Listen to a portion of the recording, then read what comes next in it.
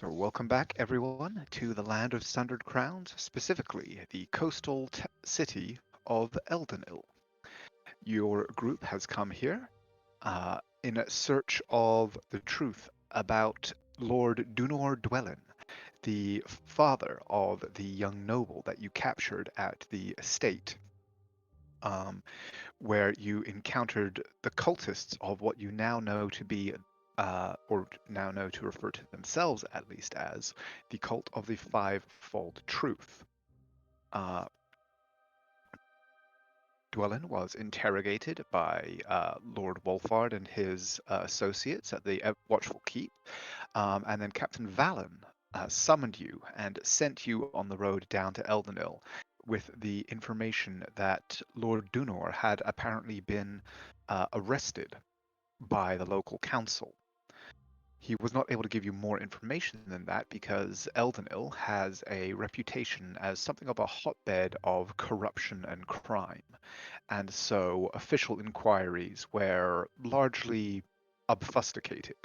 And you guys were selected for this particular investigation because of your apparent propensity for ferreting out the truth and your status as yet, largely unknown agents of the Crown. Making your way overland to Eldenil. On the road nearby, you were able to rescue a merchant from an attack by a group of strange aberration creatures that spat acid and seemed oddly in keeping with a landscape that has become increasingly blighted and polluted as you approach the town. Now that you have arrived, you can see that the town itself lies in the delta of a river coming from deeper in Caloronava. But the river itself seems turbid and choked with pollution in this town. Indeed, over large portions of the southern area of the delta, a pall of pollution hangs over many of the houses like a low cloud, and the air is thick with an alchemical stench. Arriving on the edge of town, you see that there are every sign of poverty and decrepitude in the houses that you approach.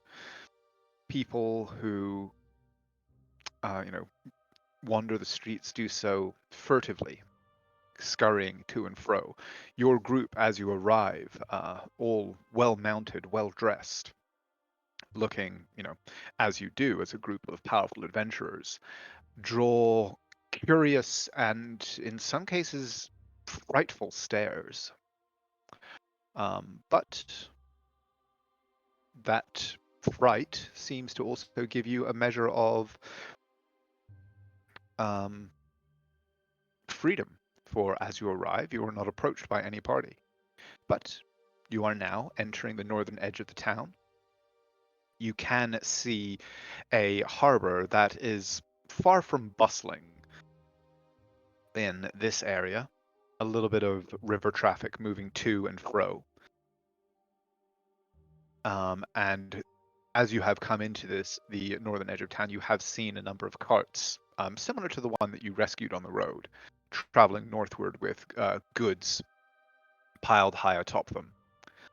But you are now at a crossroads and can choose to go where you will within the town as you search for the truth about Lord Dunor Dwellin.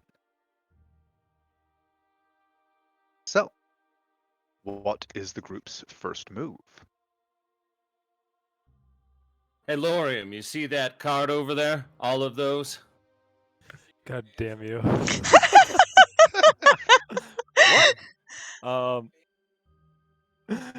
Fucking roommates talking shit. Sensory Um, nightmare. yeah, what about it? I'm just saying, look how none of them are nice and have like a covering and a back door and are beautifully painted. Oh my Told God, you. you're actually gloating. Gypsy wagon. As he looks around, I think maybe we should swing our way. Let's try and find one of the nice merchant shops. Usually they have some knowledge and some connection with the nobles. if nothing else, they pay a lot of taxes. And we might be able to learn some information about dwelling in the town, as they do love, as he Vanna Whites himself, nobles who seem to want to spend a little bit of money.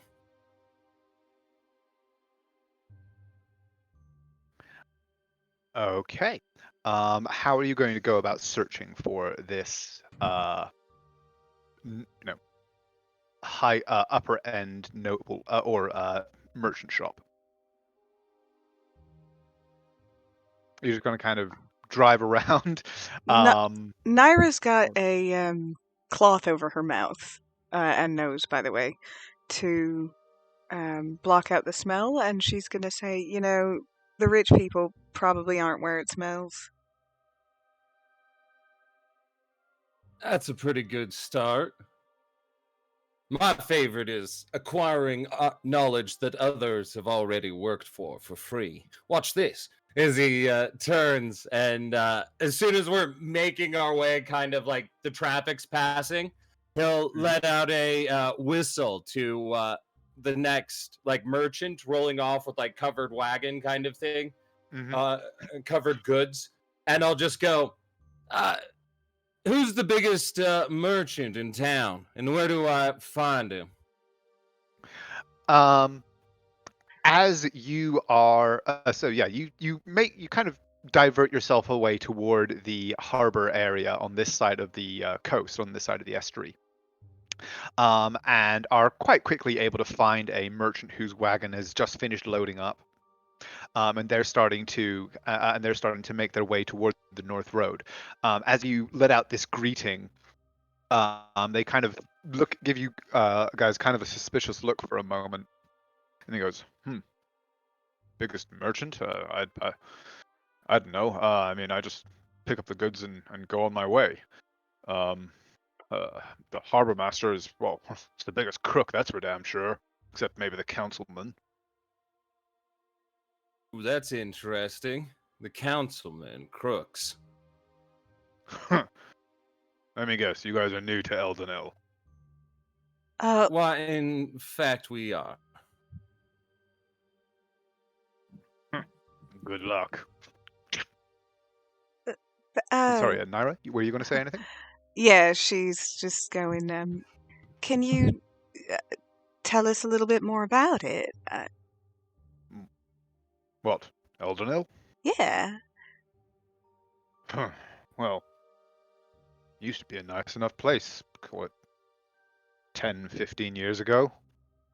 Used to get all kinds of the, all the best goods from the Elven Isles would come through here.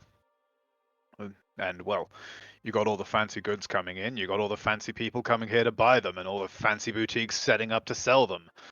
Now, though, I mean, well, look at it. Money brings corruption, corruption brings crime, and, well, once the alchemists started to move in, that was really the end of it. Now the whole place just stinks.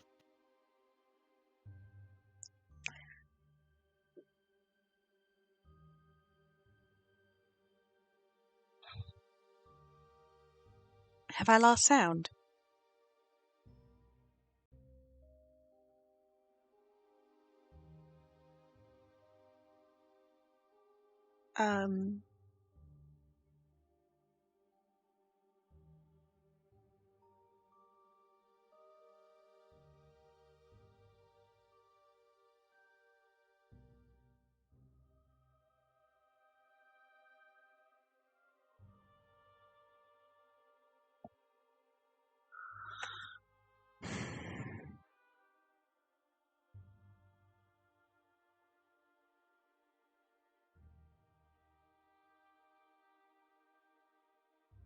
My Discord crashed.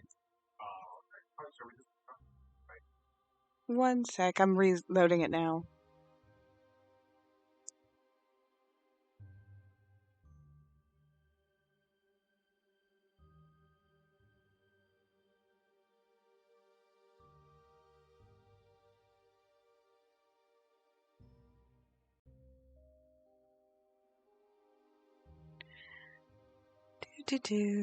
One second.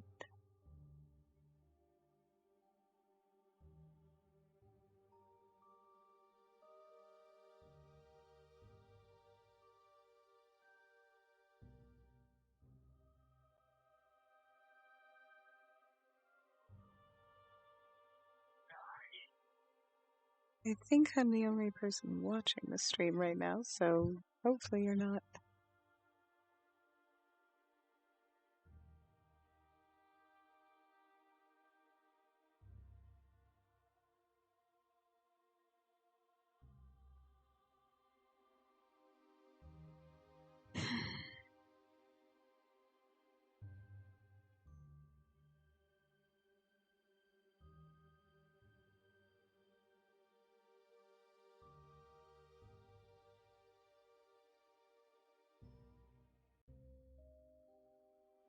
Hello.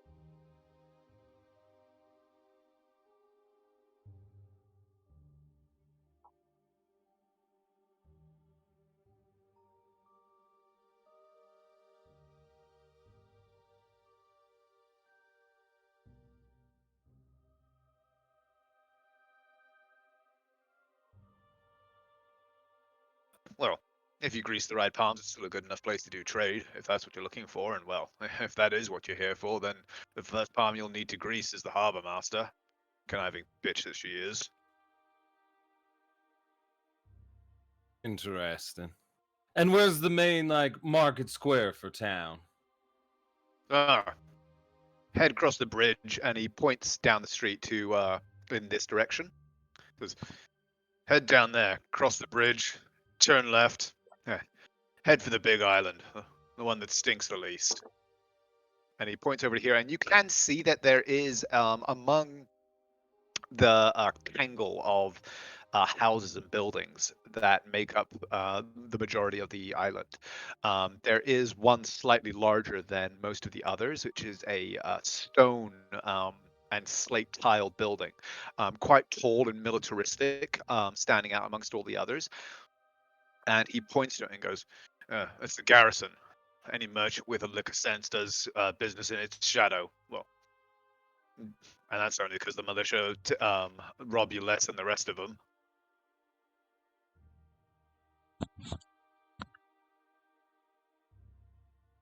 We'll stay on our toes. Thanks for the advice. Good luck. And I would just do that thumb flip and throw him a silver as it spins through the air towards him. Here you go. Ah. Let us keep you.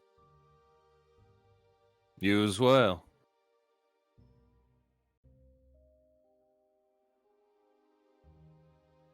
Head into the center of town, he kind of says to the group in general. Oh, I need to teach y'all Elvish so I can just, speak that and have y'all understand me. I would very much like to get out of this smell. So, yes, please. I don't really mind it. I don't either. It's only getting worse. All right, let's head in. Okay. You head along toward what at one point you imagine was quite a grand and and still is at this point a well-made bridge. The stonework and the flagstones are very broad, and span the river with this very solid construction that has these very well carved cornice pieces at either end, the balustrades that run alongside it again, showing that at one point when this place was first built, a great deal of care and a great deal of coin was put into its creation. Now, though, the stone that was once quite, you imagine, quite bright is streaked with lichen and just this coating of an almost kind of greasy fog that has darkened it. The obvious signs of wear and weather that very little has been done to mollify over the decades and years. And as you cross onto the first island, you can see that it, and in fact many of these islands, seem as though they are at least partially man-made. Natural formations in this estuary that have been built up using, again, at one point, very robust construction of stone and thick bolts of timber that even in this from what you can see slightly more well-off area of Eldenil is starting to fall into disrepair. You can only imagine that if these northern areas look like this, the areas where the fog stands and where the merchant mentioned that the estuary was beginning to reclaim things are in even worse shape. But despite this, here and there among the buildings, there are still clear signs that there is wealth and opportunity to be had here. There are several fairly grand structures that look to have been at least partially maintained. Um, as you cross this one, you see that this island here in particular has several fairly well-made, what you would actually refer to as manor houses. Um, Still quite large, tall fences enclosing not large grounds, but nonetheless something that that are indisputably estates. Um, that still have an air of glory, if a little faded over time. And finally, you cross onto the third aisle. And here you see again uh, the houses becoming more and more densely packed together. There is a very real sense that the city is kind of sinking and struggling to stay, quite literally in some circumstances, afloat. As you cross the bridge, you see that along the edge here, there are clear places where entire buildings have just slipped into the water and are now being used as shaky foundations for new endeavors that are being built atop them. People again are taking in your very colorful, very well painted, obviously quite new wagon with a sense of almost suspicion at seeing this kind of in this place somewhat ostentatious display as you come into town. But here people do seem a little less furtive. There are sights and sounds of commerce happening, particularly in this southern area. You do hear the sounds of a market that, if not thriving by comparison to the ones that you patronized in Vanya, is certainly still functional. Nara, what was your insight skill check for? I was wondering if Naru was picking up on people's reactions to their party. With a 20, yes, definitely. Your arrival here, your wagon, is the only kind of new thing, like freshly painted, well maintained, well looked after, newly bought kind of thing that you see in your journey. And it's quite clear to you with a 20 that is how people are responding to it. You actually get the impression that if there wasn't this 7-foot tiefling riding a warhorse in full plate, you guys would be getting approached quite almost aggressively because of the obvious wealth that you guys have with your arrival and just with your presentation and appearance. But you kind of like your carriage comes around the corner and you can kind of see people standing up from doorways and eyeing it. And then Lorium hoves into view beside it. And they kind of sit back down.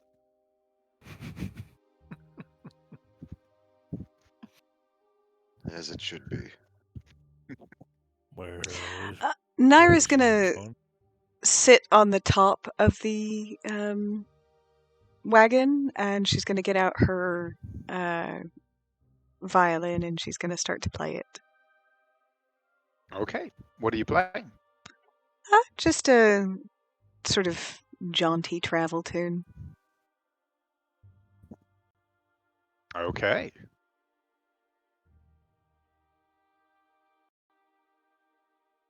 Oh,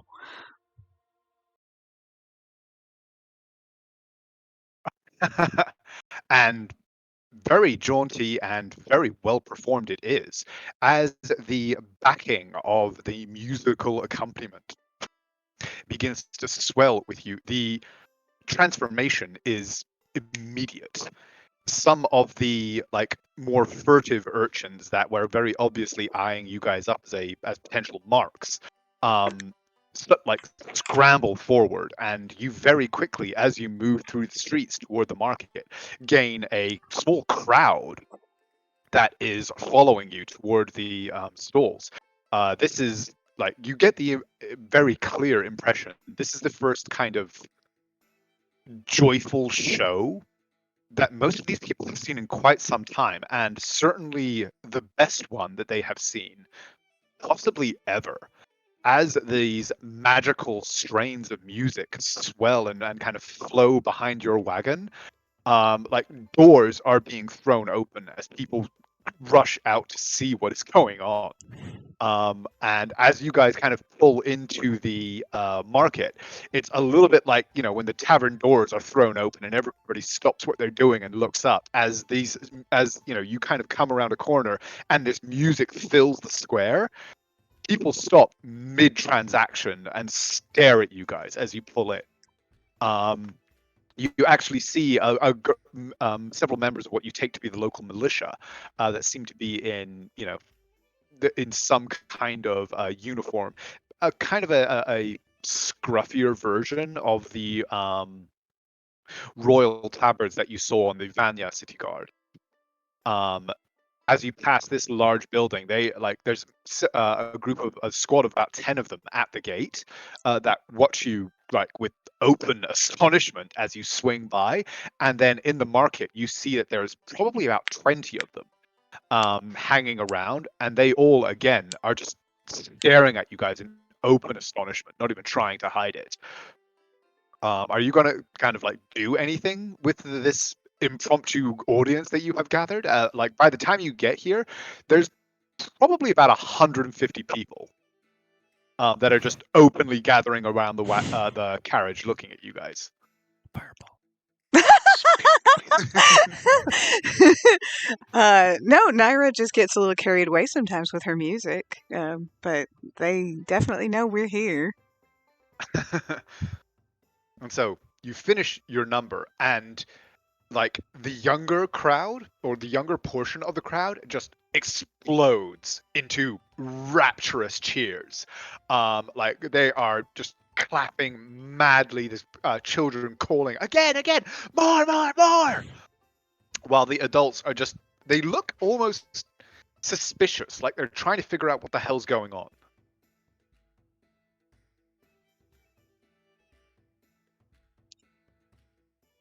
Do you respond to these calls for an encore? I'm gonna say if nobody stops her, she's definitely gonna do another song. I mean, this is Naira's element. We are so getting robbed. Not with you both standing right there. Well, Lorian won't see it. Yeah, but he scares All they have to people. do is roll above a 10. The downside of having a fucking eye patch. And so yeah, you launch into this second number and carry it on, and like more and more people are gathering, and the crowd actually seems to be getting a little kind of unrestless. At some point, like a glance from Lorium sends them scattering back whenever they start to push forward at all. But they do seem to be like building in excitement and building and building and building. And it's actually like as you're about halfway through your second number, there's a member of the guard who is wearing a cloak in addition to his chainmail and tabard, strides forward with his hand on his sword. And holds up his hand and goes, Halt! Enough with this disturbance! What are you doing? Naira will immediately stop, ears going flat. And then as he kind of gets closer and gets a better look at you guys, he kind of seems to hesitate slightly and is sort of second guessing himself as now that he's pushed through the crowd a As little bit and has a clearer look at you guys. He's just like, what's going on here? as soon as I see him like second guess himself, I just see the opening where it's like, oh, there he is, got him. As I'll roll rising onto the roof, and I'll say, "Who are we? Who are we indeed?" As he'll smile down, we have heard of this problems and issues that have arisen, crime and the like. As he would smile and go, "Darling, the one about the dragon." Give me an insight check and a persuade check. I really wish thaumaturgy. I really wish thaumaturgy could edit other people's eyes, not just my own. Nice. Damn. Okay. And an insight check as well. Let's see. Go himbo powers. Yay! Flowers. So when you first said that, like, you guys had heard about issues and crime and things like that, he seemed to bristle slightly. With a 17, it's not particularly difficult DC. So yeah, I think you get the idea that basically the militia here are very much aware of the fact that this city is a shithole, and that as agents of law and order, it is kind of supposed to be their job to make sure that that's not the case. So pointing that out is, they view that as a disparagement of them. But with a 26, you carry it off with such effusive charm that, like, he very quickly just kind of goes, "Oh, well, actually, I mean, no, if they're here to help, then they kind of work for us. So, like, I mean, I can work with that. Yeah, okay. Ego Okay, let's hear these guys out." You just There's guess only it. so much our great militiamen can do. They need a hand up, and we are here to do it. As he smiles and looks towards the others, as he just would say, kind of through gritted teeth, towards them, "All right, everyone, we're getting to play a role."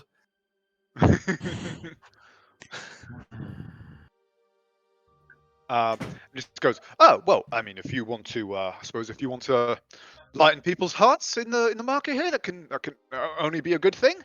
Just make sure they don't get too out of hand or anything. Well, I appreciate what you're doing. Keep it up." And Naira doesn't need any more permission. She will launch right back into her song. With dance. This is what okay. you call the hard sell. Yes. Do another 10-minute movie. Michael Bay directed Us, but instead of it being ones we've actually done, because I don't want it to be like actually tied to us, so to say, I would go into like my long history, one with a rather rude white dragon, as we were fleeing down the mountain, getting chased and shooting it back at us as it hits and flies collapsing into the trees. Oh my god. Sorry. As well as there's breaking. The ending scene is that kind of barroom brawl with Chad Lorium as he breaks up the crime syndicate. Okay. Uther, also roll performance with advantage, just so you guys can synergize there. Okay. It makes me drop that. And performance advantage. Ooh, okay, so between the two of you, again, you just launch into this spectacular performance that brings the market to an utter standstill.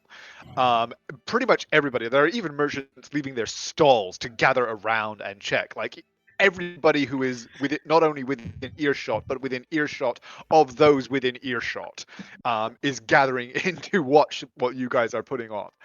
Like, I'm not even going to make you roll. You do clearly kind of see, even in the midst of all of this, there are people working the crowd. You see more than one kind of little kid who's sort of looks away from you and then just, a purse from somebody unwary next to them before scurrying off to watch the show from elsewhere. Even in the midst of all of this, Eldenil is still apparently Eldenil, but you have a incredibly captive audience for basically as long as you guys want to keep this up. Like, how long are you going to stay here putting on this show? Even after the major image kind of fades, people are losing their minds, cheering, asking for more. And as long as you want to continue this performance, you will have 100+ people who are just raptly watching as long as you want to go on. So how long are you going to go on for? And is there anything you want to do whilst you have this audience? I think I would be up for going for the entirety of the major image, but after that, she would,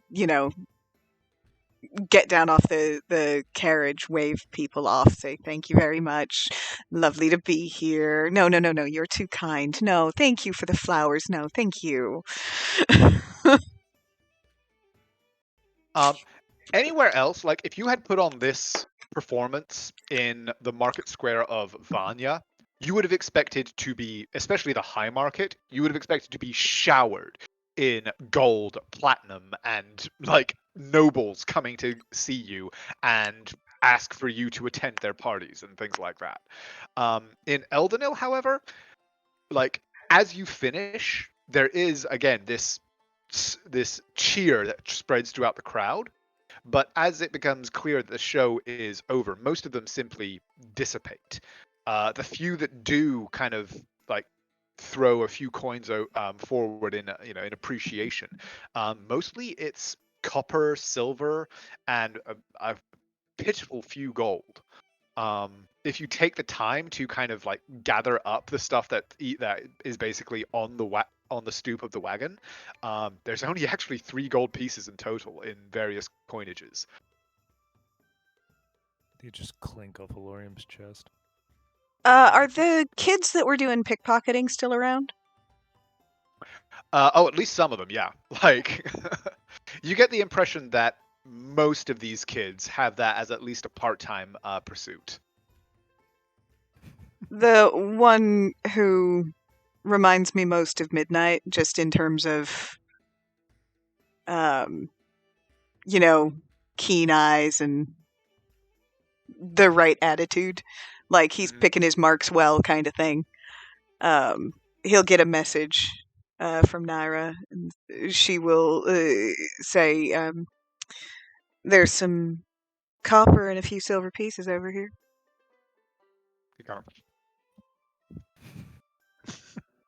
He sort of looks at you, Shrinks just the like, fuck out. he doesn't say anything, but he kind of points to you, just like, And she just smiles. But she doesn't. She doesn't appear to be smiling directly at him. She's still anybody who's still around. She's just working the crowd. Okay, I like as like attention sort of as you divert most of the attention away from where the coins have fallen, he does sort of like yoink and just scrambles off. As he's running away, by the way, she's going to send another one, and she goes, "Hold up a minute." And he sort of furtively ducks into an alleyway, but like you just kind of see him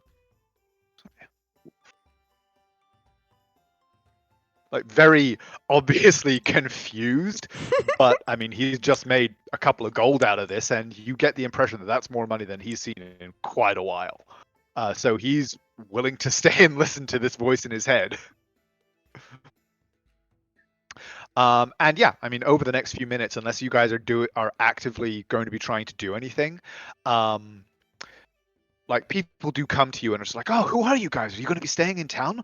Oh, that was an amazing show. What are you guys going to be doing? You also get a few people coming up to you and saying just like, oh, that was a fantastic establishment here in town. We would be thrilled to host you for the night if I can offer you the finest room and board in Eldenil. If you would grace our common room with your fine performance. There's a single one of them Certainly. telling the truth about a good room. Give me an insight check. I was going to ask the same thing. Then any of you can roll with advantage.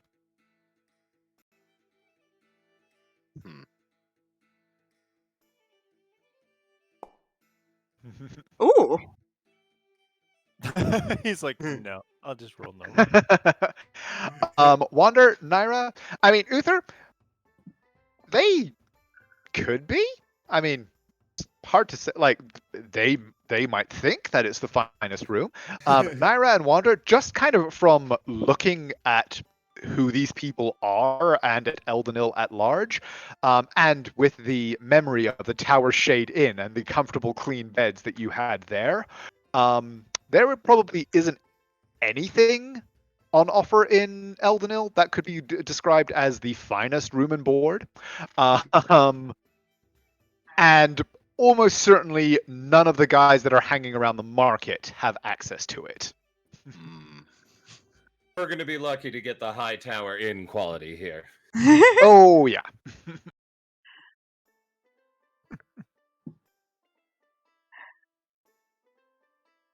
Well, that's a very kind offer. We're having a look around right now, but we may just stop by. We are definitely looking for the finest place in town, so I'm sure we'll find yours. Of course. Well, Lemskill Street, the sign of the Ragged Flagon. Would be charmed to have you. Charmed to have you. Flagon. She then repeated this same line to 12 different people. More or less, yeah. Like, you spend the next kind of 10, 15 minutes glad-handing the crowd, essentially. And they gradually kind of disperse over time as it becomes clear that Well, the as that's show's not happening, going to be going on. before, because Naira's gonna go talk to a scared little kid who's probably not gonna hang around too long. But she is not stupid, so she is going to take her coin purse and the things that any fast pickpocket could get, and she's going to put them inside the carriage before she wanders off through the streets. Okay. She is also going to say, guys, there are quite a few quick fingers around here. You might want to secure your most valuables. And she'll say she'll say that to Wander in particular.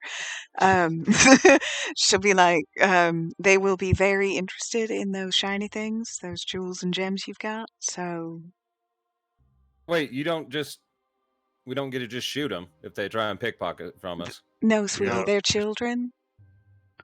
I'll just cut off their hands. It's fine. No, please don't. They're hungry and they're just looking for, enough money for a room and some food. And They're hungry. Honey, they Sandwich. need to go to the king's orphan. Oh, wait. Never mind. It makes sense now. okay. It's like No, go to the orphanage. Wait, that makes sense. And I'll be right back. And she wanders off toward the alley, Okay. being She's- hyper aware just in case somebody is trying to pickpocket stuff. One moment here. Let me pull up a thing. A child is going to brush against you and you're going to start strangling him. It'll look like Bart from Simpsons.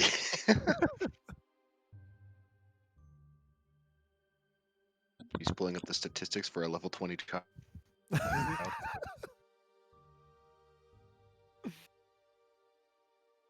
It's the Ragged There we Flag, and we are in the Thieves Guild location. It's fine. I've heard they're on bad times. So yeah, you kind of approach this somewhat furtive-looking kid. He's probably like maybe 13 or 14, looks quite scruffy, obviously like a street kid. But also, like you picked him out because he seemed to kind of know what he was doing, and he doesn't look as kind of desperate as some of the other kids.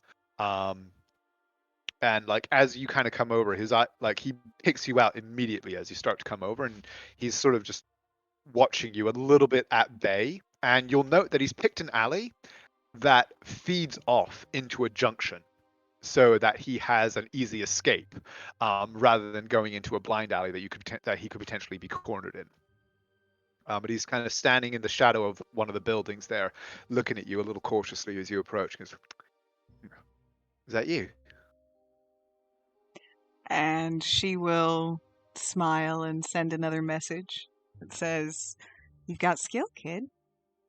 But, you know, if you look people in the eye, they'll look at you back in the eye and they won't be watching your hands." Well, yeah, but they'll remember your face if you do that. Oh, you're still getting caught then. Not if I can help it, but how you do that? That's a neat old trick. And she'll wave her hands and she goes, "Magic." Well, it is a trick and all then. So, what you want? You look like you know your way around this place. Good as anyone? Well, let's start with anyone important I should know about. Well, it depends what circles you want to run in, innit? I mean, if you're looking for the town as a whole, I mean, you got the councilmen all up in their towers and all that shit. I mean, you got, well, there's a couple of gangs that run these docks. There's the harbour master, the biggest fucking gangbanger of them all. There's the militia. What do you want to know about?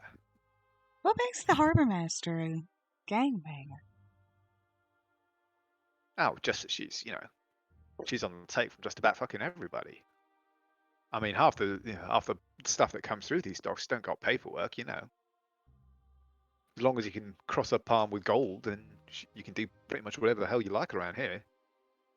Same with all the councils, with all the councilmen. I mean, hell, even half the militia are on the take. Not that I can afford to give them what they asked for, but, well, I'm faster than that fat lot.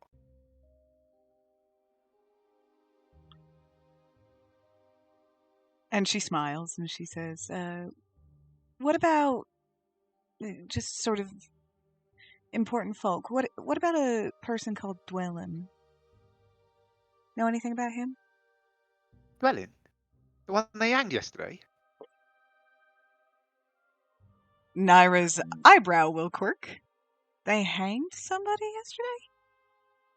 Well, that noble toff what got caught with for all the murders. I mean, I don't know much about it. It's all been happening down in the Alchemist Quarter, innit? But near as I hear, they found him with a knife in his hand, blood all over the fucking shop, and, well, he danced the jig the other day. Best I know, he's in the harbour. Quite the dignified end, then. Well, I mean, if he did what they say he did, it's all he deserves. I mean, well, although, well, I don't know. He never took anyone I know, so. And who did he murder? Well, a bunch of folks, so they say. They called it the Lamplighter Murders, apparently. People would see weird fucking lights and shit in the night down the Alchemist Quarter. Come morning, there'd be blood all over the place, guts strung up from the street lights, and they didn't know what was what until, well, apparently some constable found him with a knife in his hand, blood all over himself, and what used to be a person under him. Interesting. Wow, well, good riddance then, huh? Aye, well, it's nice to see one of the nobles getting it for once. Well, I don't need to keep you too long. One more thing, though. Aye? You said there were a couple of gangs. How can I tell them? How can I tell who they are? Oh, well, I mean, there's the edge runners. They got they'll wear like a blue handkerchief around their necks. You see anybody like that? I mean, well, they're probably not going to bother you lot, especially not with him over there. And he points to Lorian. They're going to stay as far away as they can from you lot. They typically, well, I mean, they'll hold you up if they think they can get away with it, but they're not going to think that about you. And then, well, I've run with them a few times, but I mean, I can let them know to leave you alone. There's the dippers. They, like to give it a bit of the dippy doo-dah into your pocket if you're not careful. But I mean, well, We can you take look like this you one can with afford us, it. right? If you give me a gold or two, I can tell them to leave you alone. I believe I They'll already be the gave you 3 gold, sir. You just can't blame me for trying. No, you can't. Tell you what, I'm going to be in town for a few days, and Aye. well, there is more where that came from. If you make yourself available to me, I might be able to, well, add a little bit more to your coin purse. Oh, aye. Well, where you staying? Yeah. We don't know yet, but, well, it's kind of hard to miss us. We draw a crowd, so I'm sure you'll be able to True find that. me. All right. Yeah. Yeah. I'll talk to my lads. I'll come find you tomorrow if that works. Perfect. Well, Right. eat well. He kind of twirls one of the bits of silver between his fingers. Just, you betcha. Well, pleasure doing business with you, miss. And he looks at you like, Miss You can call me Naira. Naira. Right, you are. Name's Show. Pleasure to meet you. What? What was that? Name's Show. Show. Okay. And out of curiosity, is he human, elf? Looks human. Tough to say for sure, but probably human. Okay. Probably human is the best race of human. And then she will return to her friends.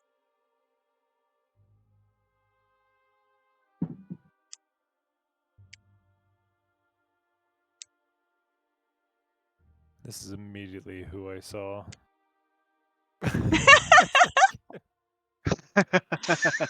Well, that's canon now. Oh no, Nicholas we can no longer Flapjack. keep him. What do you think of him and not Flapjack himself? Because Flapjack doesn't steal. Where's that from? It's from the Misadventures of Flapjack. I love how you. Fair enough. I was literally talking about it with someone today. Irony. So Right. I assume that Uther is still working the people who are trying to get us to stay at their particular establishments. I'm trying to refine that who actually has the nicest place in town. Is it on this island? It's not, then I'm sorry. I'm not really. Give me another persuasion check to try and kind of like suss the get the truth out of some of these charlatans. And maybe in the alchemist's ward. And just for funsies, since pickpockets are a thing here, because it would be funny as fuck if one tried to do it to Lorium. He is going to use the Head of Disguise to cast Disguise Self on himself, but he's not going to change anything except all of his items and belongings, and like his coin purse and all that shit, is going to be slightly shifted. It's like shifted 20 degrees around on his belt. Yeah. So if anyone tries to steal from him, they will just grab him. That is fucking genius. They will realize their error immediately. Okay. So with a 22, yeah, you are able to as you are kind of glad handing these people and turning away the more obvious charlatans and stuff like that, you are able to get somebody, basically somebody that you recognize as just having basically been running a merchant stall, who stepped away to watch your show. And before they head back, you're able to actually kind of get what you believe to be an honest opinion out of them. And he says that whilst there's not what you would call any fine establishments, pretty much anywhere in Eldenil, um, there he can recommend either the Emperor's Rest or the Laughing Brook Inn, neither of which live up to their name, but both of which are, you know, clean and comfortable enough to not offend somebody of your sensibilities. And they are both in the southern area of what he refers to as the High Quarter, which is the island that you saw that had most of the larger, finer houses. Excellent. We'll be staying at the Emperor's Rest. Thank you all for applying.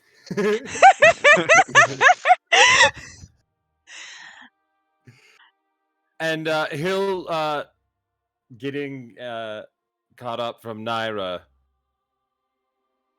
Just so is it true the last local lord was hung to the patron or the owner of the Emperor's Rest trying to sell me on it?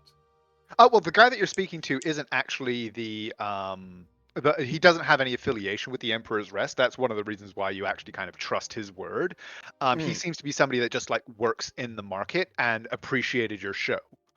So was willing to kind of actually give you kind of an honest opinion about it. But if you say this to him, I would. Yeah, he just kind of goes, "Oh, yeah, well, I mean, they say the murderer. He How long was had they hung in been the going square." on? Oh, These murders, was it all in a night, like a just massacre all at once? no, or no, was it... no. It's been, gosh, it seems like months now since the first one. I mean, Eldenil ain't exactly the safest city in Caloronava, if you know what I mean, but these were particularly fucking vicious. They called them the Lantern Light Murders. And people were the victims. They were butchered. Guts taken out, strung up all over the street. Blood everywhere from what I've heard. I mean, I never went exactly going looking at any of the places. The militia was, they tended to discourage that kind of thing, and I wasn't, I've got no interest in it, if you know what I mean. Weak stomach and all. He would kind of do that, like, oh no, pearl clutch, and he'd be like, did it look like dark magic? I mean, I don't dally with that kind of thing myself, but who's to know what kind of darkness the nobles get up to? I mean, they say Mistress Thornwell, she's got demons in her place, and who knows what else goes on behind those doors. Dwellin, I mean, he was on the council with her, so he might have been right there with her, dabbling in that kind of thing. Mistress Thornwell. He'll just kind of do that, like, mental snapping at Naira. Be like, remember this. Yes. Aye, she's on the council too, just like Donor was before he danced the tango. Part of me just wants to hear how many different ways you have to say that someone was executed. Utterly gazeboed. That is now my favorite one.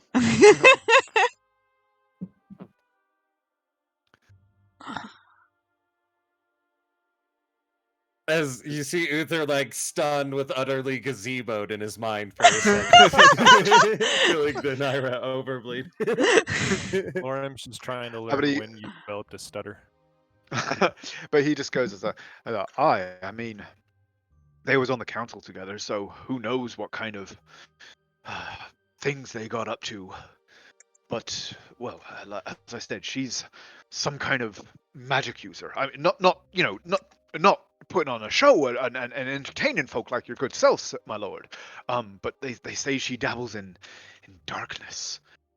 There's talk of demons stalking the city with her abouts.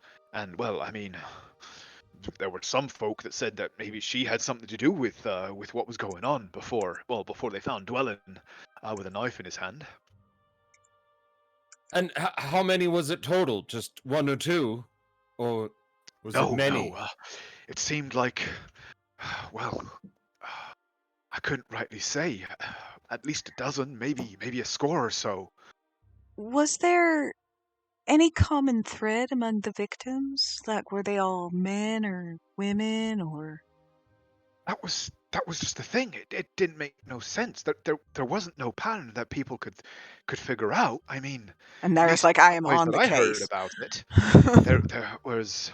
I mean, first one I heard about was a merchant, just like my boss. He was walking home, and then after a night out at a tavern, and well, never made it.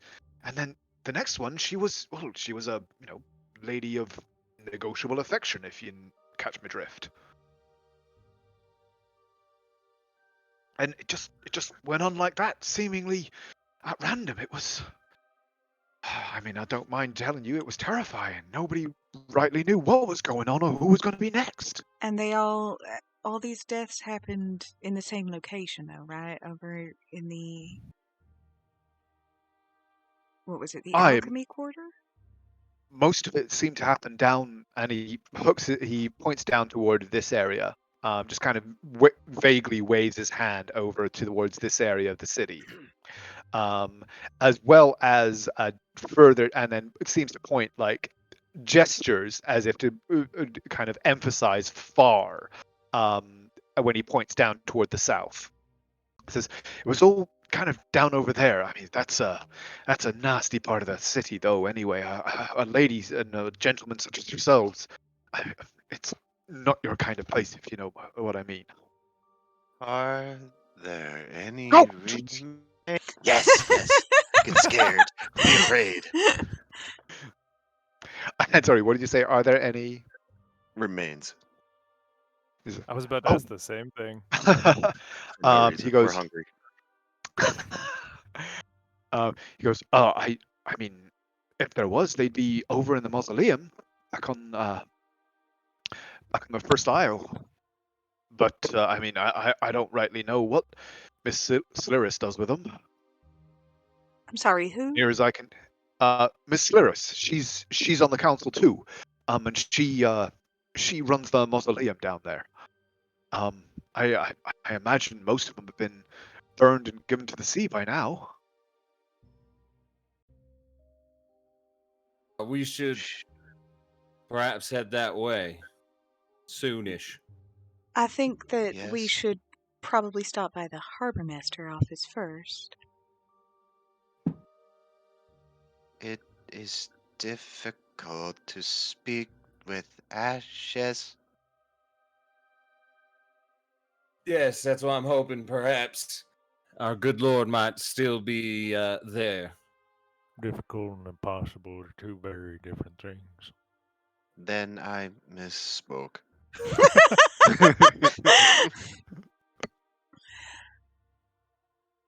Alternatively, you and some of us could rush over to the mausoleum as quickly as possible. I just think it might be wise to pay respect to those in charge.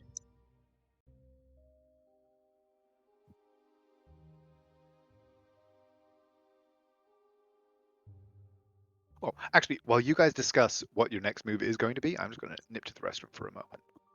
Be right back. I want Uther. Are we picking teams now? Yes. I never knew you had that sort of preference. I love you all. I thought I was everybody's preference. You're certainly mine. I want Naira now.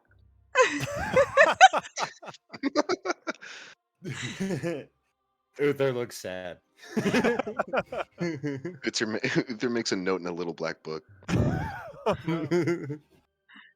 Just a name written down. Yeah, it just says "fuck you, Wander." Like it's weird. Well, actually, Naira will approach Uther specifically and say, I don't know, I'm still quite new at this whole being important thing. But from the little bits I've heard about the harbor master, she seems like the kind of person to expect certain Naira, considerations. things are. This is my perspective. Currently, she's on the bottom of my shit list, as I think she might be adding to quite a bit of the persuasion of the corruption within the town. And so, as much as it could have the broad criminal appeal of finding ourselves more friendly with her, I would prefer to get a little bit more knowledge before meeting her. Have her a little bit on the back foot instead of us. All right. That sounds very reasonable. Thank you. And you'll actually see her take out her journal and write a little note. She is studying how to be better. Have Okay. to neutralize her, so just kind of shrugs. If you want, I can go with Wander, and you two can take Sunshine with you. Oh, no, Uther made a fine point. Why don't we just go straight to the mausoleum, if that's what everybody wants to do? That'll work too. Do we know where that is? We said the first island. Well, then Yeah, why... you were directed over to this isle. Well, then why don't we go find ourselves the Emperor's Rest, was it? Get ourselves booked in with a couple of rooms, and I'm sure they'll be able to point us in the right direction. Sound good? And she's already, like, hopping on, like, she said sounds good, but she's already hopped on the carriage and is like, let's go. I just saw the note in party chat, by the way. Who was perusing for locks? Me. While they were okay. talking, I had originally been looking for locks. Fair enough. Yes, there definitely are a selection of basically like security measures available. There actually seems to be a decent trade going on in, like kind of personal weapons that are obviously intended to like small swords, koshes, things like that. Things that people could reasonably wear around town. Without appearing, fully armed and armored or having the trouble of like carrying around a longsword or whatever. And there are also a good number of like latches, chains, locks, and things like that that are available for purchase. Yeah, I'm looking for the best ones that money can buy that are available that we will be able to use to secure the carriage. Okay. Give me an investigation or insight check.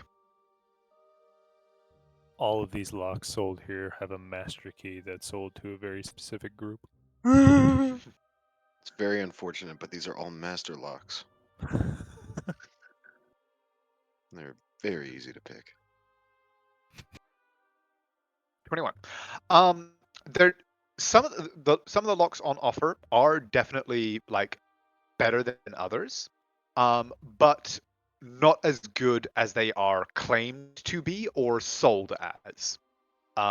So like while they are, while they will definitely do the job of like locking whatever you place them on, they are being billed as the finest dwarven-made locks from Khazad-dûm, but are very clearly just like hammered together at a local workshop. So whilst they would, you don't get the impression that they're like trick locks or locks that would be vulnerable to a master key or something like that, they're also not as good as they are being sold for. So you can purchase them, but you're being overcharged.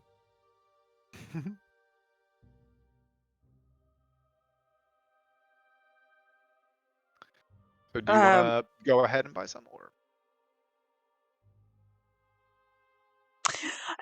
Well, you know what? Naira's going to sort of turn her nose up once she has clearly found ones that, like, the best ones that are available. She is sort of going to sneer a little bit at them and say,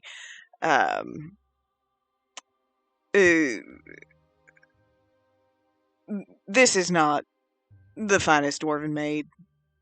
Let's be honest here. I could have this open in less than 30 seconds.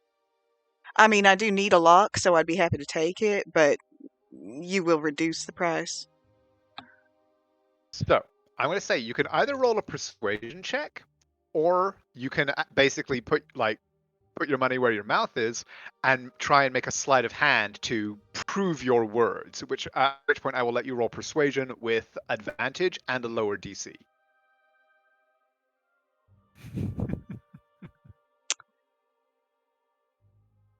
Okay.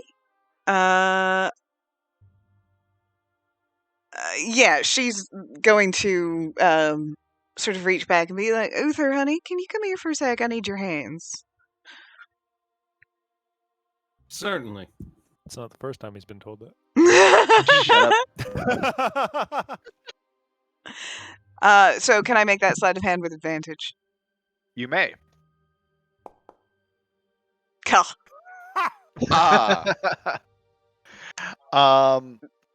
And so the merchant kind of is like, well, I mean, it may not be a dwarven maid, but as you can see, it's pretty damn good. I'd say it's worth it, judging by the expensive carriage you've got over there. I imagine you've got quite a lot in there you want to keep safe. Isn't it worth the cost? You can still make a persuasion check, but or I mean, what would you like to do?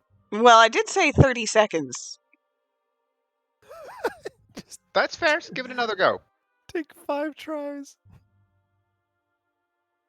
All this work to buy some like shitty off-brand lock when you have like. Is that with the +1 from the tools? Oh, no, it's not. So, yeah, 20. 20. You've got this So incredible on the Smith right next so to it you. does take you a little longer than you were potentially expecting, but after about 20 seconds of work, lock springs open and goes like, oh, well, I mean, it took you a while, didn't it? Quite clearly a little bit flustered by your success. Now, if you like, yeah, go ahead and make me the persuasion with advantage. Are you fucking serious? Dice do not like you. No, they don't. So, given that, let me double check something quickly. It's all right. He just, I will turn my nose up it. Say, fine, you don't want the gold, you don't want the gold. Well, I want to see what offer he makes you. Just one moment. It's like 5 silver. No, locks, I believe, are actually pretty expensive. Can't wait for Wanda to see you walk back with that lock just to be like, really? Like I'm right here. I'm right here. We could just make you one.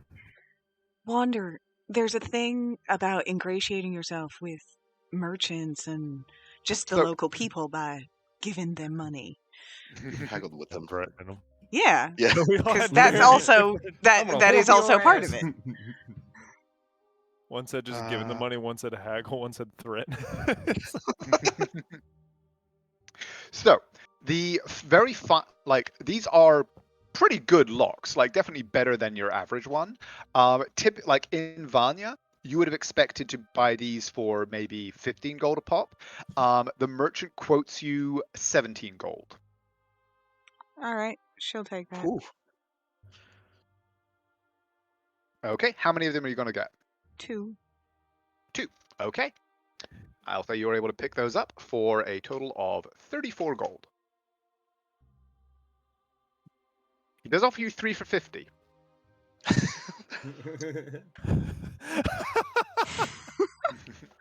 No.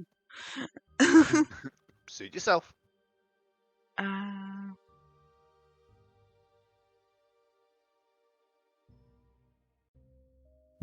All right, we can move along. Sorry, I didn't mean for that to take that long. You're fine. That was great. But okay. You are able to follow the directions that Uther received toward the. By the way, she will hand them to Wander and ask if he can improve them. Could have made better ones, but whatever, it's fine. You can now make these better.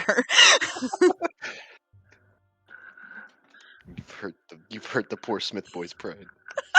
Wonder will remember that. He will He's not. gonna melt them down and make entirely new locks from the metal. Naira's just gonna Gonna make- cry. I'm just gonna I'm gonna make a cry. steel crossbow. I'm gonna make a crossbow for him and be like, "Look, this is a gift," and then I'm just gonna melt it down in front of you. I have locks now. I will eventually work on this. Okay. So you guys are all able to pile back into the carriage, or well, 3 of you are able to pile back into the carriage. Lorium, you are still sitting athwart Sunshine, and you guys are able to make your way back onto the High Isle, as you have heard it referred to, and down toward the southern area where there are amongst some of the kind of smaller houses and buildings and kind of businesses that seem to service the larger estates and houses of this isle. There are 2 apparently taverns. There we go. One of which has a somewhat stylized representation of a waterfall going down a series of small cliffs, and the other of which has a very ornate 4-poster bed on its sign, which you would surmise to be the Emperor's Rest. It is a it has the appearance of a comfortable enough inn.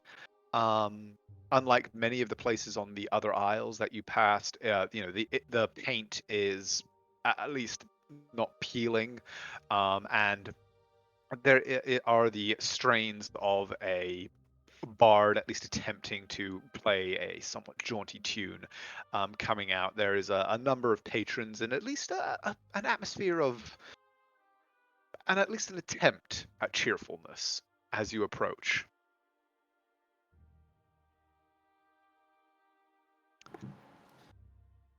Make my way up towards the bartender or inn master. Usually the same. Yeah, there is indeed a quite tall, broad-shouldered woman standing behind there. She is wearing a apron, has got sleeves rolled up. You actually do see she's got quite a number of scars showing on her forearms that you recognize as being from blades and the like. Evidently has spent at least some time in some rather intense fighting. She's got this kind of straw blonde hair bound back in a tight ponytail and kind of giving you an appraising look as you come in. You're like, evening, your lordship. It's probably about 5 p.m. at this point. You guys have been traveling most of the day. Evening, your lordship. You be requiring stabling for your carriage? Howdy, darling. Yes, we will be, and we're looking for a set of rooms for the night, as well as perhaps some dinner. I can accommodate that right enough. I believe we were actually invited. Invited? Well, it's my place, darling. I don't remember inviting anybody. Oh, I thought. We got pointed in this direction. Never mind. Yeah. We heard this was the best inn in town, and we were told that as he reaches on his back and pulls off his guitar. We could definitely add a bit of spice, some foreign exotic influence in to add some recognition. You want to play for your dinner? Let's see what you got. As he would nod.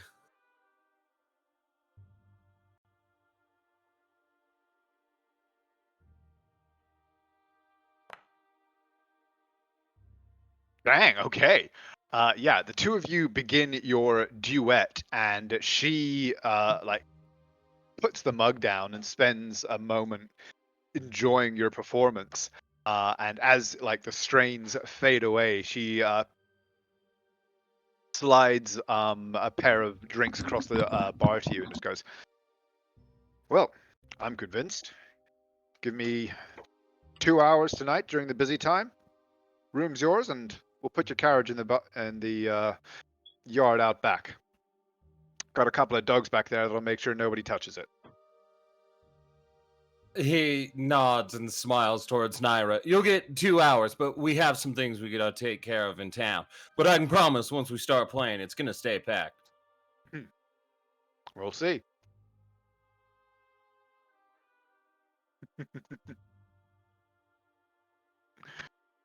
As he turn towards the group and give them thumbs up. Free rooms and the carriage is being taken care of. Keep Sunshine with them, and so she can keep Overwatch going on it. And let's go talk to a corpse. Yeah, your dogs don't mind a horse, do they? Well, wouldn't be much good at guarding the stable yard if they did. Oh, also, a dire wolf will be staying in our room with us. He's trained, You- and he'll just kind of. He's just like, all right, if he causes any problems, I mean, 2 hours of playing ain't gonna be enough for that, Bill. You hear me? He's not going to cause any problems at all. You have my word. Right, well, we'll see then, shan't we? Yeah. Be here after sundown. I should say I can't speak with dead today. No, you can't. No. But maybe we should still see if the body's intact. Yes.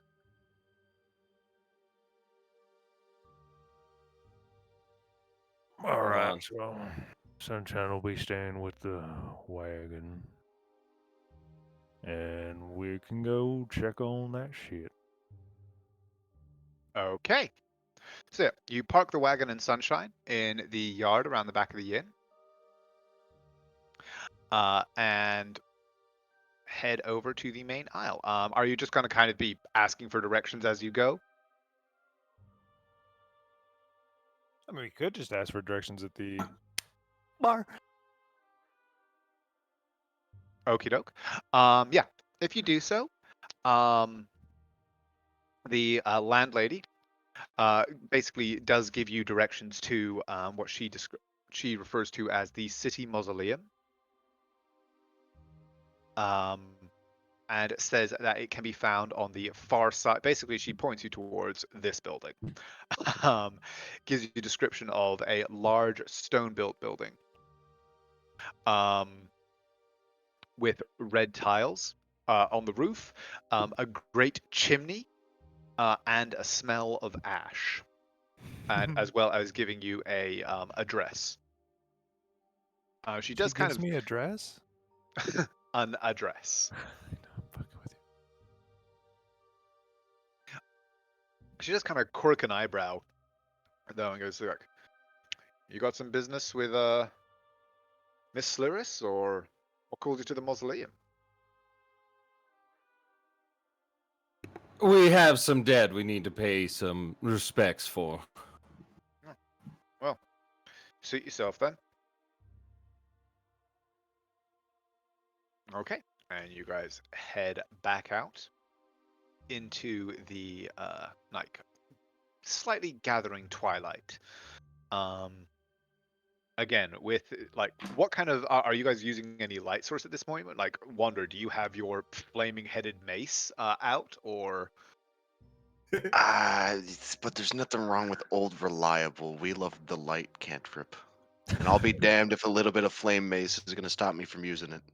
Okay, so but you do also have that available, like just kind of Yes. strapped to your side. Yeah, just like the fact that you guys are accompanied by a 7 foot tall tiefling in dark engraved full plate and a walking golem with a ball of flame at his hip and light shining from his body.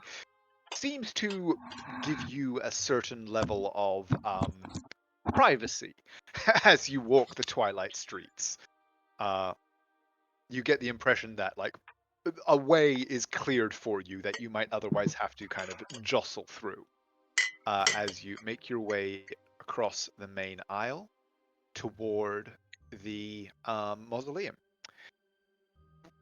As you go, you do note a couple of the larger buildings that you pass, the largest of which seems to be one that is fairly close to the bridge here, and that you noticed on your initial journey through. As you pass it, you do see that there is a large sign standing above the gate. The building itself is the main body of it looks almost like a prison. Stout stone walls, barred windows, but it also looks as though it has been hastily and somewhat slapdashedly expanded in recent years. The wall that was built around the initial building has been extended to encompass several more along one side that have been crudely built up to be now part of the main structure, with bars added on to the windows of these additional buildings as it's grown, and the sign above the gate reads Hopener Asylum. We're gonna break in there at some point, right? You pass it by and make your way toward the address given to you for the mausoleum. As you approach, you do see again another large-ish stone building, red slate tiles making up much of the roof. A large chimney that, even as you approach, has black smoke billowing out of it, and the unmistakable scent of charcoal and ash hanging heavy in the air, providing almost a relief, if you could call it that, from the normal alchemical smell that pervades much of Eldenhill. As you approach, there's the front kind of the front entrance. There is a set of large double wooden doors that are closed.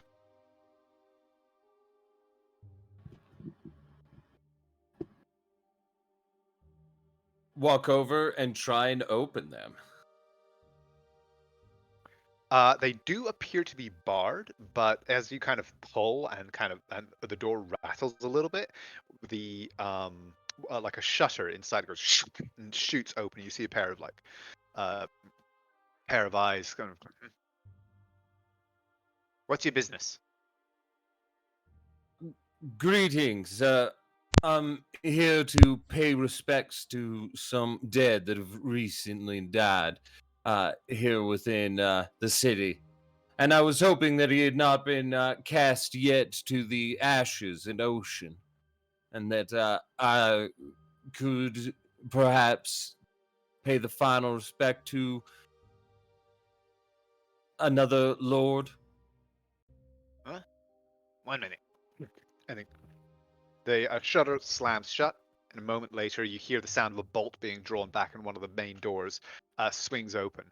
There's a kind of little, like, slightly dour, bent-looking man in black, kind of ratty, furtive face, and looks up at you from inside a hood. And he goes, "Who are you here to mourn?" He was recently hung. You're gonna need to Apparently, narrow it down, son. Mm. the daylight murderer or the lamplight. Sorry. Ah, Lord Dwenin. Yes. Yeah. Afraid you're out of luck. He got given to the water this morning.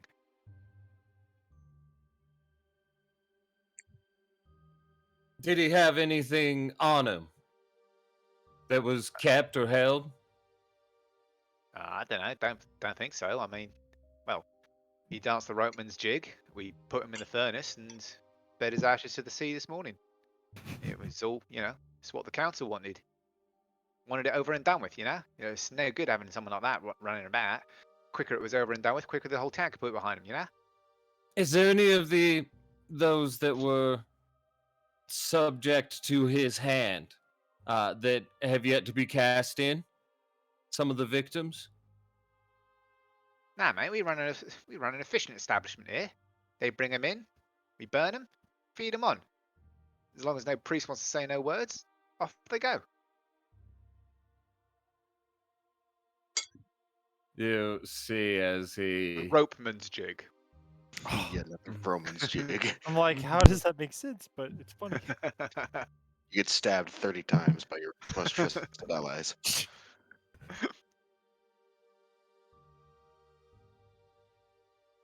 It's no good having them hang about. I mean, well, might be a family or two that's got a tasteful little urn on their mantelpiece, but well, most people just want them given to the sea. What's your business here? Why are you sticking your nose in the murders anyway? You ain't with the militia. just looking into. I was actually sent here to speak with him, and had only recently found out he had been involved in such manners. And now I'm just trying to see what happened to him exactly. Ah, well, bad luck for you then, having business with a psycho like that. And well, as for what happened to him, he got caught. He got caught. Council said he done it. They hanged him. They gave him to us. We did our jobs. Did he have any friends? I'd assume so. Wait, was He he was a lord. always They've a always got psycho? friends about. Well, it's not like I knew him. I don't know.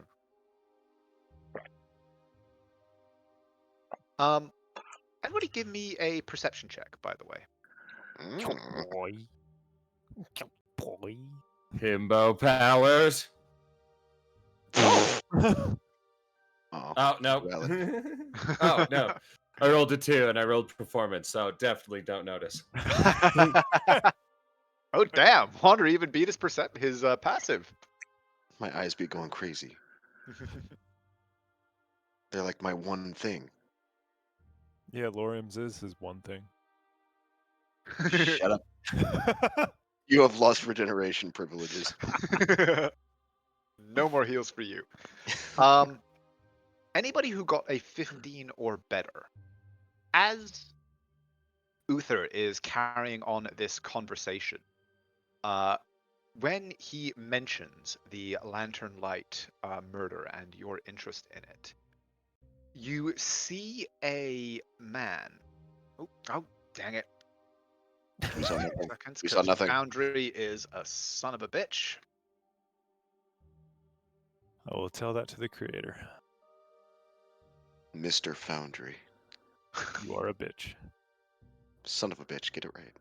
No, Foundry is a son of a bitch. The creator would be the bitch. No. I can't be wrong if I simply deny your claim. Neither here nor there. Well, it's gotta be somewhere. I'm sorry, I'll stop. Can't wait to meet this council. They sound like just the nicest, most warm people. It's not like You see That is horrifying. a slight kind of slightly stooped, bent figure, wearing simple grey, what looked to be a kind of clerics or scholars' robes, a little bit stained and worn with time, who was apparently seated nearby, trying to and was writing something in on a sheet of parchment in a kind of a large binder.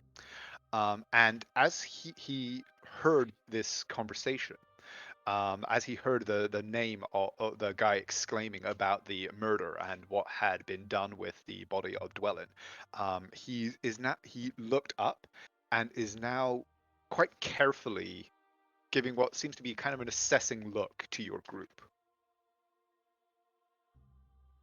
Wander's going to make direct eye contact with him.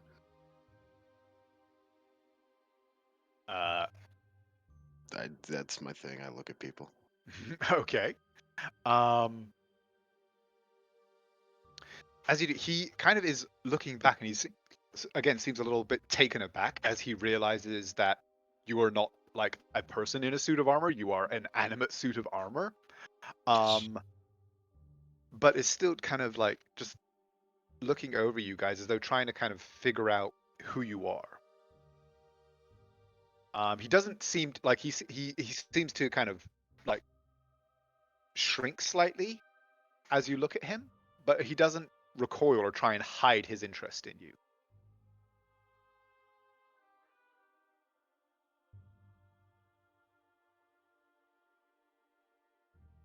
But the man that had opened the door and was having this discussion with you, Uther, just goes, so, well, I mean, if you want to come in, we've got a chapel. You can say a prayer or two for the man. But other than that, well, you ain't here no more.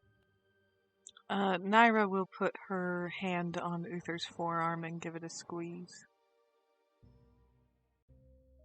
He'll just nod and go, "Ah, thank you, sir. No, I just, with it all already playing out, there's not much we can do.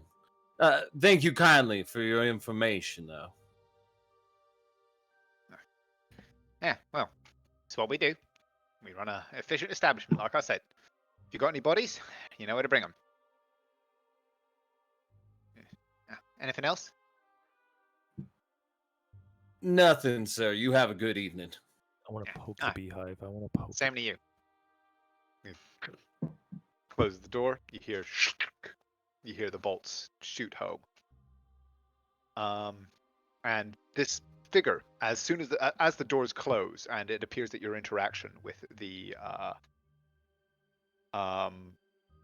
staff of the mausoleum has been concluded. Lauren, were you going to do something? No, I just want to poke the beehive. Totally want to just... If I cast Thaumaturgy for Ominous Whispers, can I control what the whispers are saying? I mean, to a certain extent, yes. Yeah.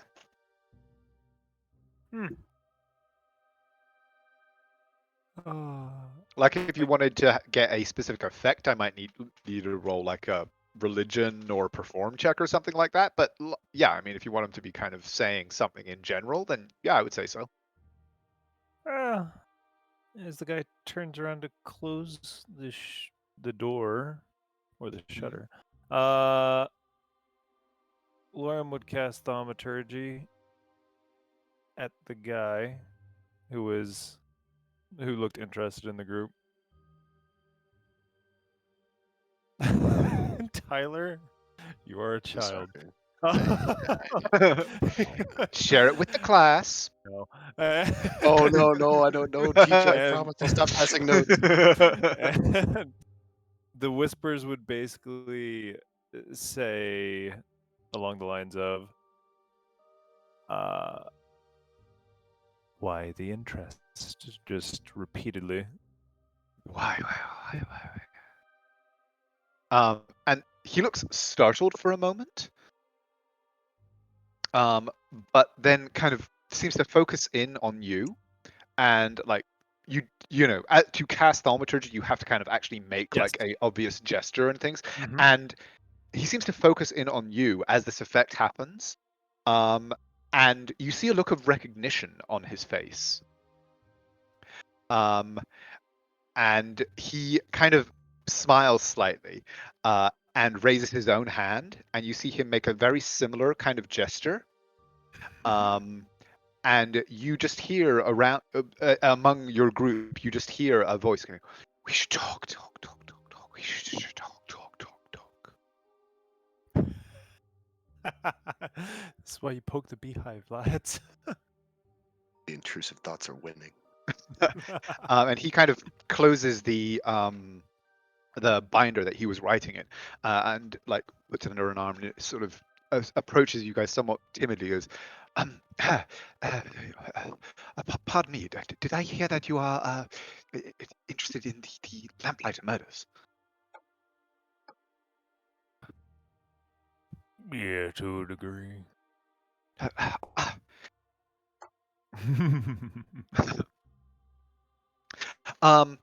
Seems to be quite nervous. You're not sure exactly why. He could simply be intimidated by the fact that you guys are a very obviously like powerful armed group.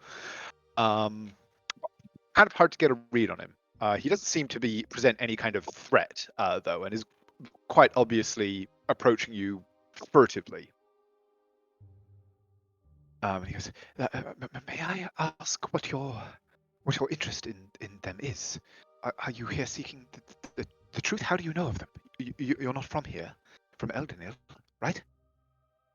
I'm sorry, I thought they'd already gotten to the truth. Didn't they hang someone just yesterday?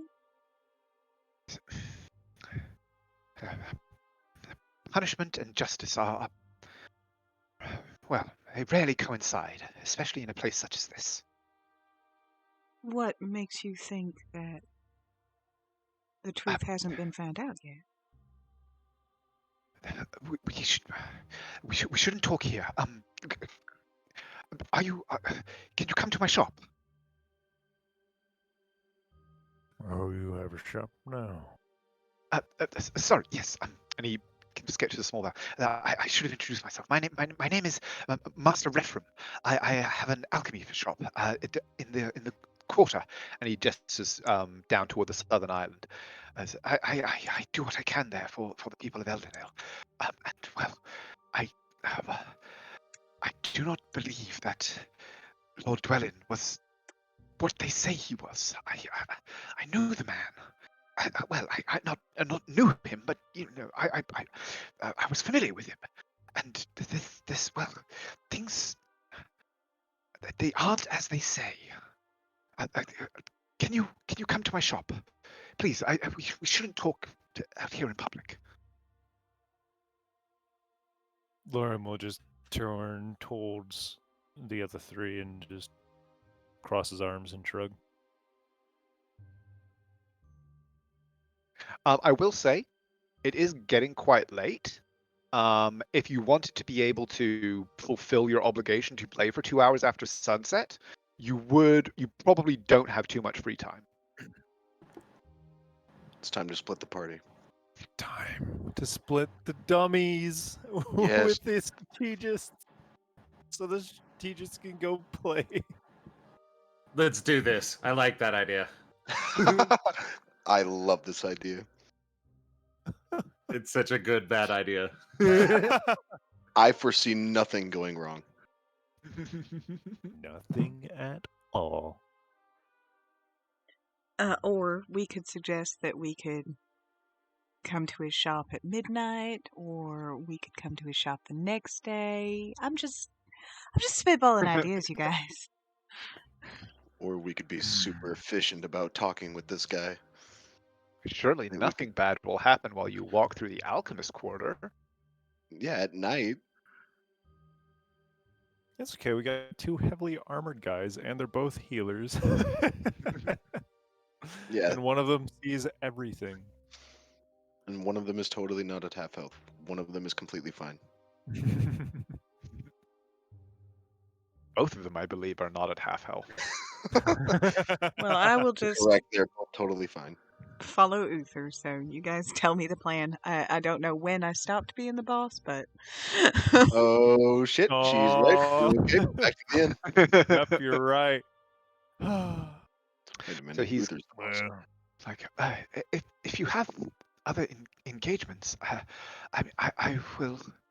If you're able to come, well, I can give you my address. If you are truly interested in seeking out the truth of the matter. Lorium, Yeah. Wander, go with him now. He's gonna get murdered. The detective's insight. We'll walk in, his body will be on the floor, and then we'll be framed for more murders. We know how this goes. I mean, if y'all want to do your show and we go, Works for me. All right, let's do that. Sunshine will be with you. If you gotta tell us something, she can tell me, and if something happens to us, she can just bust in the fucking door. And what's the location of your shop so that we can meet up after? Okay. He gives you an address on this that he indicates is on this island. Or actually, let me double check. And Naira will just lean over into Uther's ear and say, we could just pay for the rooms. We don't want to hear from someone who paid 17 gold for a lock. Okay. Sorry, no, you can't say that. No. Not funny if you don't shit talk back. Bullying. Immediate guilt. Damn it, is this how it feels? So yeah, he actually gives you an address that's far more southern than that. I was looking at the wrong area. So he gives you an address that's down quite deep into the Alchemist Quarter. On the main kind of one of the more squalid areas from what you've seen.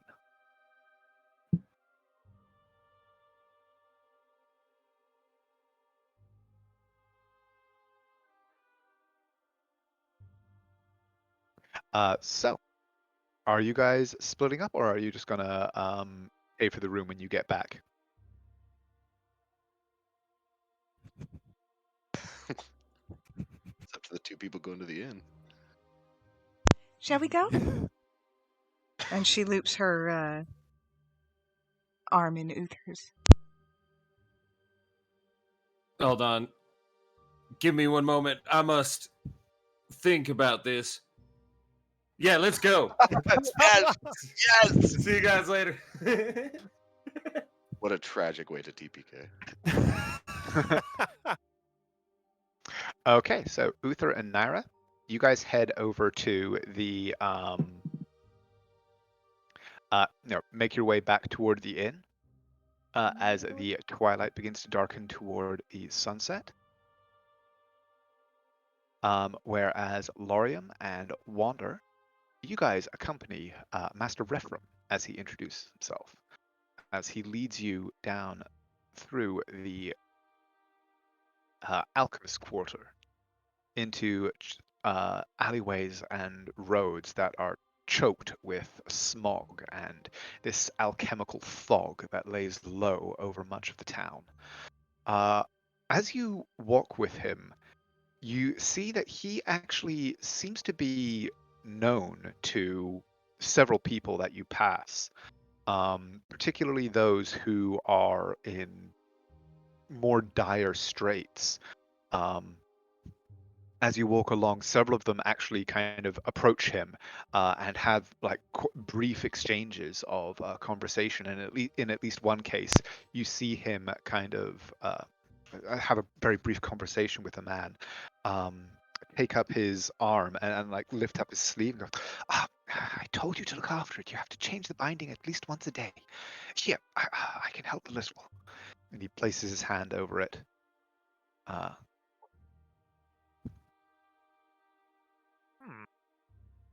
There's a brief glow of magic because that should make it be better for some time now.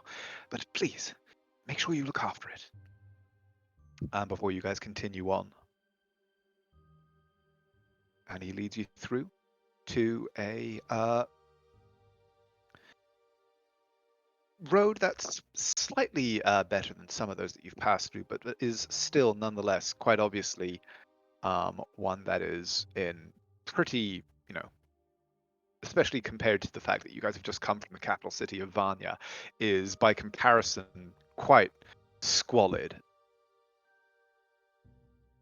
But he leads you up to a doorway that is quite heavily locked and bolted, reaching into the windows on the low building, heavily barred. But he heads up to it and takes out a heavy key. And I'll just let you guys all load in. Of course. unlocking several locks, and he says, "Please, do come in."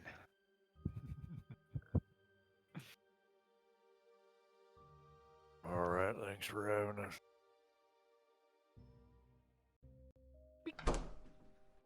And now we kill him. Oh. And now he kills us.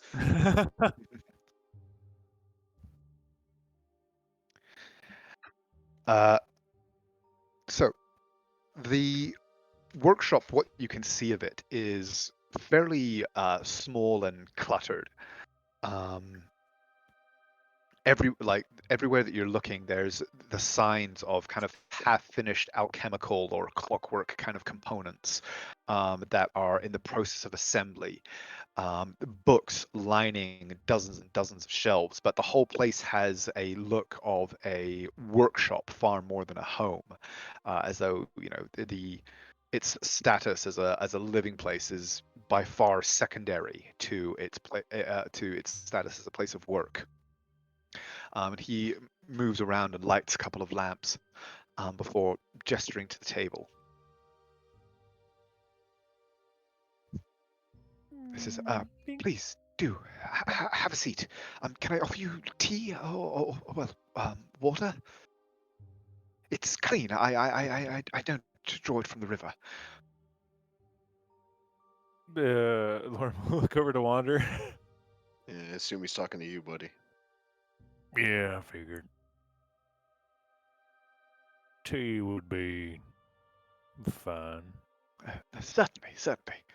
He moves through to the other room. You hear a few moments of like dishes clattering around, and then he moves back in. He goes, well, that's on the boil. Now, may I ask, what brings you to Eldenil? What is your interest in the Lamplighter murders? We were, as he's looking at Wander, making sure he's not going to pipe in. Because as he turned away, or like as he went to the other room to set up the kettle, I'd like to believe that Lauren would just look at Wander and just be like, wait, why the fuck do we come here? I'm terrible at talking to people. I don't really care about the murders. You see that to him? Yeah. No, that was what that was that Okay. interaction. As the guy's going to get Okay. to you, it's also sarcasm. But when he comes back and asks that, Lauren will just say, we came to try to talk to Llewellyn about some of his family. Well, do you have news? Just one of his, I don't know the relation, but another one sharing the name, getting up to no good. That's sadly unsurprising. Things have taken a turn for that family in the last few years. Dunor had weathered it fairly well, I thought, but he had become increasingly withdrawn. In truth, I hadn't been able to speak to him properly in going on a year now. Time was we had worked together, well, not closely, but he had sponsored some of my work with the more unfortunate citizens of the city. He was one of the few members of the council that I believed was truly trying to, well, do as the council should, and see that Eldenil did not simply slip into the sea with its poor people. So we have enemies? I can only surmise as much given what has happened. But, well, I can't believe that he did what they said he did. I mean, yes, like he was found with the knife and the body and all, but it makes no sense. The way that the investigation was handled, it's like they would brook no other thought, no other idea of what happened. And well, I offered to call. I have a measure of divine power from my prayers and the like, and well, I offered to put it at their disposal for the investigation, and they wouldn't hear of it. They said I was seeking to undermine the civil authority, if you would believe it. And, I mean, even after his death, after he was hung, I went to the mausoleum. I tried with the appropriate prayers. It is you can speak to those who have passed beyond the veil, and I sought to do just that, to see if perhaps I could glean some insight into what had happened. But they would not hear of it. They wouldn't even let me in the gate until after I had learned that he had been, well, burned and given to the sea this very morning. Lauren would just sort of raise an eyebrow to Wander, with him knowing what he's talking about. Wonder will actually ask yeah. something, unless Lorium says something. Oh, go ahead. Wonder will actually say, "How many people are on the council?" Well, with Lord Dwellin's execution, there are now 4. Mr. Dory, Miss Saliris, Lady Rashlan, and Lady Thornwell.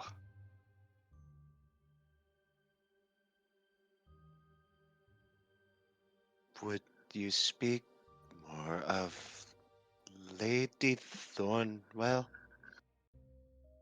Lady Thornwell? Well, I don't have much contact with her.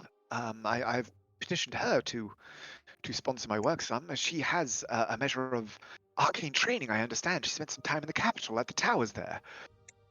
But now since she come here, she spends a great deal of her time in her manor.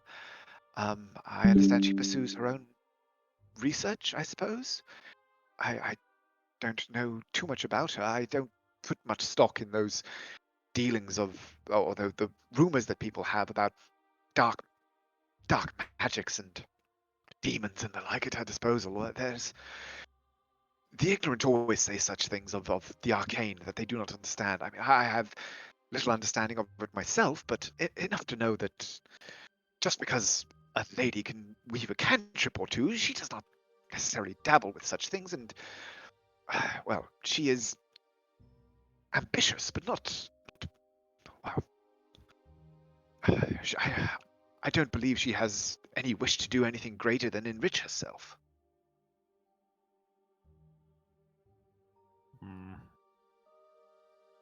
And who was the one who denied you doing your work then? Oh, well, to a degree, all of them. Well, I shouldn't say that they denied me so much as they've just. Well, the council here have sadly turned their back on their duties as overseers and well, stewards of the people in this place. They, like many others, seek only to enrich themselves. And so, well, I cannot say that any of them have specifically denied me or a seat sought to obstruct me, but neither have any of them sought to aid me. Time was that Lord Dwellin, well, I could count on him for at least a measure of support, but over the last year or so, even he had become more and more withdrawn. He rarely ventured beyond the walls of his manor, though there were rumors that he had changed. And well, the few times that I was able to speak with him, he had become withdrawn. He seemed distracted, like he wasn't precisely himself. But he denied to his dying breath that he had done the murders. I mean, that he was found with the knife, few can dispute, but, well, I mean, perhaps it would be best if you and your companions were to speak to Miss Trantor at the asylum. That is where he was incarcerated while the council considered his fate. She may be able to tell you more. I was able to speak with him only very briefly after he was caught, and he he claimed that he had no memory of anything, that he had simply had dark dreams. And I mean, I cannot claim to know the truth of what lies in one's heart, not without time to pray, but I believed him.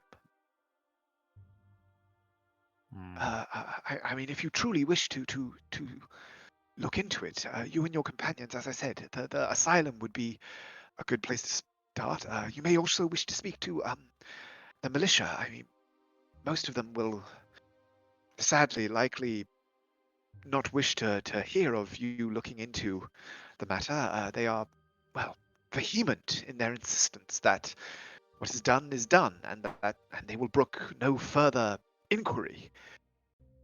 But well, the tea. Excuse me. And he shuffles back out.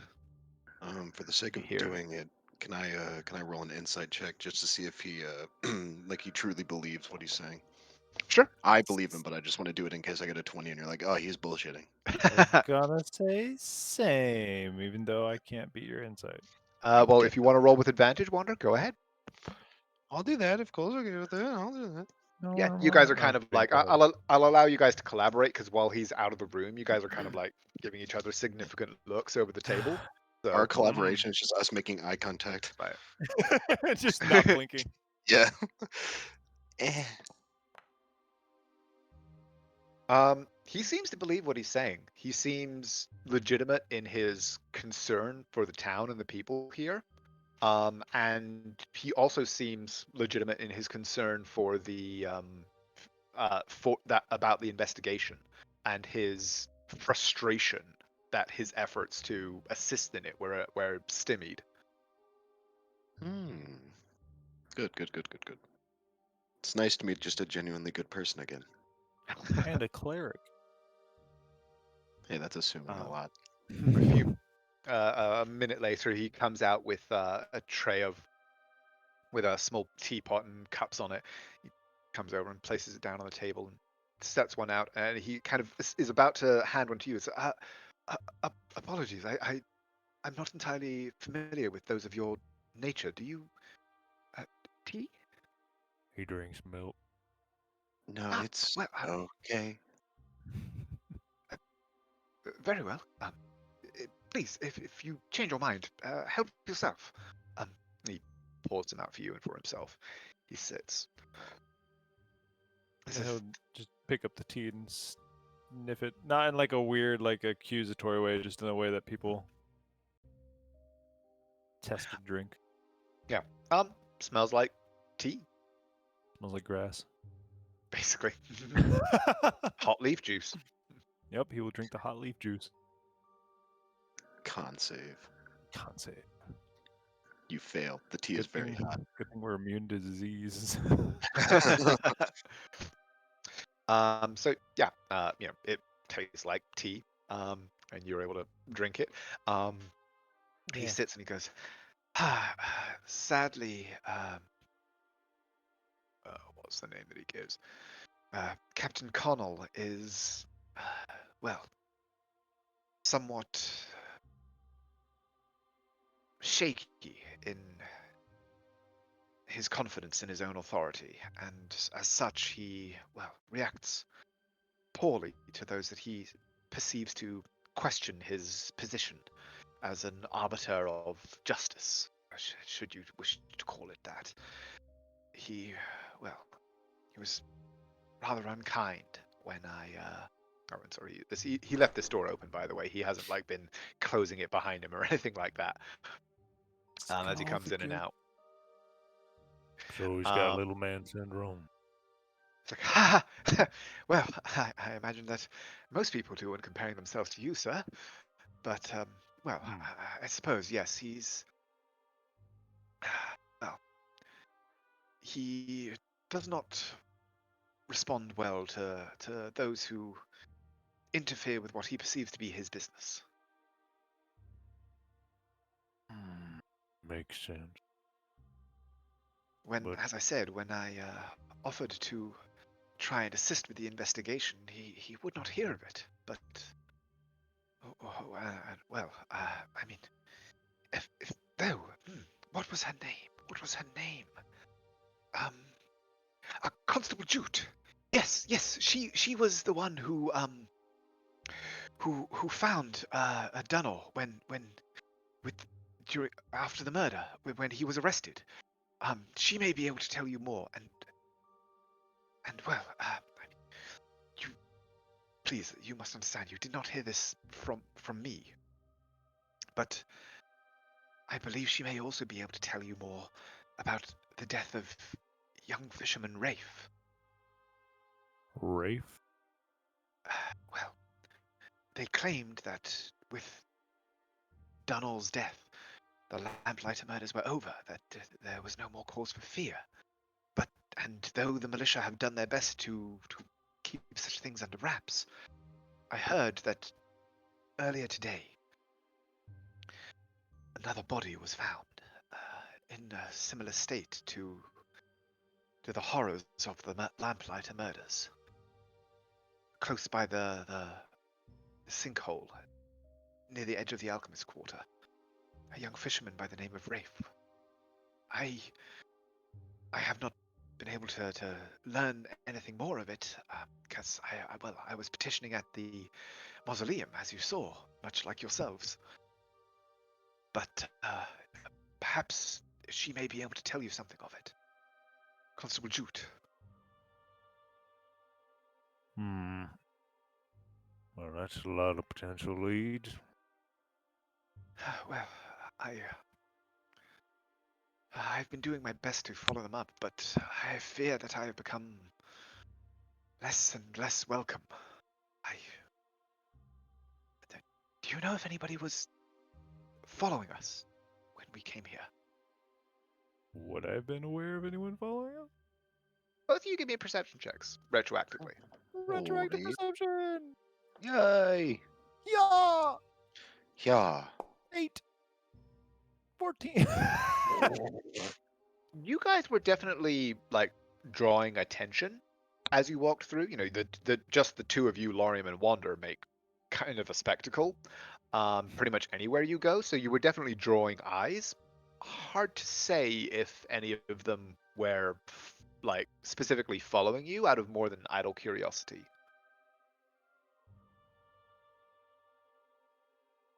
But I didn't see anybody. Well, I fear I may have become rather too insistent in some of my petitions, and I don't know how safe it is for me in the city. I was hoping to, well, my plan was to pack tonight and leave tomorrow.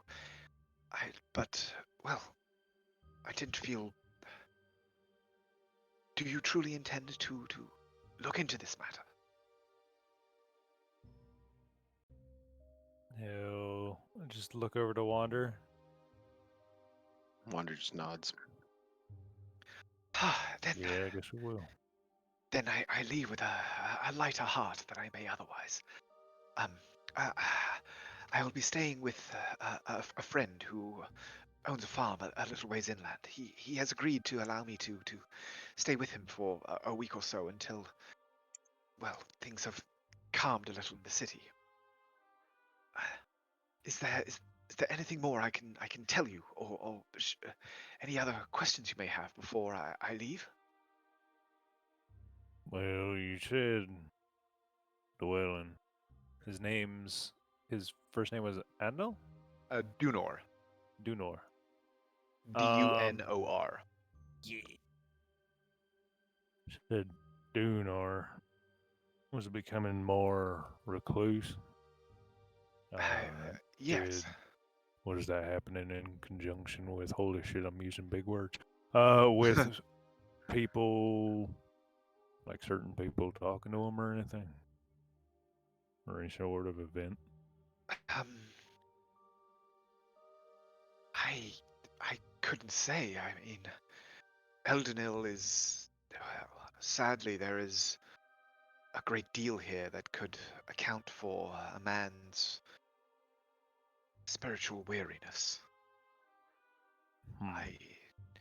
As I said, I had some success with him in years past, seeking his support for the work that I do with the less fortunate in the city. But I can't say that I particularly knew the man.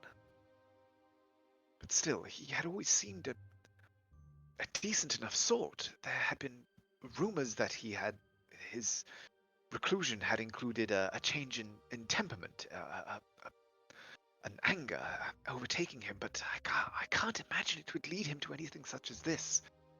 He seemed desperate in his denials. Not the desperation of a man avoiding the gallows, the desperation of a man in disbelief. Nightmares and a change in temperament. You think There you go. maybe Nightmares and a changing temperament. nightmares and a change of temperament, and he would look at Wander and say, "Think it might be fiends or undead or something." Maybe. Or something else. Fiends and undead. You truly think he's holding his hand up in essentially the pillar's equivalent of the sign of the cross, the 5 fingers held upright and apart. He goes, you truly think such dark forces could be at work here? Could I do a religion check to see if Yeah. there's a possibility? Or As more he's likely doing, possibility? Yeah, go ahead. I'd just like to ask this guy where the dwelling estate or where the guy may have lived at. Sure. 22. It's certainly possible. There are certain like confluences of negative energy or focuses of dark power could certainly account for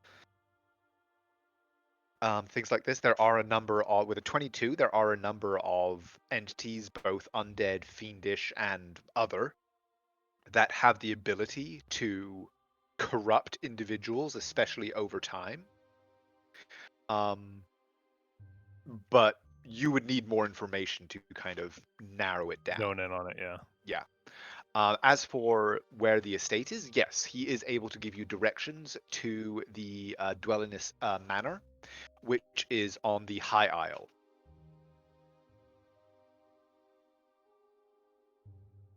He didn't have And any more family or anything over here, did he?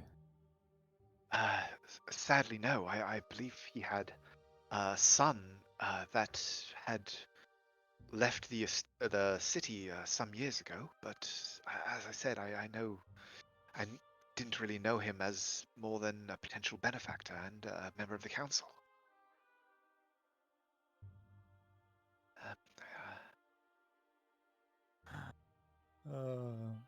We imprisoned his son.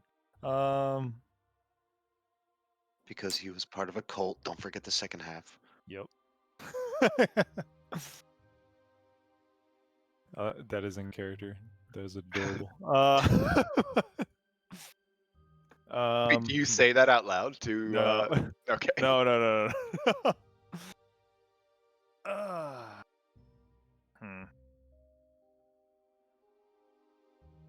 And what kind of dealings and spells does this Mistress Thornwell? I don't rightly know. My skills lay more in the channeling of divine magics than arcane. She is a reclusive, as well as most of the councils are. All of them, truth be told. But again, I've never seen any sign of outright fiendish influence from her. She is, well, greedy, certainly, and ambitious, but I've never known her to involve herself in any kind of darker dabblings. Oh yeah, I got 3 more questions. Yes, anything I can do to help. Well, first off, where's this farm you're gonna be staying at if we want to contact you and whatever happened? Maybe you want to come back. And he kind of actually gives you a long sort of appraising look for a moment. And you see a kind of almost a flash of fear across his face as he assesses the two of you. And he just goes, well, and then, I'll interrupt him. Oh, unless he does something beyond talking. oh no, he was about to continue talking after this moment of hesitation, but what do you do? Seeing that moment of hesitation, I'll just say, I can contact him should we need to. Lauren If- will just shrug. If he does not respond, then something is wrong. Like, you have powers of your own then? Yes. Oh, well, if you are able to get a message to me, I shall certainly respond if I am able. Yes. Lauren will just shrug. That works. See, I can't do that shit though.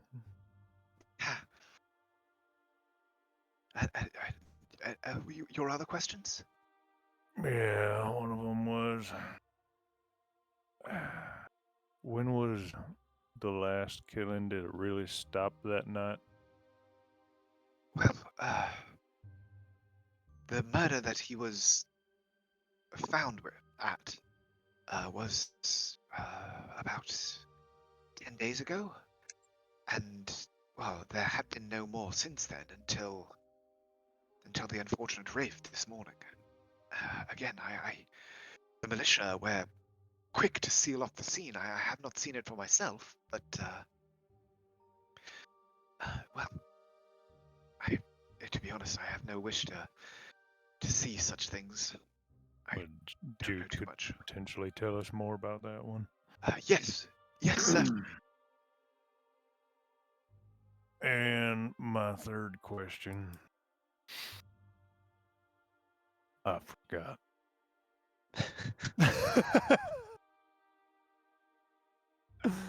Passes out on the table. The sleep tea finally kicks in. The tea kicks in. No.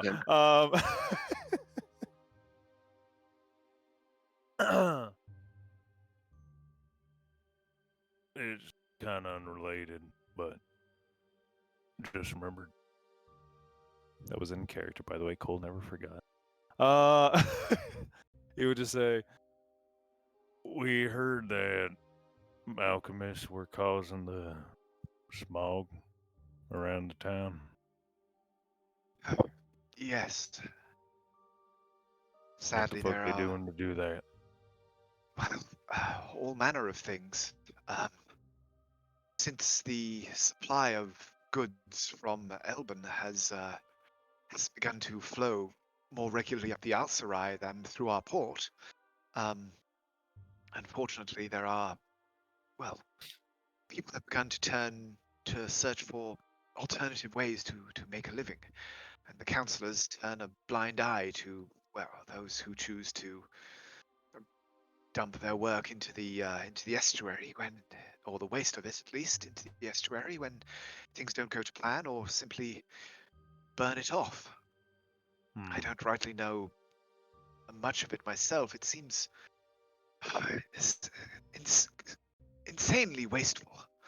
I had hoped that the council might step in and halt or at least modify some of what was done, but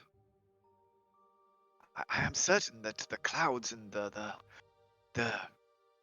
pollution in the water is behind much of what ails the poor of this place. But my entreaties have gone unheard largely. But sorry, that leads to another question. Yes. Are any of the alchemists that you know of are particularly skilled? Like, could they maybe create a fume or some shit that can alter the mind? I can alter the mind. I I do not know. I have never heard of such a thing myself. I do not. Most of what is done here is basic, well, workmanship that could be found more or less anywhere else. They simply choose to produce it here because no one stops them from using lazy methods that sadly create the situation you see here. Hmm. Yeah, there's a few hallucinatory fumes and shit that can be made, but Gods. he'll just shrug. I wonder if such a thing could be. If you find anything, please. Well, it is too late to do anything for Dunar, but if there is still such a danger that haunts Eldenil and the people here, it would be a work of great good to cleanse it.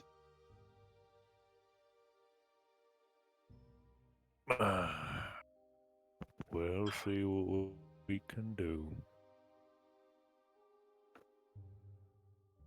Okay.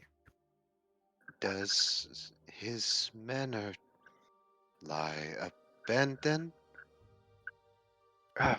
Yes. After he was arrested, I believe he only had two servants or so that had stayed with him, and they left the city now since they no longer had employment.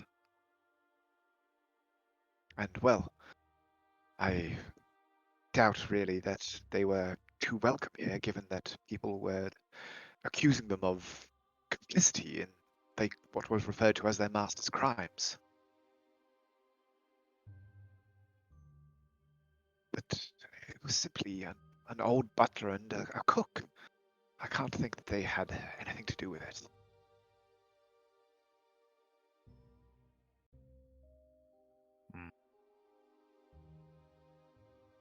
You got anything else, Shield? No. We should speak to the others. Yeah, they're probably in the middle of it right now. Hey, you said you were trying to pack up and leave. Yes. You also seem like you might think you're now a target. Uh, well, as I said, the militia and, well, most of those in authority seem very keen to impress upon everyone that these cases are solved, and that they can be put behind us.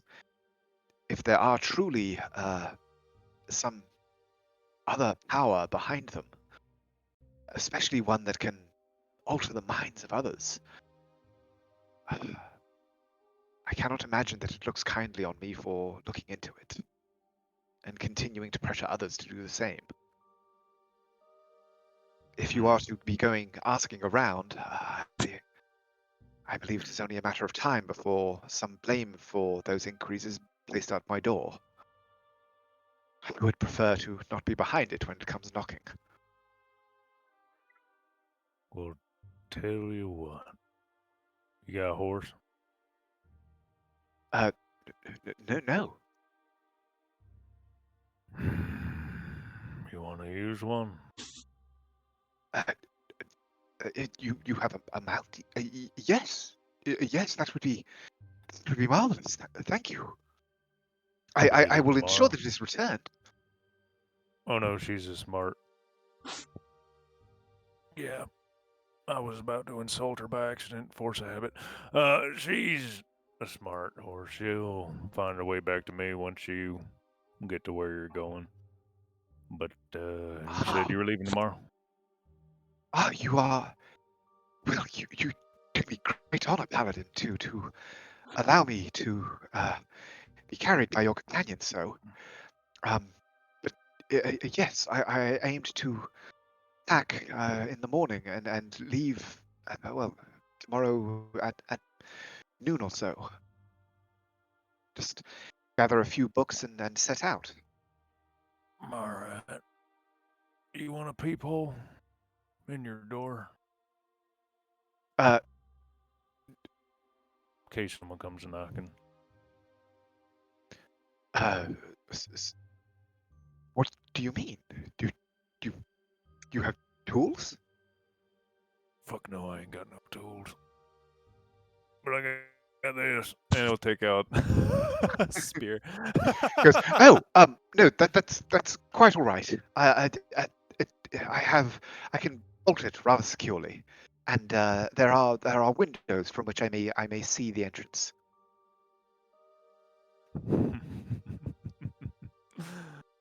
Right. Well, I'll have her come over to your establishment and chill outside till you're ready to leave. Thank you, Sir Paladin. It is. My heart is lightened knowing that I leave this matter in the hands of fellow servants of the divine. Sorry, you can just call me Lorium. Lorium. Thank you. And shield, was it? Wander. Ah. He reaches out and actually takes your hand and shakes it between his pillars. I stand with you both.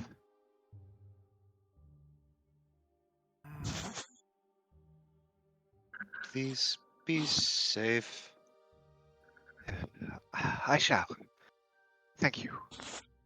Well, he'll go tempers his blessing, so if anything tries to stop him, they'll get a fucking hoof to the face. They'll be fine.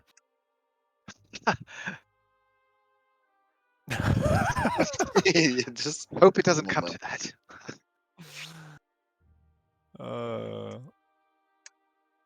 Smacks the knee. Well, Western goodbye. Well, we stand. thank you for the information and hospitality. The tea was tea. It's like, well, thank you both for your assistance.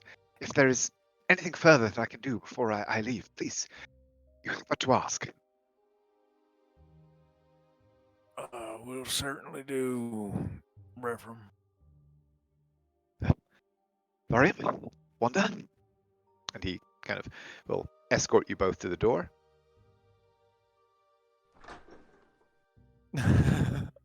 We start going. Okay. And this guy's I gonna jab die. it to the. Kidding. Well, guy's you gonna see, kill there's multiple reasons to send Sunshine with him.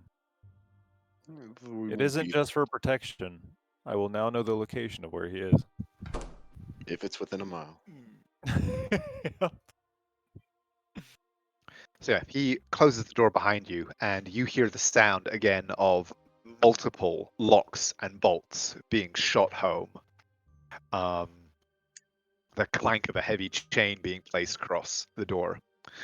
Do And we the catch two of you. anyone just maybe watching the door as we walk out? Give me a Yeah. perception check, the both of you. Late. Morty, take this. Deception. Oh, that was so close to a 19.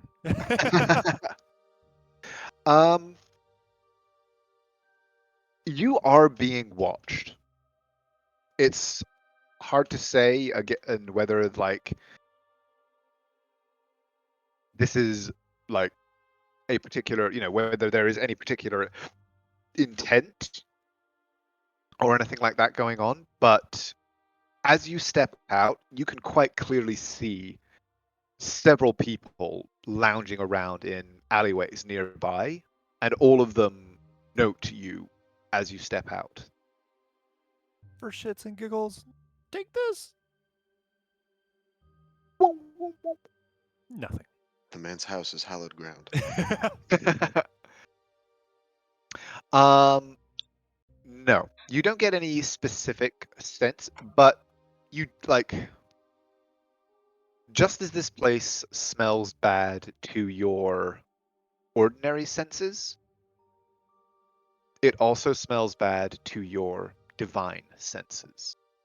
Not to the point where there is like an unhallowed aura or anything like that, but there is a pall of evil that hangs over this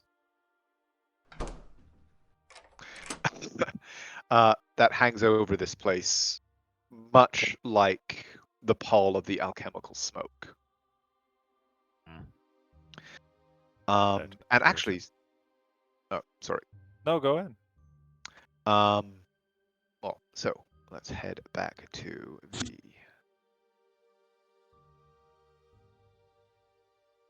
main city as you guys step out. Are you guys just going to head back toward the Emperor's Rest? Sure. Okay. As you do, go ahead and give me an intimidation check. Or actually, Lorian, what's your passive intimidation? So if you rolled, 18. fuck me. Okay. So Wander, with your insanely high passive perception, you are very aware of figures stalking the two of you. Like every time that you guys turn a corner, people are kind of leaning out of doorways, watching you go by. In several cases, those figures follow you for a block or two. But as you walk along beside this immense armored tiefling bristling with weapons, Literally. and with the flaming orb of the flame bearer at your hip, none of them seem inclined to approach close enough to potentially pickpocket you or cause any kind of issues. Oh, I would love for them to try. Cowards. Every hour, you know he's fucking using the hat of disguise to reshift everything. But yeah, so like you definitely get the impression that not like in most circumstances, wealthy looking strangers would be being assaulted. But for some reason, the two of you are unmolested as you walk back through the Alchemist Quarter on your way to High Island. Watched. And he would just... You make that known to Lorem? Oh yeah. Then as we turn a corner, just any corner, he will cast Thaumaturgy on his eye to make it glow a very deep red, like crimson, and just turn around and stare back at the corner where they came from.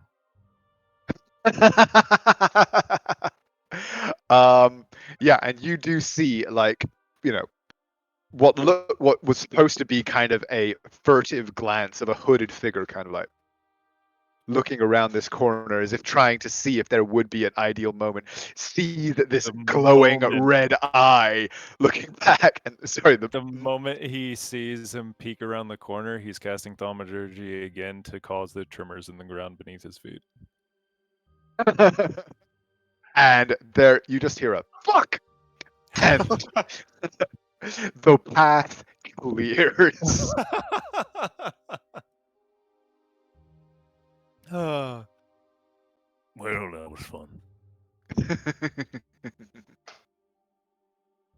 All right, let's go.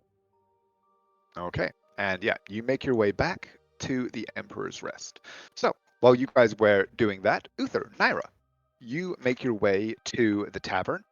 As you enter, the sun is just beginning to go into full sunset. And as you enter, you see the who you presume to be the owner, this Amazonian-esque scarred lady, kind of recognizes you as you come in, and she nods her over toward a small cleared section of the common room. As you see that the Emperor's Rest is starting to fill up and be a little busier than it was before, as people kind of actually get off work from whatever day job that they have. And this place seems to have a slightly better class of patron than you imagine most others do. On your walk here, you saw dozens of like little hole in the wall taverns, most of which were frequented by like these evil, smelly looking sailors and the like. But this place seems to be, where the officers from the merchants' vessels and things like that are ending up. And so, whilst it's not, it's by no means the Tower Shade Inn, it's still got a decent atmosphere that you guys are able to add to with your performance. So, both of you, please, because you are assisting each other, both of you give me a performance with advantage. She was ready. She just had it. God damn. And yeah, once again, the two of you putting Naira with her phantom orchestra that begins to fill the room with this beautiful music, providing the backing to Uther's strident, energetic melodies, create this very, very quickly just take over the common room. You see the landlady looking very pleased with her choice to offer you guys room and board in return for your performance. As very quickly it seems to be filling up as patrons are drawn in from outside. You see her like standing the doors opening up all the shutters to the front to the main road as more and more people are brought in by your performance. And yeah, you guys are able to play for a couple of hours. Uh, because of the distance that and the unfamiliarity, the winding kind of roads, it probably takes Lorium and Wander a little bit more than that to go down, talk to Master Rephram, and come back. So as you finish, I'll say that you can continue your set a little bit, but also like weave into that, basically working the crowd and trying to either do something or get something as you continue your performance. Is there anything that you guys would like to do, or are you just going to kind of close up shop once your 2 hours is done? This radiant town seems to be dimming its light. I wonder if everyone here with all of the powers and the lights have been doing what they can to prevent it, to stoke the fires back to life. Is this not your home, your town? I think it could become a gem again. As he would just keep strumming. And as well as, do I notice anyone that like really stands out? Let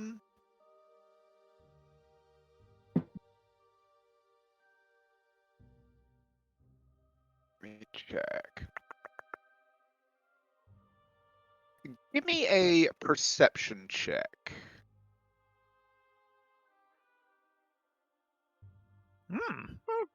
Okay. Okay.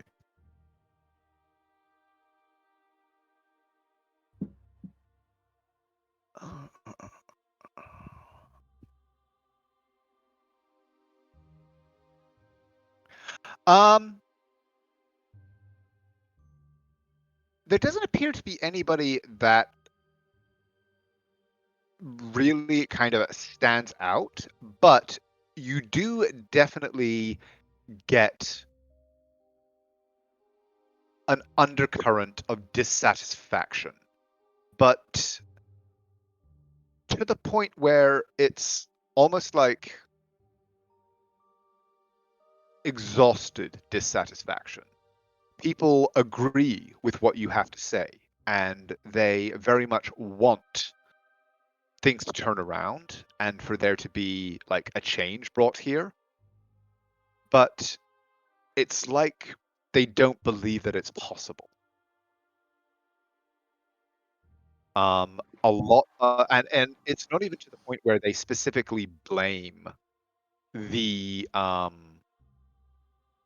counselors, though there is definitely a great deal of dissatisfaction. Like, as you kind of express this sentiment over the course of the performance, both you and Naira are able to pick up that basically everybody with any measure of authority is blamed by everybody that you speak to. The militia, the council, people talk about the murders, the incompetence shown by the militia in investigating them, the indifference of the councillors in ensuring that people were protected during them. Um, and people just don't seem to believe that it's possible for things to be different. It's as though, like, just the bedrock of the town is being literally eaten away, with as the town, like, literally kind of seems to be slipping into the sea. People's hope is just going with it. The light will dawn, and with it you'll see the opportunity, the chance. And I hope you all will take it. As he'll just kind of then do the smile and bow, hopping off the stage. I mean, your performance is a notable bright spot, and like, as you give this kind of final bow, there is a cheer, glasses raised in agreement, in hope. Dour as it may be, you have brought a somewhat lively atmosphere to the Emperor's Rest.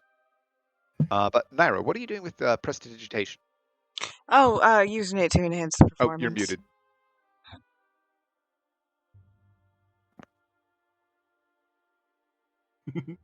Still muted?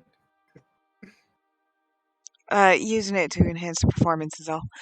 Okay. Shower sparks and stuff like that. Got it. Okay. Okay.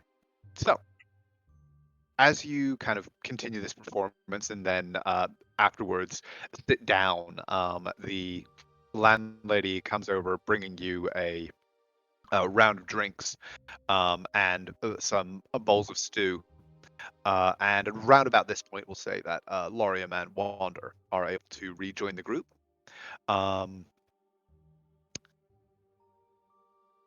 So you guys have a table to yourselves, earned by your performance. There are she has given you 2 keys to some rooms upstairs, and told you where to go.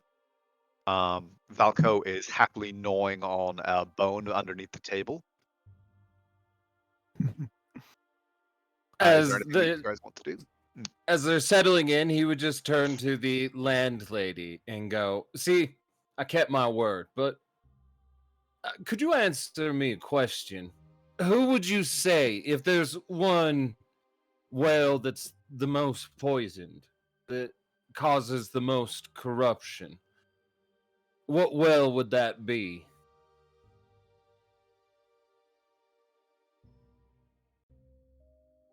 I think to give it some thought, and then like looks around the room a little bit as if to see if anybody's paying Seeing her do attention. that, he would just message her and go, "You don't have to say it out loud," as he, has the Xavier touching the temple, obviously casting message. You actually kind of see a little quirk on her mouth, like a little smile, as though she's familiar with this power. And then she kind of seems to think for a moment and then just goes,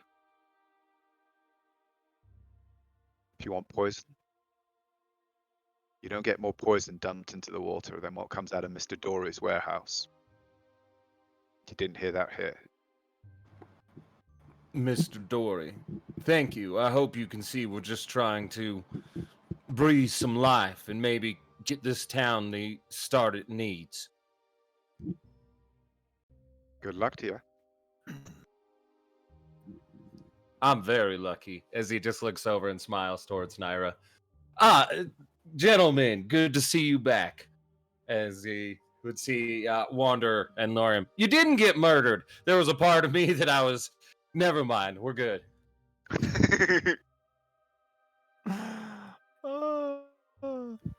Well, got some information.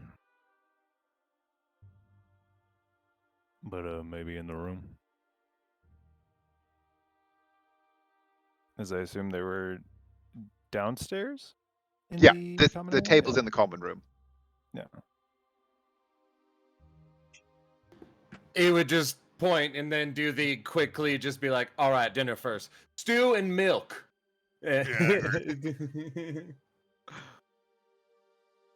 And Lorium would have given the instruction to Sunshine to head over to Repham's house. Okie dokie. Basically, just lay outside. Okay. And once he comes out the next morning or in the afternoon to leave, she will take him where he needs to go and then return to him. Okay. You do get a couple of times as she walks through the streets the impression that people try to take advantage of what is apparently a lost, very valuable looking horse. She somewhat proudly and happily informs you that such efforts were in vain. Oh yeah, anyone that's not a guard, and actually, you know what? 2 out of 3 guards pick them in the dick.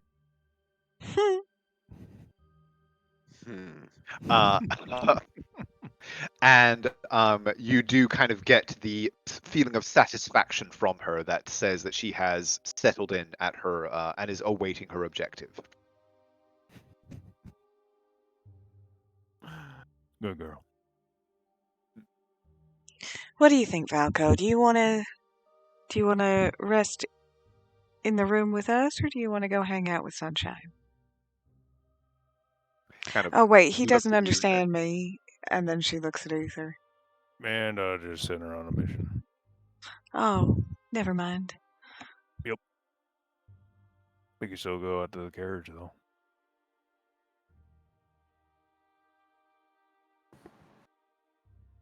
We need to get a doggy, not door, but lever, so we can open it from the inside. Just a magical Because- window that follows him around. That or I just want to see the look on a thief's face if he opens the back door of the wagon to steal something out, and there's Falco.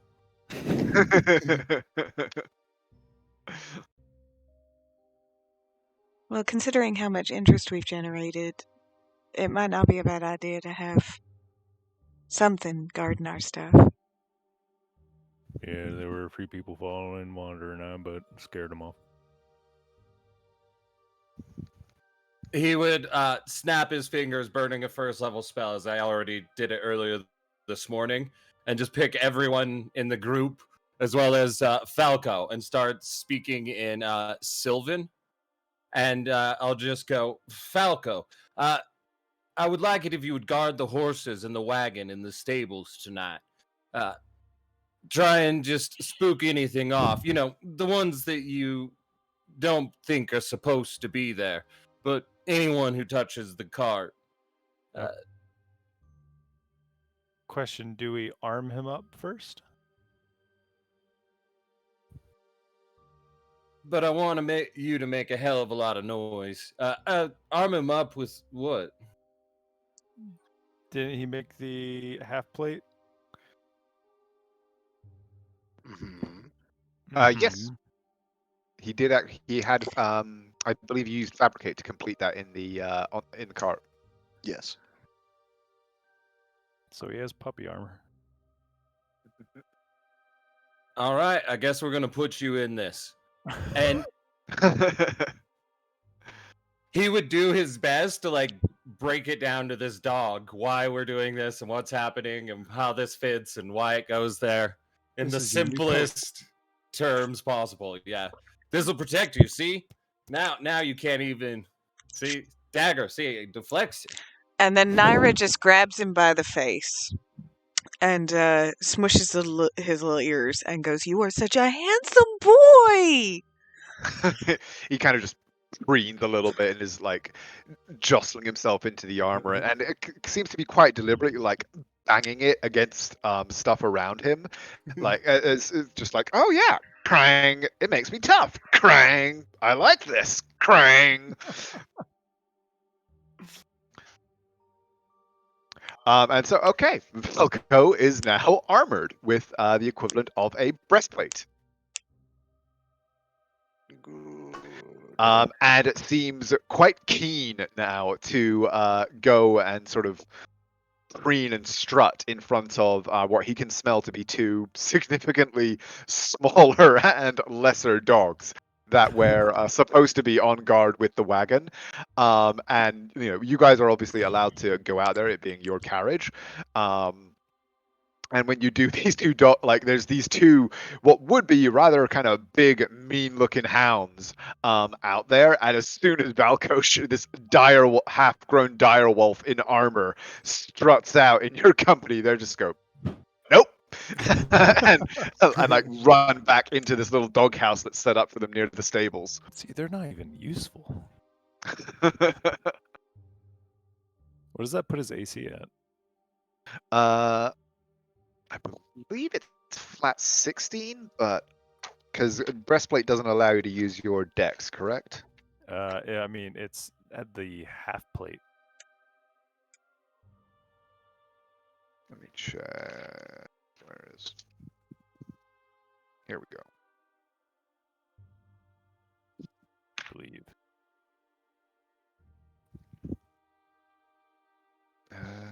Where the fudge? Here we go. Okay. Do.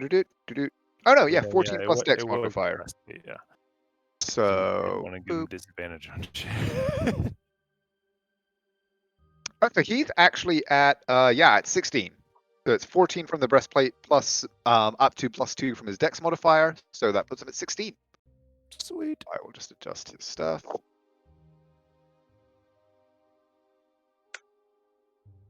Boom.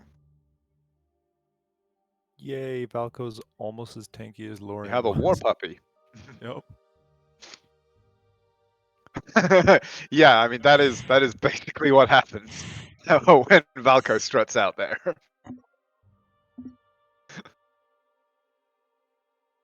But okay, Valko is very happily and somewhat troublingly eagerly on guard out at the carriage. Kind of wish a motherfucker would. And you guys are all able to head up to 2 rooms. The rooms aren't, again, like they are clean enough and comfortable enough, by no means lavish, but functional. The windows are barred with solidly set into the sill, top and bottom, and the doors have a large bar that you're able to slide across from the inside for security when you sleep. Sweet.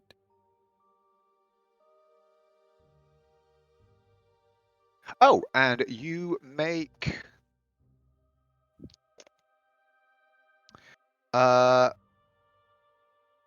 25 gold actually from tips. You do very, very well for yourselves over the course of your playing. Man, you guys are just natural money generators. Well, they got like with the synergy of both of them, they got like a 30 on their perform check. So it's literally everywhere you go, you're just doing this like Cirque du Soleil level performance of magical bullshit. It's kind of nice being able to show up and be like, "Hey, we're the London Symphony Orchestra. Can we play here?" It's like, "What? Yes." Yeah, I mean that's basically what goes down. Yeah, it's like. I mean, with that bow, yeah.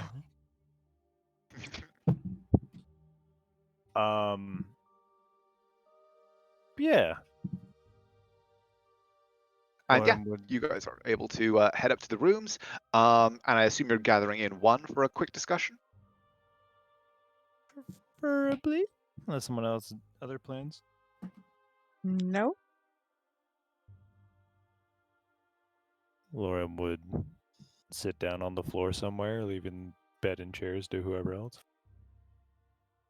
And then, all right, take it away, Wander. Why?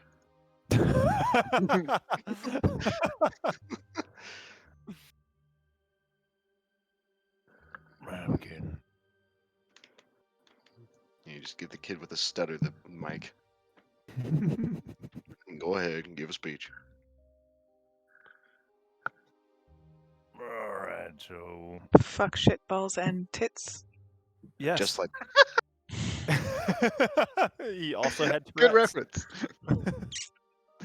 No, it's the King's Speech. Phenomenal Oh, fucking yeah. movie. Yep.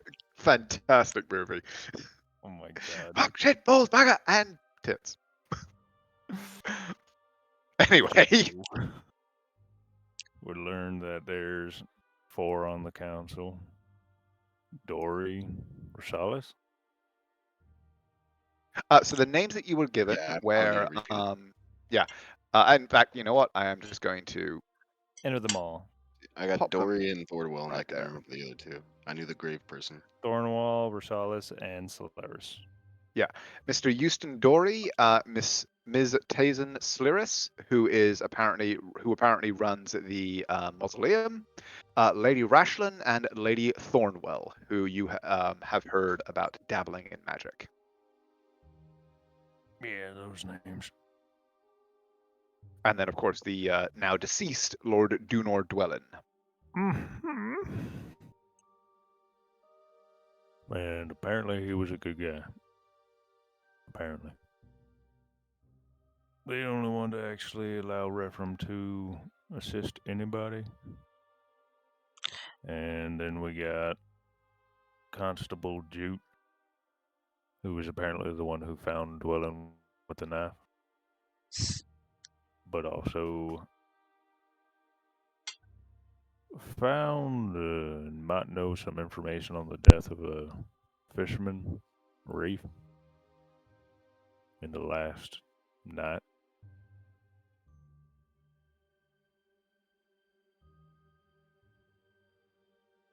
Let's see. We could potentially talk to, for information, Miss Toronto. Oh, I was looking straight at you, realizing you can't see me. Emil Trantor, yes, Trantor. who apparently runs the Hopenor Asylum. Yeah, she runs the asylum that Donor was at. And then the other one is Captain Connell, who is the leader of the militia and apparently has little man syndrome. So don't question his authority or he'll kick you out. And remind me, what was the innkeeper who said was the worst? Dory. Mr. Dory. Mm-hmm. Mr. Dory. Okay.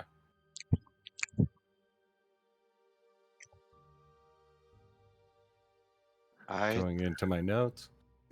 He also didn't think Thornwell was any sort of negative magic user. Said she's a bitch, kind of power hungry, but that's about it. Not his words, but mine. A negative magic user. Well, somebody more along the lines of evil.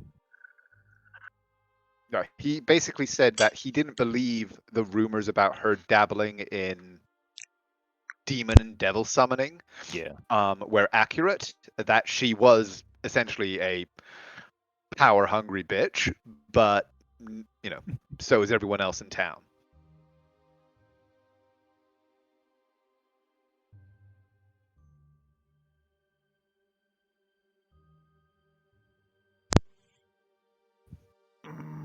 So she could be a warlock, is what we're hearing. I mean, could be. She said she knows a few cantrips. But, Referum will be leaving town today. Well, not today, tomorrow. Oh, well, he's definitely going to be found dead before. No, that's why I sent Sunshine with him. Oh. Yeah. He was kind of afraid when I asked him where he'd be going. Well, for specifics.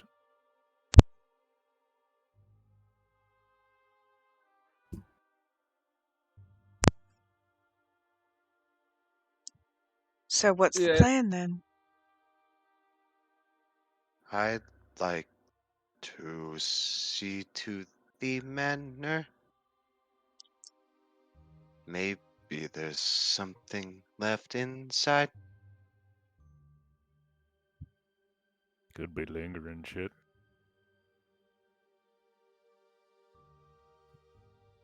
Could be worth the look. And Constable Jute is the one who found Dwellin with the knife, Yep. right? Allegedly. Do I think it's that guy I met in the square? Probably. Well, Referum did refer to Constable Jute as she. Oh, okay. Then never mind. Yeah, you should also ask her about the most recent death. Fisherman Reef. And have you Apparently shared... Stop. I gotta say, like, primo note taking, guys. Like, anybody who doesn't have inspiration, take it, because, like, you guys have been paying attention. Let's go. Well, and We just started and I have a full page. I don't take notes. Yeah, you just got an insane memory. Amazing memory. I do. I've Oh, never. she does. It's like a steel trap. It's insane. See, this is how we balance out the party. Some of us remember very well, others are brain dead. Enjoy your curse. Brainlets. But what were you about to ask? I was actually about to ask if Uther had shared his revelation about Dory with the rest of us. Oh, certainly. As he would explain the information he got from the hostess.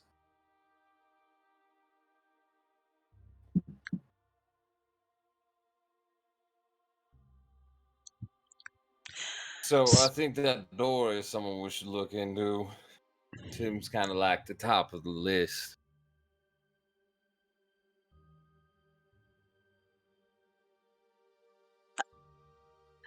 I don't disagree. I think Wander also had a good idea about looking through. And were you, just to make sure we're on the same page, you were thinking that we would look at Mr. Dwellin's estate, yes?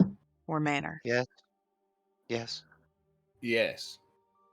It might not be a terrible idea then to meet with Constable Jute first, because if we can get in good with Constable Jute, they might be able to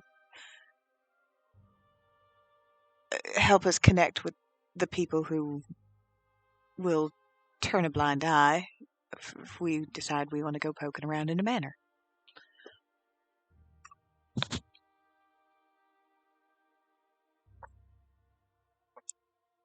By coin or by conversation, I think in this town we can make it work.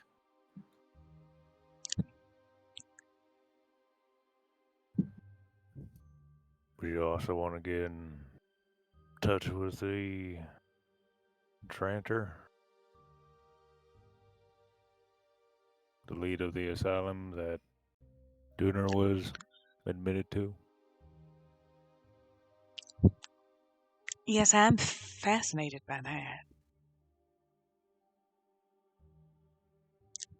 Because apparently he was swearing up and down that he didn't do it and couldn't remember the night. Oh, also, he I'm was already absolutely convinced that he was framed. Framed, yes, probably magically coerced to at least be in a place at a time. I don't think they could have actually convinced him to murder somebody, but... Oh yeah, over the course of a couple months, he was also getting more recluse. Said he had nightmares and shit.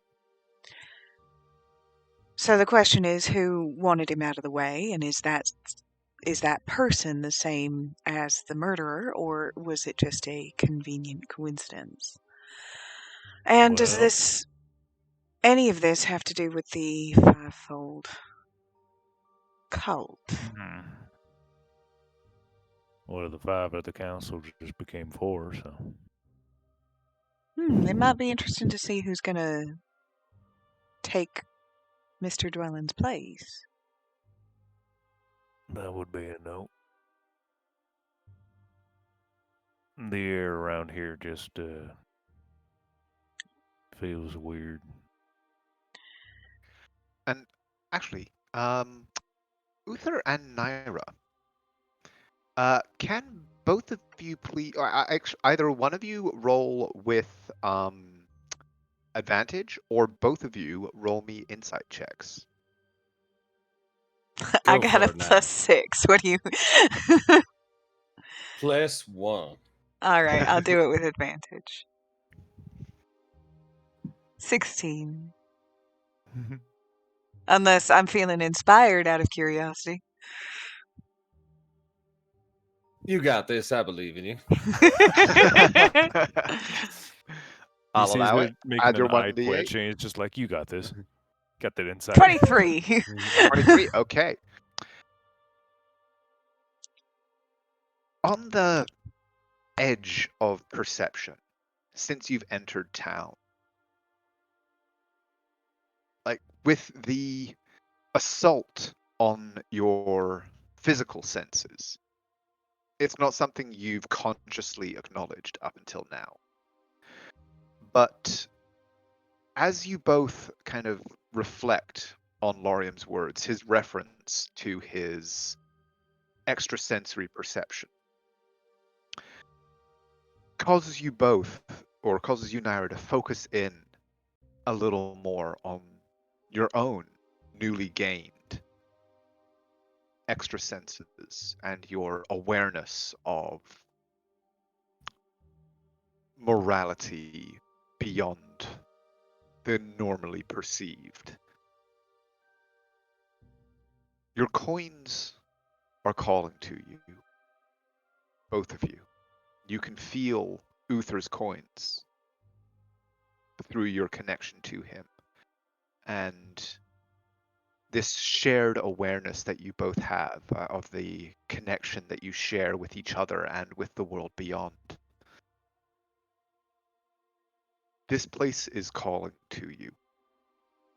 Not any specific place, not any specific person, but just like Laurium can sense a pall hanging over this, you realize that since you arrived in this place, your coin purses have been jingling.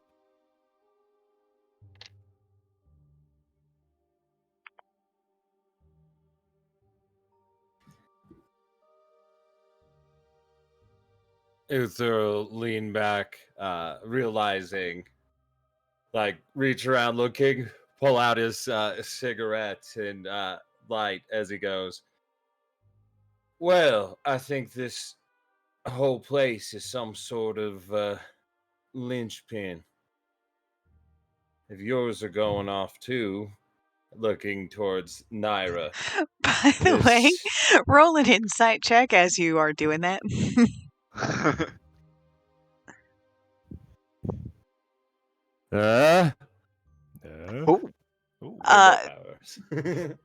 Naira has sort of wrinkled her nose at your cigarette. She doesn't like them. Too bad I do. That's fine. Everybody's got to have their thing. Everyone has a vice. I got a vice. I got a vase. Shut up. I've got a jar of dirt. Okay, he wins. The disappointed sigh. Okay. So, is there anything further that you guys wish to discuss Uther was before in the taking your long middle of rest? something. Oh, sorry. Yeah.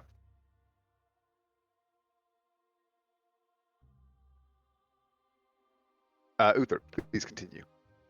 Unless Mick has made an appearance. Nope.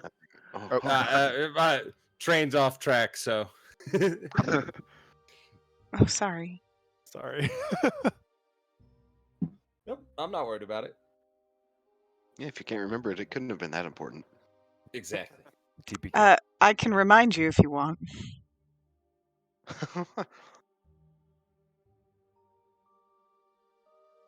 You were talking about senses going off, a tingling. Yeah, the coin purses and This place being a linchpin, I think it was. Yep. Yes, this place. Usually, I find them something like this. Have I had any exposure to something like this in the past? Give me a history check. I'm going to use my advantage. Oh, okay. Hell yeah. Oh, and a good thing too.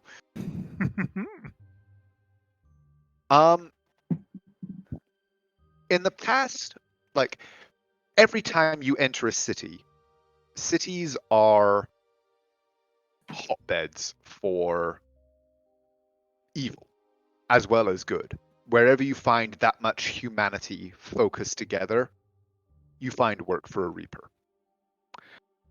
But to be called to attention to this level, the level that you have now become aware of, you can't recall specific instances, but for there to be this much generalized discordance, it has always in the past indicated deliberate and widespread intent to pervert the natural progression.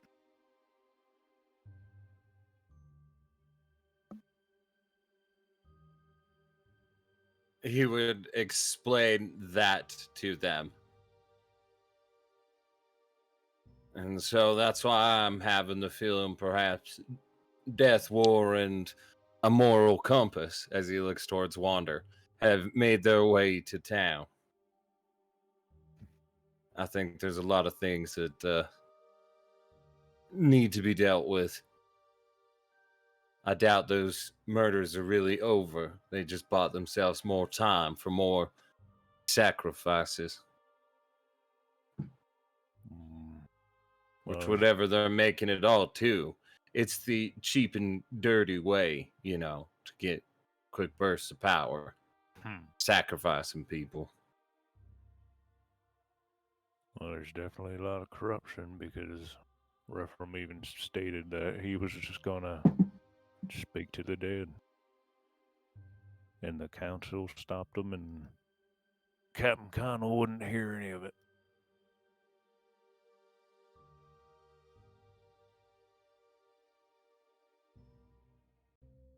Seems like a lot of cover-up. Well, I mean, let's face it, we are going to find the answers. So let's just figure out what order we do things in. Unless you guys would like to hasten things again by splitting up. You know, that went really well last time. We could totally do that again. You made money, we got information, we were solid. And he holds up a hand to Wander. And a fist bump. No fist bump, but he does say, I don't want to. He'll just gently reach out, then lean over and push your shoulder with his fist. Just punch him in the chin. So he's like a domino. Can't leave him hanging. It's not nice. Sorry. you're fine. I don't do that often. It was weird, but I do not want to split up again. Nah, I kind of agree with checking out the manor or speaking with Jude. Sleep, Jute Manor. And then Asylum? Well, not. I'm just wondering if maybe we should hit the asylum first. We could understand more about what Dwellin was claiming happened, and then we could investigate what we could see happened. Or maybe find a lead to look for in the manor. Okay.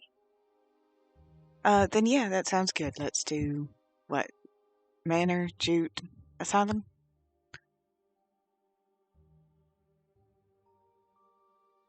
That or the asylum first. Your thought- call, yeah. boss. I think Lorian was agreeing. Yeah, with that. was agreeing with you because we could find out something potentially to look for in the manor from speaking to what's her name in the asylum? Trantor. Okay. Sounds like we have a plan for tomorrow. Unless there's anything else that you guys want to do, we can go ahead and. Naira does have one thing to say. By the way, I should probably let you know, I have reached out to Lord Murdoch. Why? Why? Why? Yes. The Just brain cells unite. immediate squint. All the same himbo expression on their face. Because I don't have the amulet anymore, which means he's going to be able to find us eventually anyway. And especially since we have a tendency to get attention everywhere we go, it wouldn't take long for someone in his position to hear about the orange cat that likes to play with her violin, who's making waves. So I wanted to get in front of that.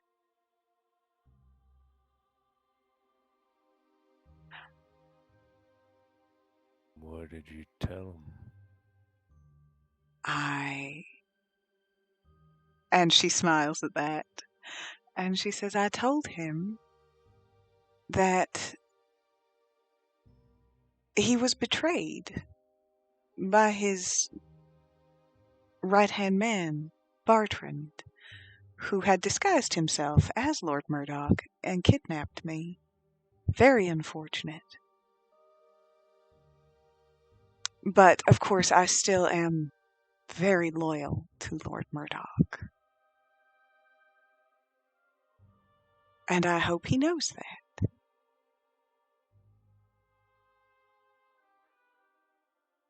Don't believe that, right? Just, I want to hear you say it.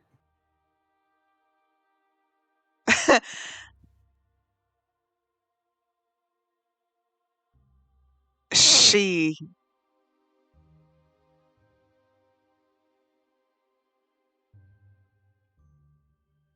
you sense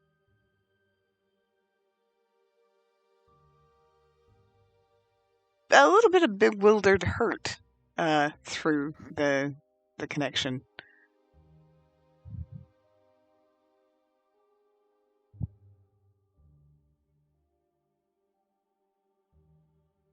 No, of course not. I am not stupid. I wasn't aware about how deep his magics had run. To what extent of failsafes had been hidden.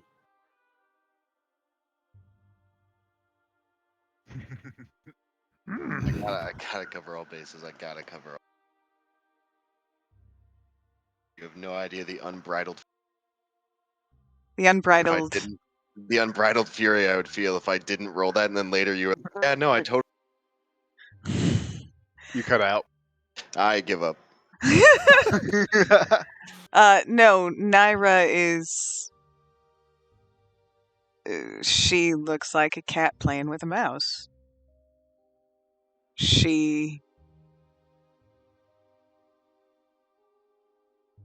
I sense an opportunity here.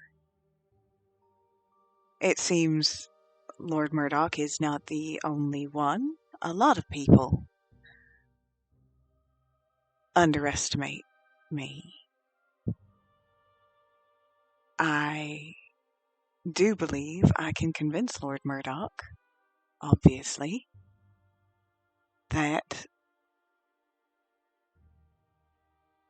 my admiration and loyalty to him is unwavering.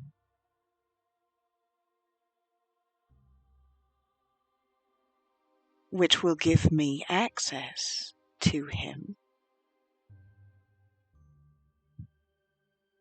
and his secrets and his most valuable assets. And I intend to take them all, one by one. I am going to destroy that man.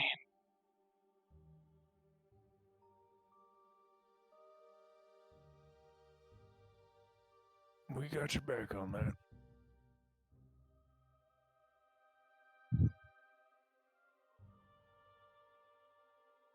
Uther nods, relaxes, takes a drag. Puff, puff, pass. He offers it towards Lorium. He takes it. Well, now that this room smells like cigarettes, I think I will retire to the other one. And she will get up and she will go. I was gonna prestige it. Well, now it's stuck in her fur. Okay, so we will pause there. This seems like a good spot for us to take a quick 5-minute break while your characters get their long rests in. Get yourselves drinks, go to the bathroom. We will resume in a few minutes when everyone's back. Yay! Yay. Be right back, everybody.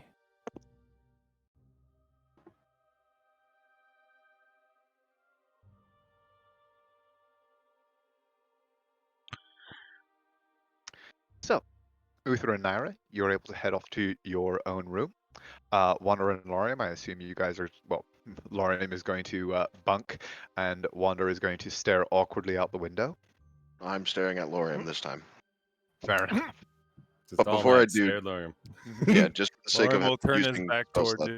you. No. But You just for the sake all- of using spell slots, can I use Fabricate to fuck with the locks? Sure, yeah.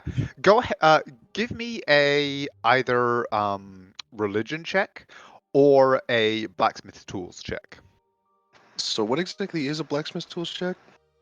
Grab the blacksmith tools from your inventory and click the roll button.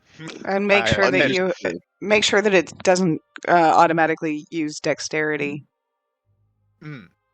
How does one check this?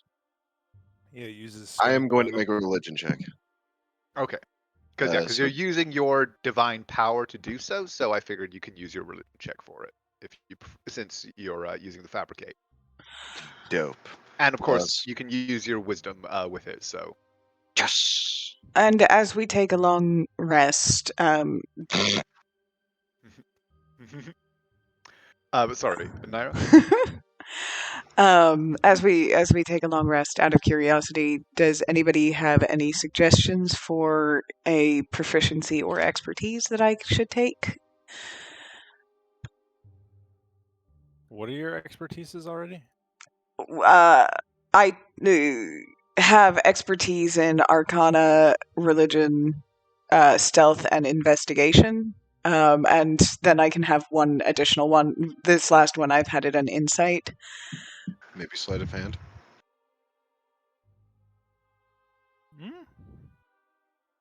Insight could be useful for the day, though. Excuse me.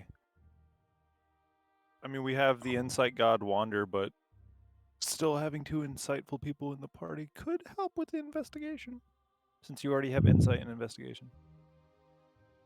Okie Or dokie. insight and investigation. I will keep insight as my Whispers of the Grave. Okay.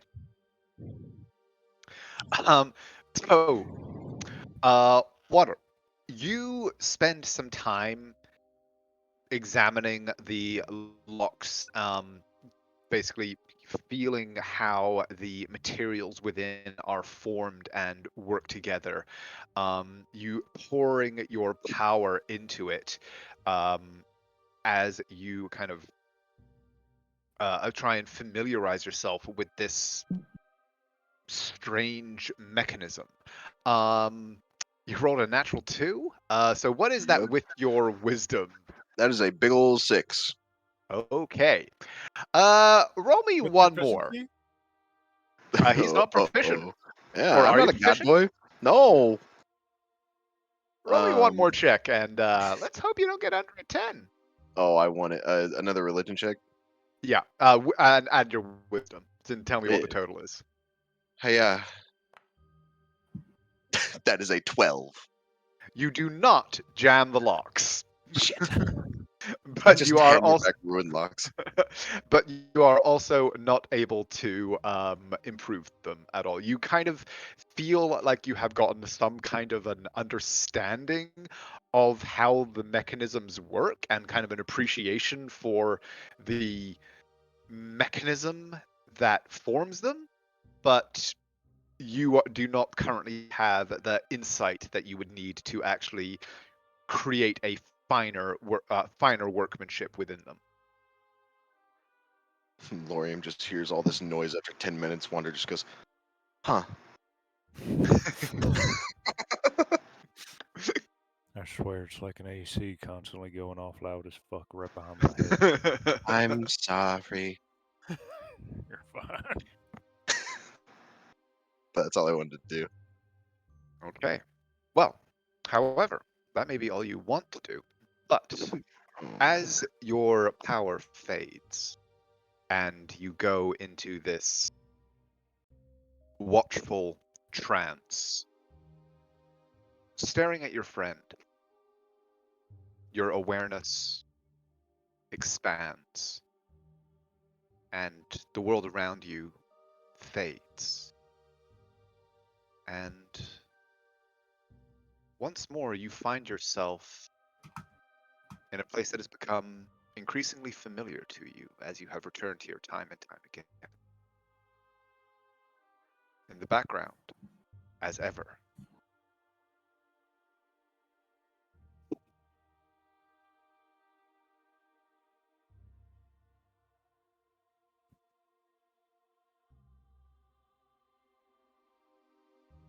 the great mechanism that exists in this place still teeters, but you can feel a change in it, a lessening somehow of the mechanism, a disturbance in its movement, in its vastly intricate workings. As you stay in this place, you feel a voice, a question appear inside you. Moral compass, they call you.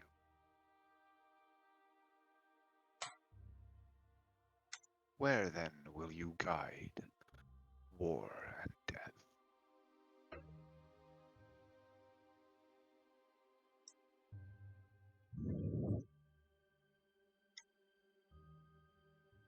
Man, that is a fantastic question.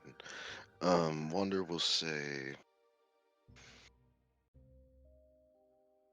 I will guide them to where they are needed.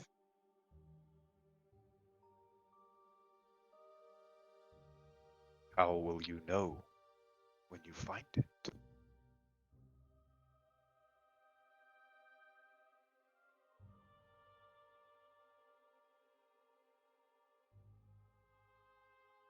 I am not sure. I will feel it.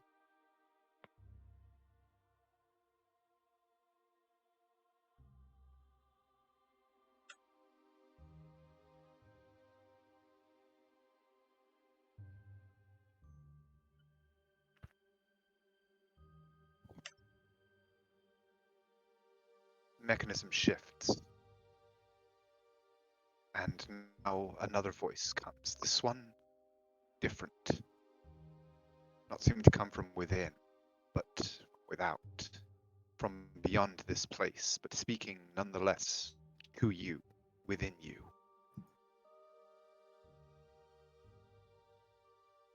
Come now, Compass. You know where they are needed. You know where the war must be fought. You know who must die.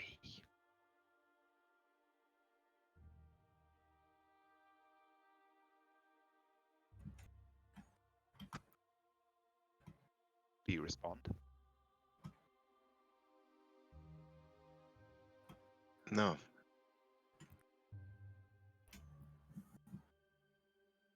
No, he doesn't.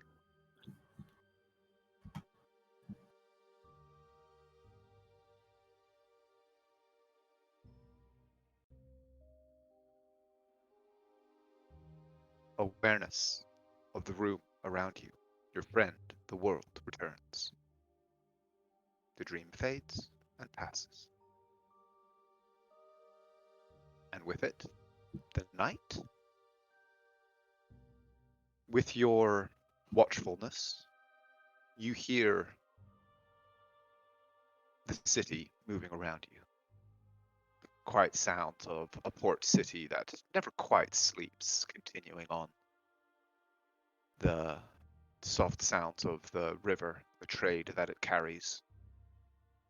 The occasional noise of Valco moving in his armor in the yard behind.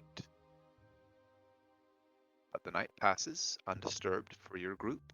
You all are able to complete your rests and awaken with the dawn the following morning. It is a brand new day. What are you guys up to? Still asleep. No, I'm kidding.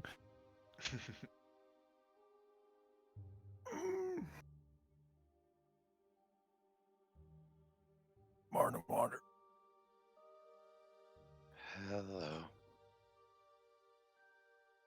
As he stretches out.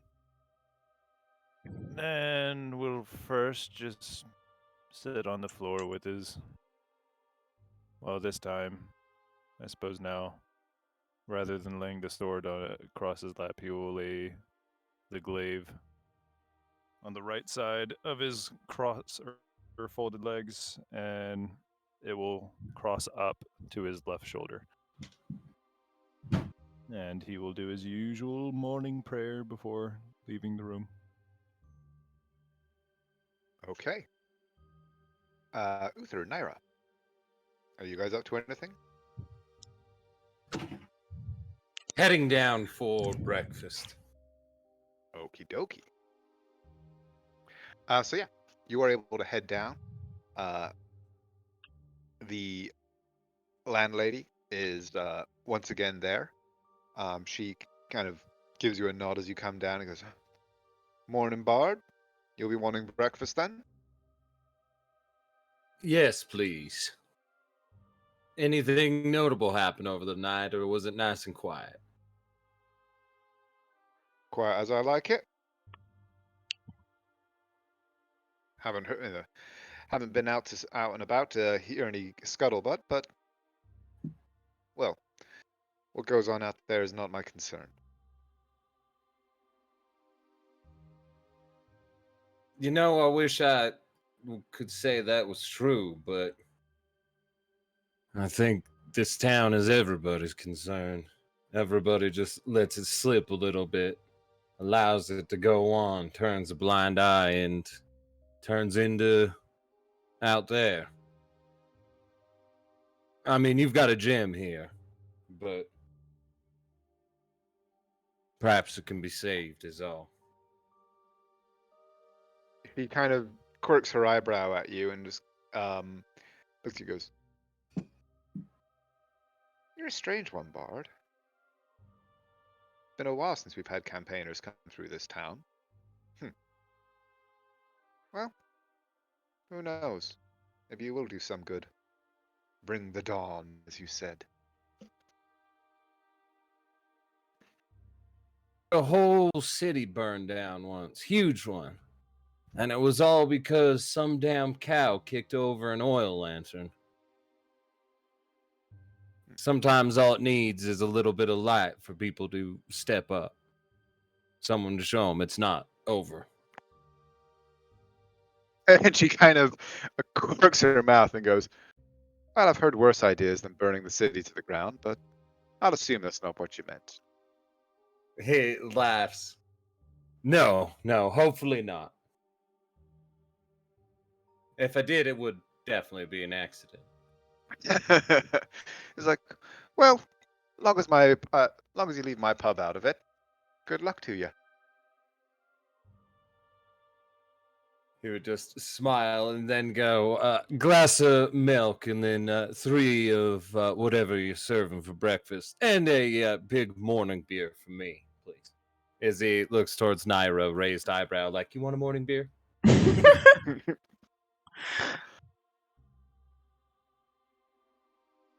I was coming right up, and yeah, breakfast is provided. She goes, "We'll be seeing you at sundown." Hopefully. "Well, if we don't see you, I'll keep your carriage for 2 days. Then whatever's in it, I'll be having. Fair's fair." Nods. I'll make a down payment. How much is it to hold our rooms per night? And she says, "It's a gold per night for the rooms. For the stable in your carriage, keeping that, an extra gold." See as he nods. Hands her 15 gold pieces and says, so that'll cover for 5 nights. But every night I play, I'm going to want my 3 back. You understand? Fair? She kind of takes the purse and just, "Fair's fair. See you tonight." Tucks it in her apron and heads off, and is back shortly with breakfast, including your morning beer. And then just start eating, waiting for the boys to show up. Okay. So, unless there's anything specific that you guys want to do, we don't. Is there any RP that you guys want to do this morning? Any conversations you want to have? Nope. Going once, And going a twice. short one. No, Yeah. go on. Oh no, I was just gonna ask, when Wander answered with the morning, did he sound any different? He sounded unhappy. Yeah, I wasn't sure if that was Tyler or Wander.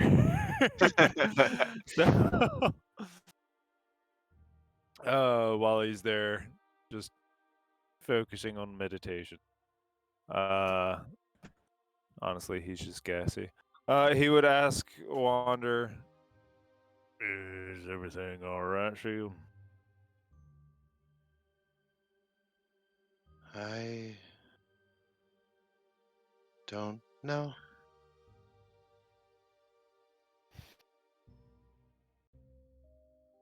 Something happened again, or do you think of something? Is war bad?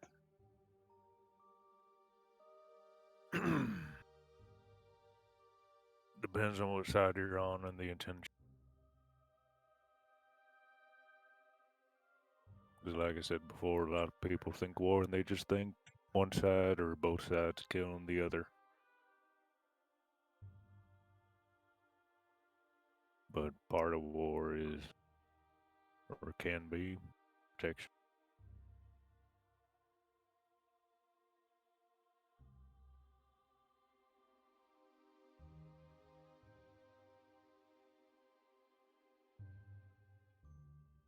I dreamt again?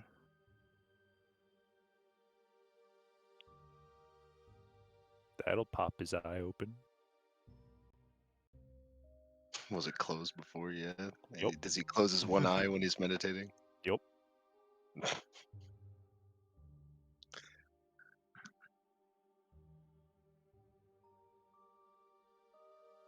I heard two voices, or rather felt them. No, I'm guessing that's not normal. Not at once.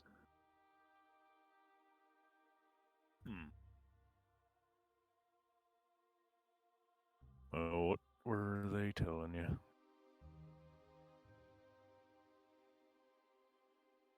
They questioned me and suggested things. Things that you'd agree with or disagree?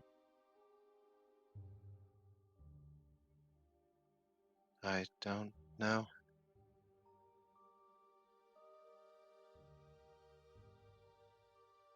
Well, if a god's willing to speak directly to you, that would usually mean they're trying to guide you. Or trying to throw you off on their own shit.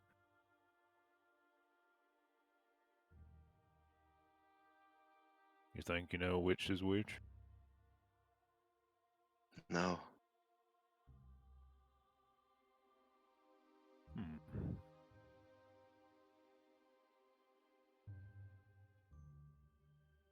May Go ahead. may I join you? Yeah. You don't like weapons, but there's no negative outlook on pacifists and war. Surprising to most. And he'll shamble over and sit down in front of you.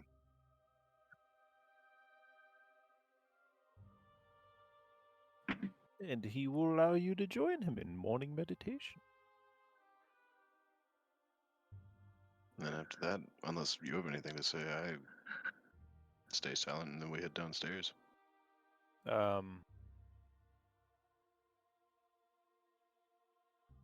He was going to ask,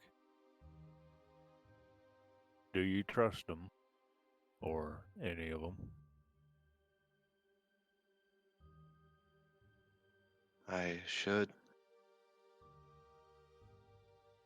Honestly, you don't have to.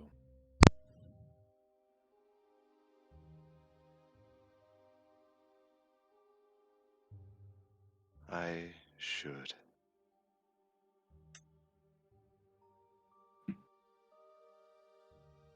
In that case,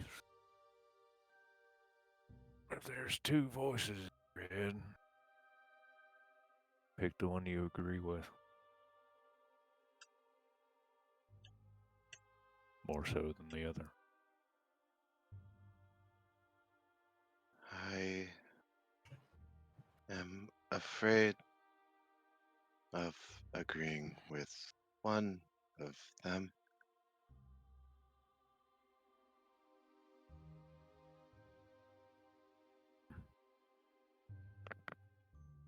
Well, if you want, you can try to ask Temp.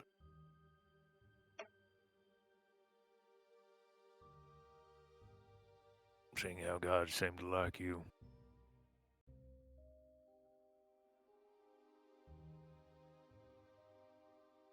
I guess you can't see it, but he'll nod and say,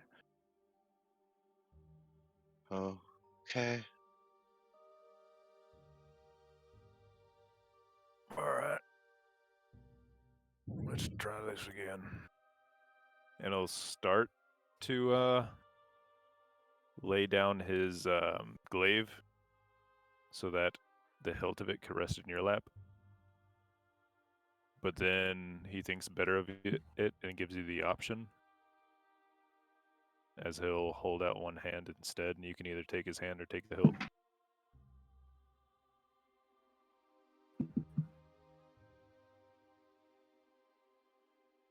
He'll take the hilt.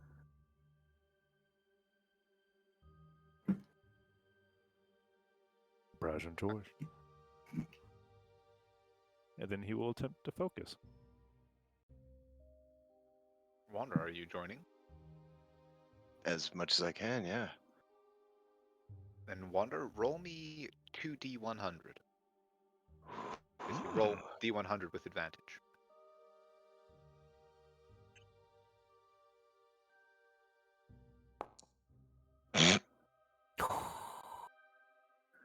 Okay. The two of you spend a few minutes in meditation, focusing. You mull over the questions in your mind.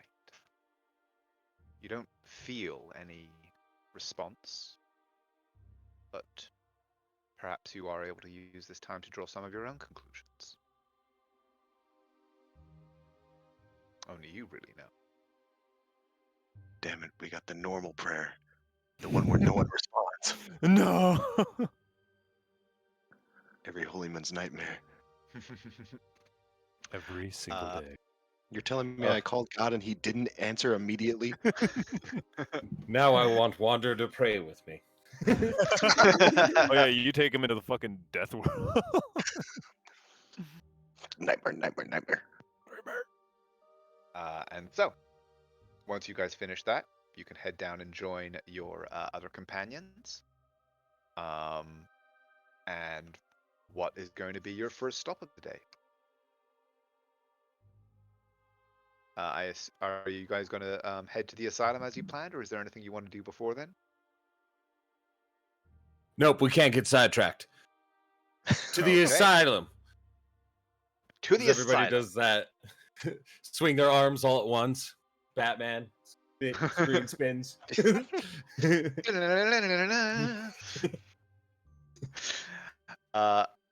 You head out across the island, crossing the bridge toward the imposing shape of the asylum. As you approach the main gates, this sense of oppression and dourness that hangs over much of the town seems to intensify. The drab stone and cracked slate roof forming a imposing visage, and despite the word hope right there in the name of this place, it seems like oddly misnomic as you approach the battered and worn gates, perhaps once well painted, but now long faded and chipped. They are closed in the wall, and there is a large iron-bound knocker on the outside that sits on the outside.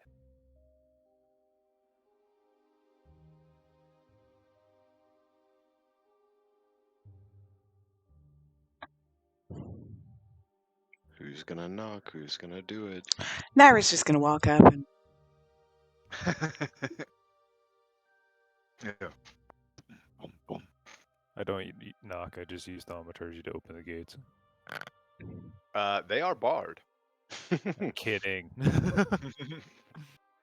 Okay, so Naira knocks, and a few moments later, there's a sound of a bolt being slid back, and again, a small hatch in the door swings back, and a surprisingly young face, a human boy, perhaps 16 or 17, slightly unkempt, long, kind of greasy hair down to his shoulders, opens it and he stares out at you for a long time.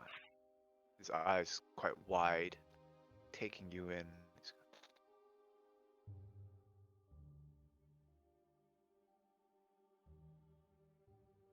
Yeah? Hello. Good morning. We're here to see Emil Trantor.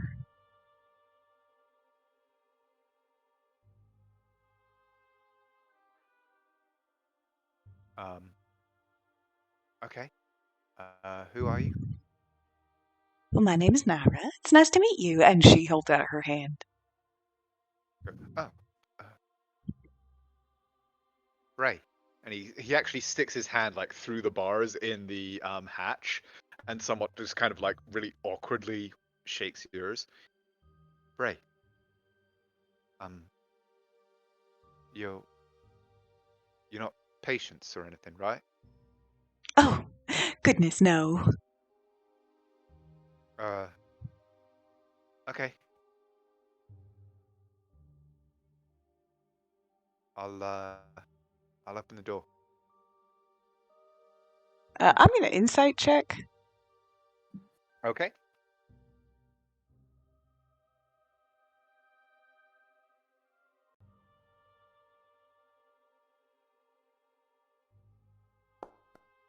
Oh, never mind.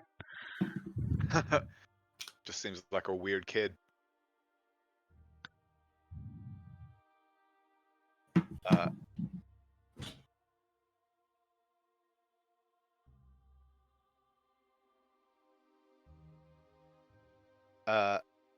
He closes the hatch, and you hear again the sound of heavy bolts being drawn back.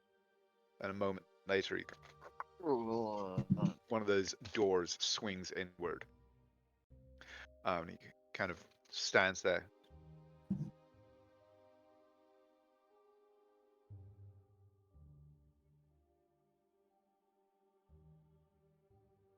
We walk in. Man, this kid is creepy. He just looked. You can hear it because I'm muted. I was laughing my ass. Door closes behind you, and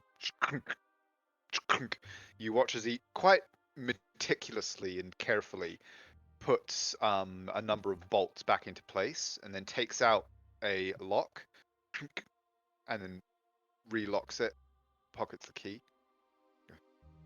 Come with me. Don't go off.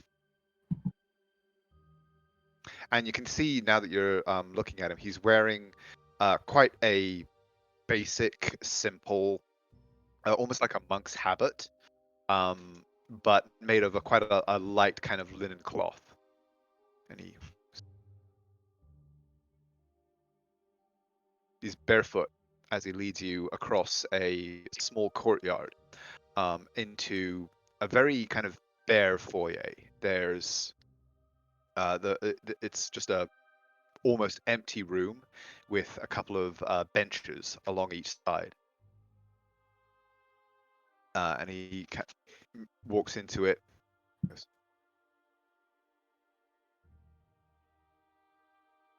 you can wait here. I'll get Trantor.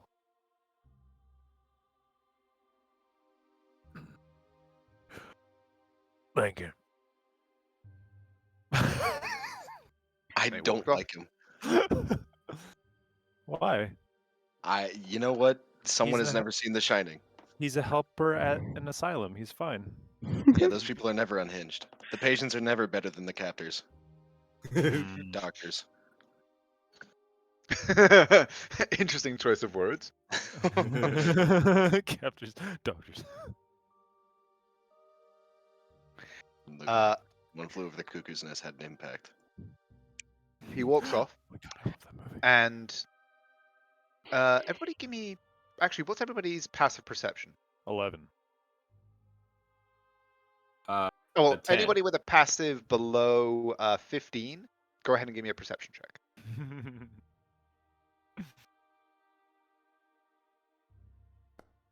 Naira was my paying God. attention. Oh my! Big Lorium rolls. and Naira were both paying attention. All of you then, in the quiet that is left after he exits the room, You can hear from the hall that he exits into and walks off down, echoing from further within this large structure that you have found yourselves in, the sound of people in distress, screams and cries, not necessarily of pain, but in some cases of what sounds to be visceral anger. In others, it's mindless babbling. All of it echoing down these bare stone walls on the edge of hearing in this place near the front of the asylum. The sound of those within. It is the only sound that you hear for some time as you're left waiting here. Would it sound somewhat like those people who couldn't cope after a war skirmish?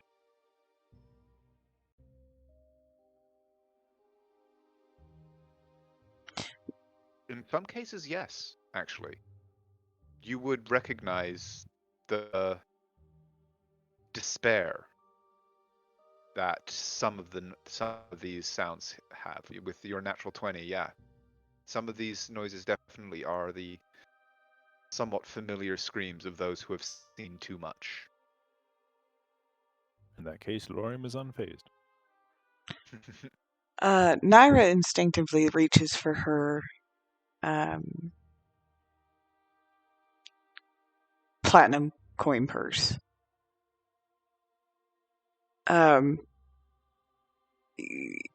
Clarify for me the sounds that we're hearing. How much of it sounds like? Well, because you gave me the impression that we might be hearing some people be like physically suffering. Are we hearing among the agonized screaming and crap like that? Does it sound like people are being hurt? With a nat 20, I will say that no. You don't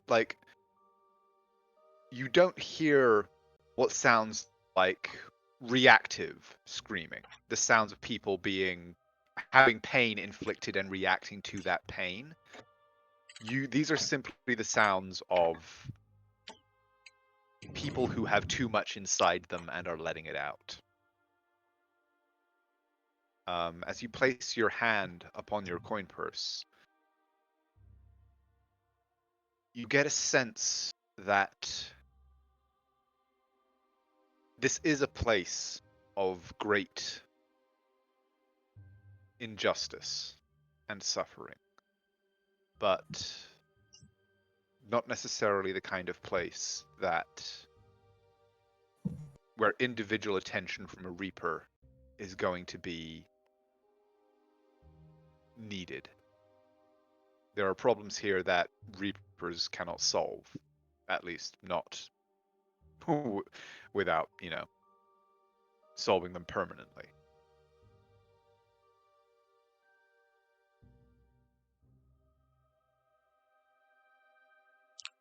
I wonder how many people. I wonder how many people are unjustly sent here.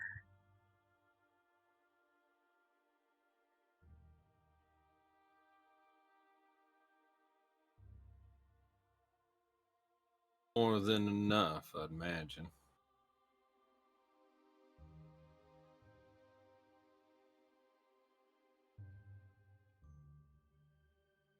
After some time, you hear the sound of steps in the hall outside.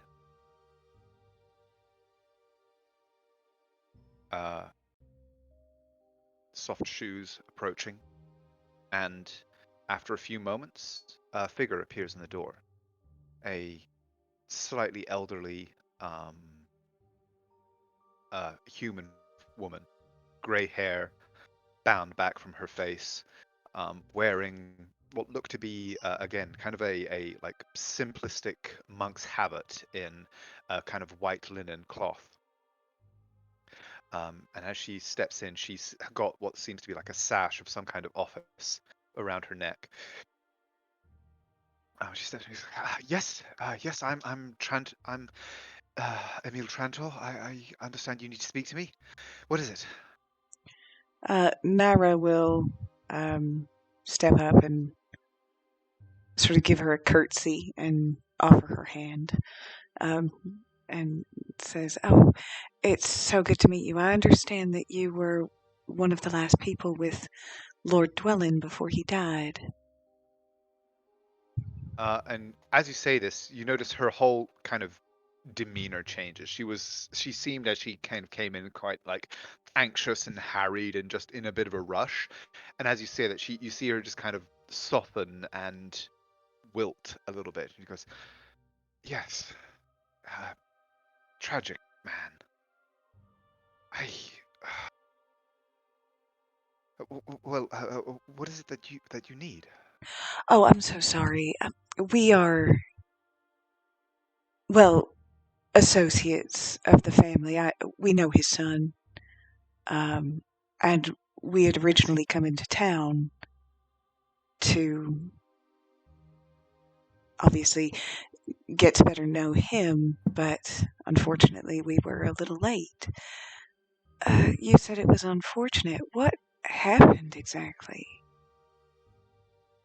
Well, I mean, I only know in terms of what happened outside these walls. I only know what the militia have said, that he was found with the knife in the body, and well, I can't speak to that. But well, I a lot of people that come here say they didn't do it, or they say that they say all kinds of things. This is an asylum after all. But he was one of the first that I believed. I was able to speak to him while he stayed here, and those who protest, well, I don't like using the word mad, but it fits many of those that are placed here. He didn't seem mad. He just seemed sad. Troubled without a doubt, yes, but not by what he had, by what he had supposedly done. By He what then? protested. Well, he protested his innocence until they took him from here to hang him. And I've heard many such protestations in my time, and I believed his. He said he didn't believe it, that the only killings he'd seen were in bad dreams. And In bad dreams? well, he was clearly a troubled man. I mean, he was quiet much of the time, sad. As I said, he spent his time in his cell. I wasn't permitted to let him out. Mr. Dory insisted that he be kept there for safety, or for the safety of myself and my staff, as he claimed. But I took the time to speak to him nonetheless, and he sat in his cell. He drew when he could. He said he wanted to get the images out of his head, and he didn't seem the type to kill. I mean, I know that not everyone is as they seem, but well, I've seen a lot of such things, and well, I can usually tell the ones that are truly dangerous. He just seemed haunted. Naira's going to offer her a small, reassuring smile and lean in close and say, "You don't have to doubt yourself here. You seem like somebody with enough experience to know what she's talking about. I trust your instinct."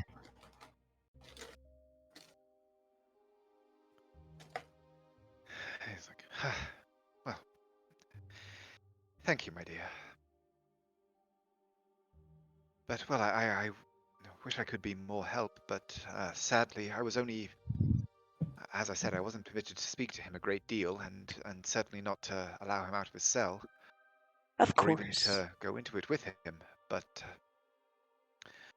I was able to speak to him briefly from the hall, and that is where I formed my impression. The only one who spoke to him in depth was Mr. Dory himself. He seemed to take a lead, if you like, on the investigation and the subsequent happenings.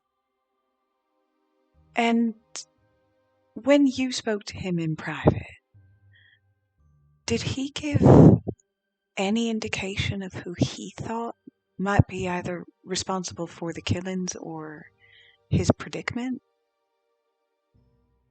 Well, I mean, as to responsibility for the killings, I can't, unless I wish to accuse a dozen members of the militia of lying, there can be little doubt that he was found with knife in hand standing over the body, but as I said, well, he swore that he had no memory of anything up until the moment the militia placed their hand on his shoulder. And, well, if that is true, can it truly be said that he is responsible?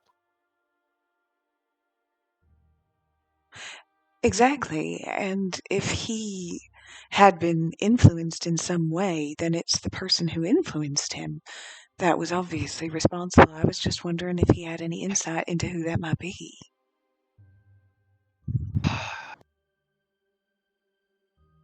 He.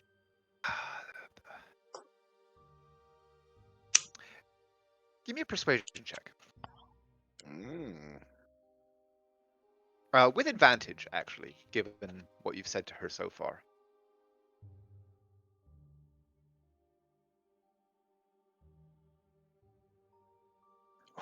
Thank fuck.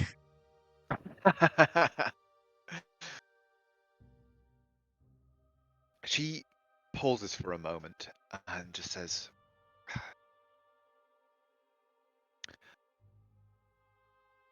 "You are, well, you wish to find out the truth behind these killings. You're investigators of some sort?" And okay, so you're gonna get this reference in Red, where Mary Louise Parker, I think her character, she sort of does that smile and nod and thing, allowing her to draw her own conclusion without actually saying yes or no. Mm-hmm. She says, "Come with me. There's something I think you should see." And she turns and from her pocket takes out a large ring of keys and begins to lead you down the hall that she arrived from.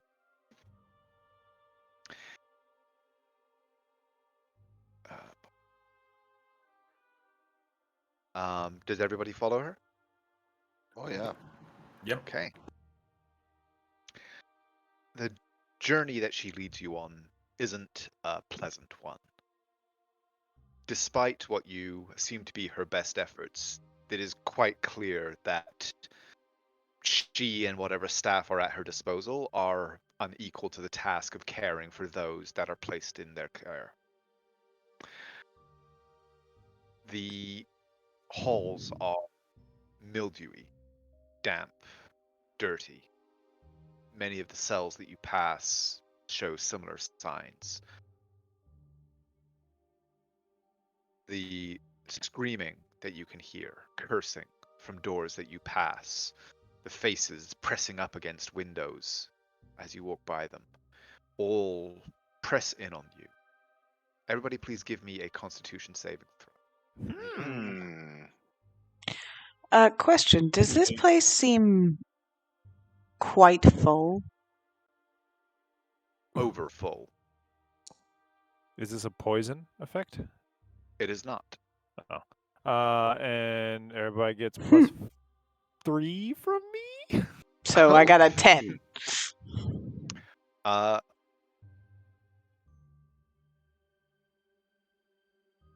bolstered by the presence of your companions, none of you receive a level of exhaustion from the oppressive nature of the asylum, as you are led deeper into its depths.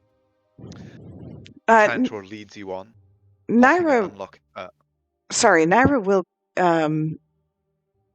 sort of say something along the lines of, you seem to care for a great many people in your community. Goes, yes, it was, well, it wasn't always like this. It's gotten worse. A madness seems to be gripping the town. More and more people that were once happy, well, I don't know about happy, but healthy enough, I suppose. But they've come here after acts of violence, senselessly lashing out at one another. I do what I can to keep them safe, if only from themselves.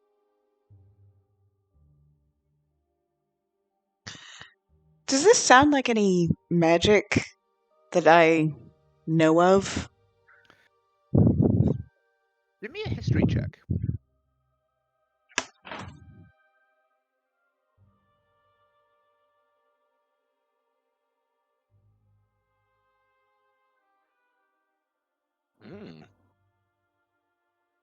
Her description calls to mind the words, the feeling that you heard quite recently in the citadel of Kashalak, where you heard an empire becoming consumed by madness. Its greatest minds, its greatest people, turning on one another.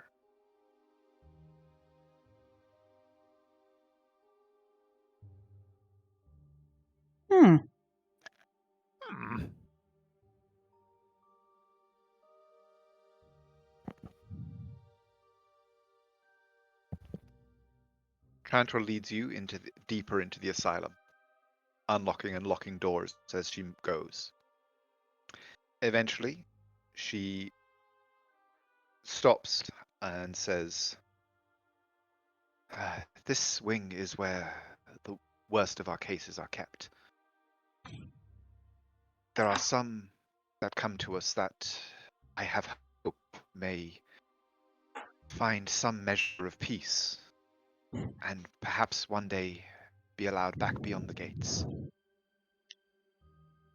Those here are not among them. Tread carefully. I was instructed, despite my judgment, to keep Dunor here for his time with us. She leads you in to a long corridor with iron doors lining both walls. Each door with a small hatch worked into it. The worst of the screams, cries of anger that you've been hearing echo louder here. She ignores the din as though used to it as she hurries deeper in. And then, toward the far end of the hall, stops at a door. Again, pausing to unlock it, opening it, and gesturing you to enter. As this is where we kept him.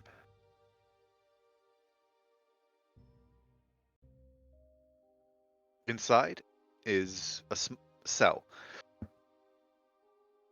A single window, barred, allowing in a few flickers of grey light from outside. There is a small cot against one wall, but what immediately catches your eye is the fact that the walls are covered in scrawling sketches, apparently made in charcoal.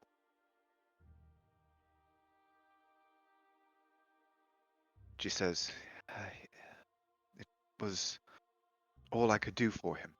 He said he needed to get them out of his head. Some of the others are able to express themselves with, well, painting, drawing, writing. I provided him some charcoal, and, well, what you see here is what I found after they took him.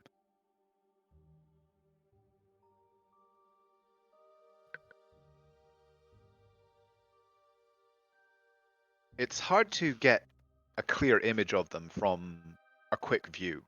Many of the forms seem quite basic, almost childlike in how they're drawn, but there is a confusion of them on every surface, many of them overlapping each other as they are scrawled across every wall, even the door that you have just entered through.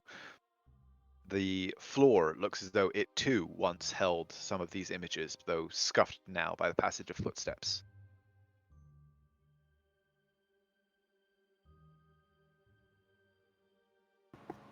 Does it look coherent?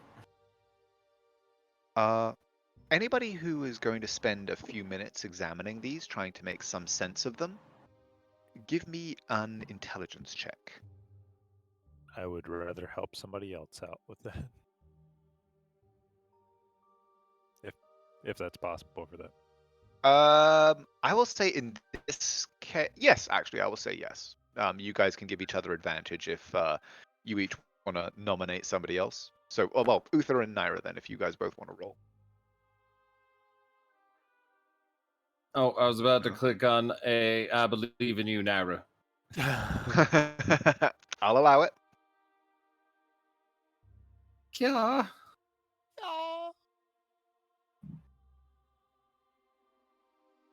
18. Okay. Spending a few minutes with your friends, having them point out specific kind of items to you as you examine them, you are able to begin to discern specific recurring imagery and patterns among the chaos of all of this imagery. And not only are you able to begin to discern certain elements with greater clarity, but with an 18, some of these elements begin to look disturbingly familiar. You recall what seems like a great deal of time ago, collecting primitive effigies of that showed fanged mouths with 5 great teeth. And many of the images that you're seeing on the walls here echo that imagery.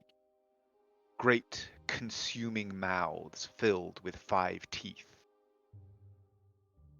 Beasts, or sets of 5 beasts consuming what seem to be primitive representations of cities across the Harashan coast. 5 sets of great staring eyes glaring out from a void.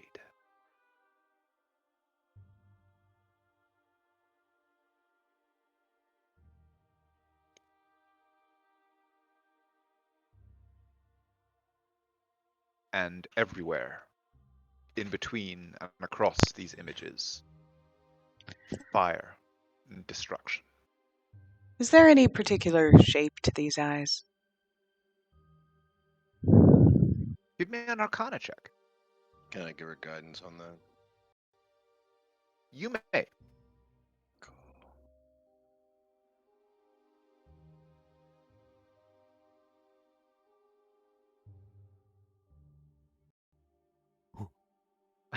Wow. With a D4. We roll a d4. We count the Ooh, d4. 25. 25. Clean. The representation is simplistic enough that it could theoretically apply to a number of different creatures, but the patterns that you're seeing, that like they average out, definitely a non-humanoid eye.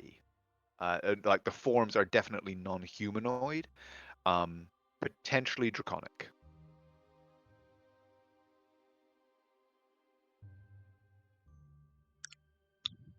Huh.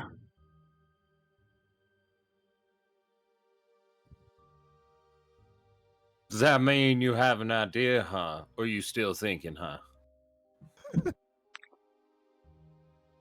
And Naira is going to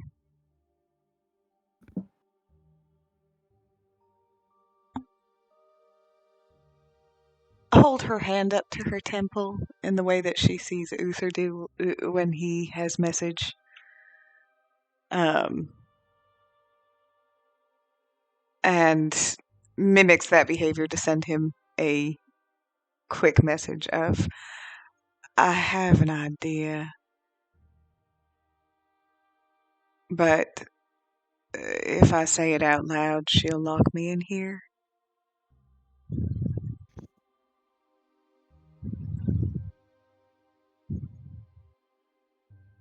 Well, then don't say it out loud.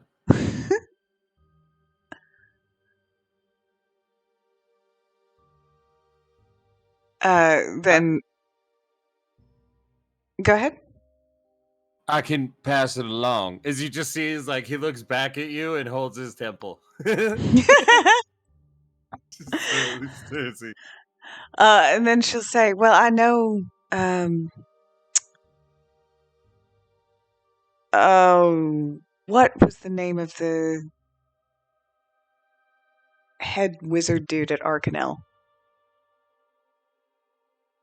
Oh, Arcanus Travalen, but he wasn't the Travalen. head of Arcanel. He was just a senior member of faculty. Yeah, but Travalen, yes, I keep wanting to call him Llewellyn. I know Travalen cast doubt on my original assumption, but I'm laying money right here. Tiamat's involved.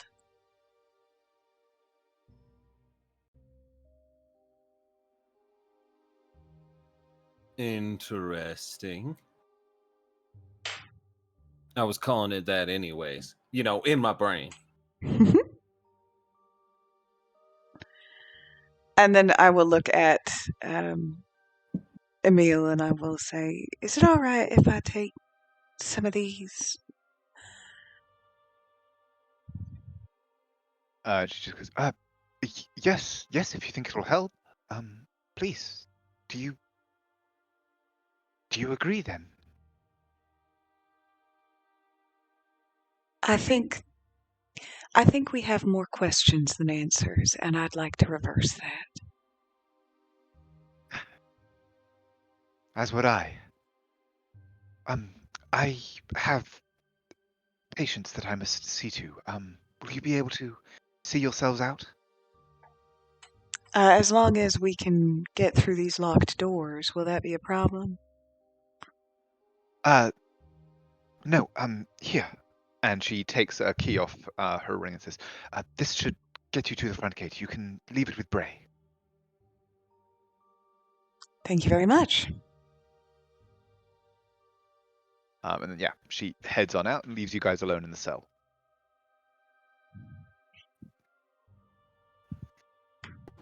Do you want to copy this down real quick? Or do you got it with your, mental picture taking?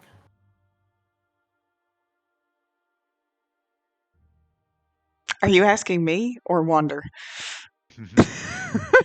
You, but now that I think about it, he looks at Wander.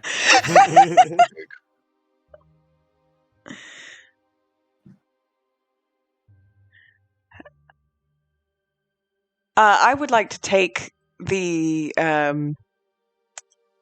the pictures that seem to indicate most, like for example, the 5 sets of eyes, Mm-hmm. and things like that. Okay, yeah. You're able to spend a few minutes quickly sketching out those details. I'm not even going to make you roll for that. Like, Naira is better at drawing than the occupant of this cell was, so it's very easy for her to, copy down their rather primitive representations. And yeah, you're able to spend a few minutes doing that. Is there anything else you want to do, or are you going to head out after that? Just for funsies, if people want a bit of an insight check, there is a little something going on with Naira. She's looking Funsies, almost pleased with herself. not fun. Not funny though. I think Uther would probably just get it. There you go. Yeah. Every single time. Naira is you're actually familiar with this. This is a sort of attitude she gets usually when she knows she is, or when she is confident she is right and other people have doubted her. She did the same thing pretty much whenever anything happened when on the trip to Morwen, when she was like, I was right and those experts were wrong. Same thing. She's thinking about Trevelyan going, he didn't think so, but I'm certain.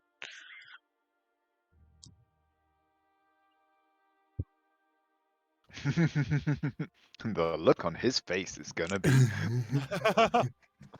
Guess what? The dragon god is involved. Right at some point, the the gravity of the situation might occur to her. It has not yet. She's just delighted that she feels like she's right.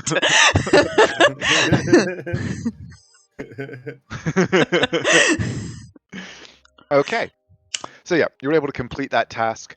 And then are you guys just all heading out? Yes. Okay. I guess we are.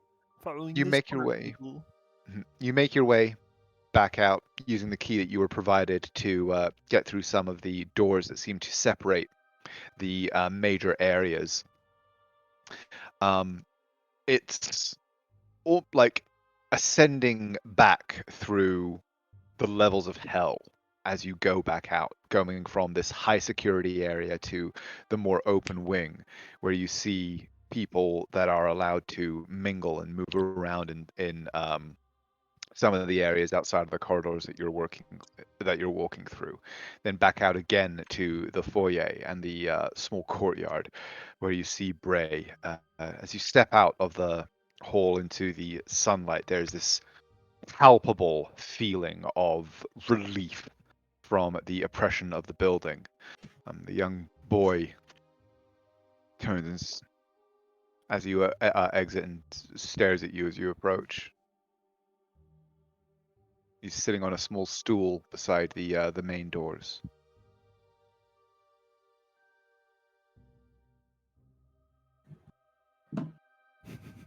Well, hey there, buddy. We gotta leave now. So I'm curious. Do you have like a bunch of friends? You know, talk to people. They're nice to you. They feed you and everything, right? Oh, yeah, Trento looks after me. Ah, you She's smiled. nice. You like Trento. Yeah, she seems nice. Yeah, would you mind opening the door? Sure. Do you like music? He goes, oh, yeah. Well, my husband and I, we are keen performers, and we'll actually be performing tonight at the Emperor's Rest. Do you know where that is? Oh, is it outside? It is. I don't go outside. Are you not allowed to leave?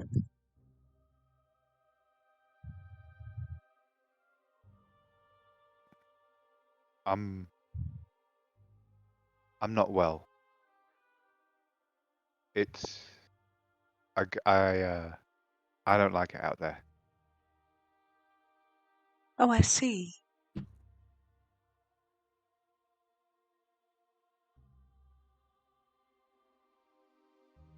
And then she looks at Uther, hoping he'll get her meaning.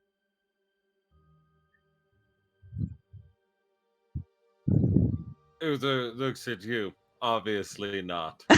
Damn it.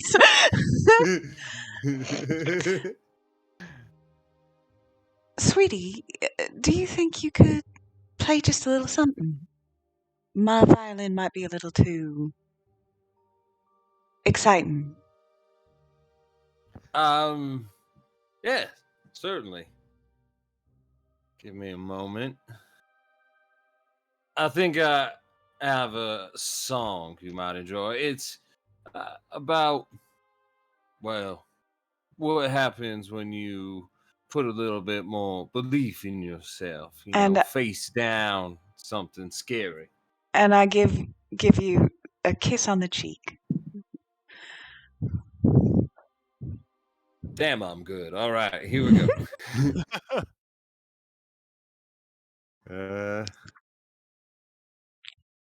And he's gonna roll plus a d6.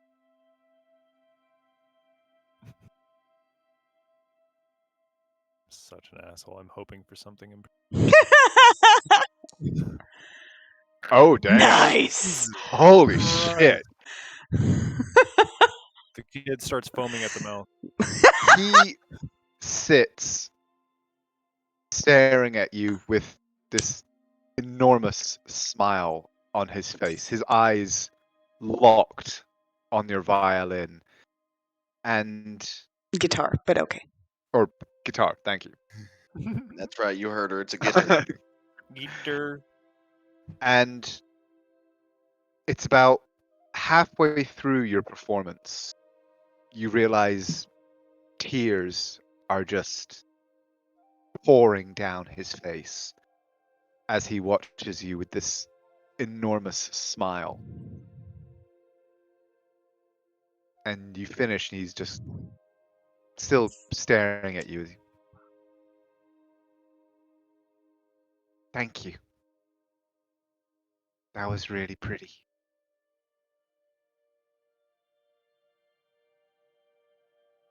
Just remember, there's not everything scary or terrible. It's a bright world, and it doesn't get less scary. You just get braver.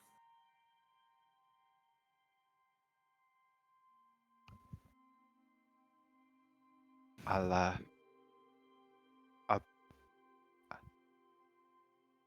okay. I'll open the door for you now. Yes, thank you. And yeah, he opens the door. I assume you give him the key back that you got, or are you keeping it? I give it back. Okay. He takes that from you. God, And that like would as just be he's the worst. and as he's about to close it, he just goes, you play really nice. Thanks. And you hear the locks being put back in place. You just gave that kid hope. Now he's going to become a warlock, become an adventurer, and die at level 1. How do you No, I feel? was gonna say, you know what's you know exactly what's gonna happen. You gave him hope that the world outside the asylum was better. He's gonna leave the asylum, and the day he leaves is when he gets murdered by the lamplight. Don't put ideas in the DM's head. That is exactly what's gonna happen, and look what you did. Oh. Naira Good just idea is a good idea. Naira just squeezes Uther's hand and just says, "I am so in love with you." He just smiles. I'm so in love with me and you too. I feel like that's a couch night kind of response. That's a Johnny Bravo response. Oh dear God! Oh no! And that was the end of Uther and Naira.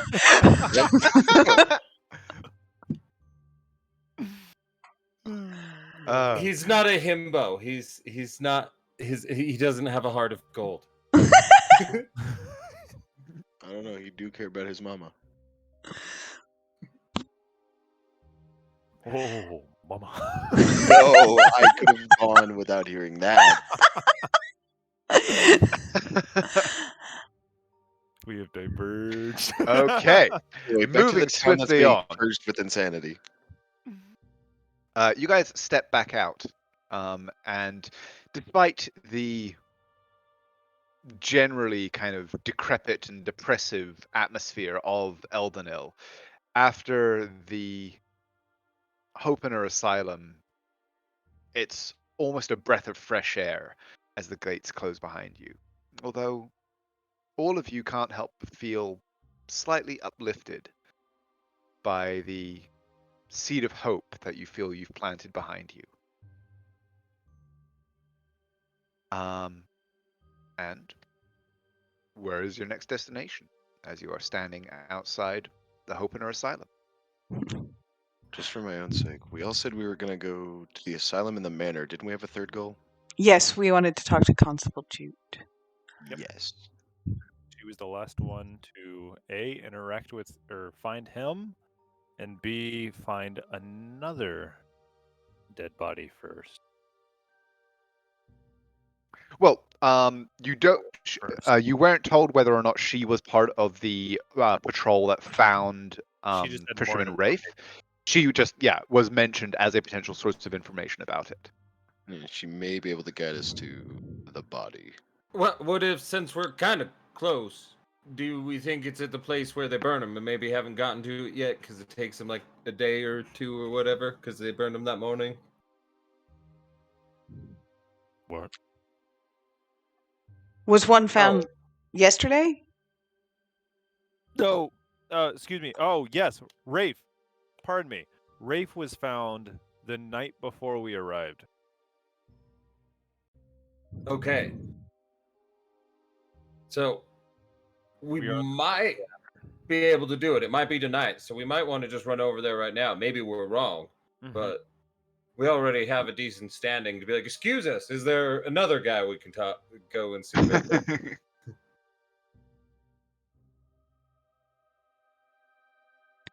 Should we? Yes. Thumbs up, Yes. everyone. Let's. Yeah. Okay, so you're heading to the And- mausoleum. Yes, and as- for not thinking of it.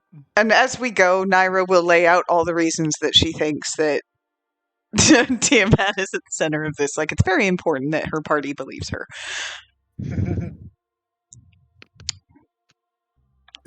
Okay. You head over to the mausoleum. Once again, I assume you knock at the door, and the little kind of hatch, and it seems to be a different figure this time. Equally kind of like short and slight and dark-eyed, but Oh, it's a family business. Yeah. I spoke with your co-worker, the other one here. It was a little bit later into the night. Do they happen to be here? You get a name? There's a few of us in here. I think that sounds right. We're supposed to come in and take a look at this thing. Yeah, you wouldn't mind if we made our way through. Listen, I know it's a little bit of an inconvenience. We're supposed to do a little bit of it. Don't worry about it. I'm willing to give you a little bit of silver just to let us make our way through, take a real quick investigation of one of the recently slain fishermen. We can keep it on the hush hush, can't we? Give me a persuasion check, and what, like, exactly how much silver are you holding up to the hatch? Oh, honey, just give him an electrum. Let's see. Maybe lol 21. Oh, right, but you're an eloquence bard. Basically reliable talent at very low level. And yeah, he'd hold up 10 electrums.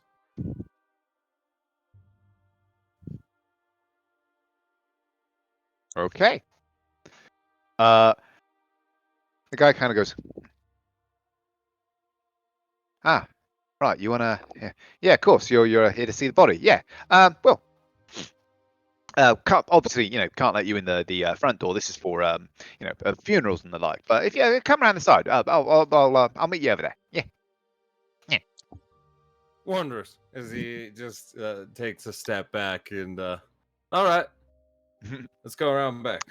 You head around to a side door that faces actually down onto the waterfront. The crumbling stonework and timber bulks of the docks here, speaking to the general disdain for or lack of care that's seems emblematic of much of Eldenil. But there is indeed a small kind of side door here, and as you approach, you see it crack open, and the guy kind of, yeah, go on in. Quick and quiet, mind, yeah. Yeah. We're not gonna do anything untoward. We just we need to make sure he passes properly before getting burned and all the like. Right, yeah, yeah. You got rights and shit to do, yeah. Okay, cool. No, should figure you, priest. Come. Just as I make my way by, I just do that welcome to church handshake, and as I do, I just hand him the 10 electrums, and then make my way by. Yeah. Right, this way, Reverend. Andrew, I love you. And he leads you through some down down a corridor to a chamber that seems actually slightly below ground level.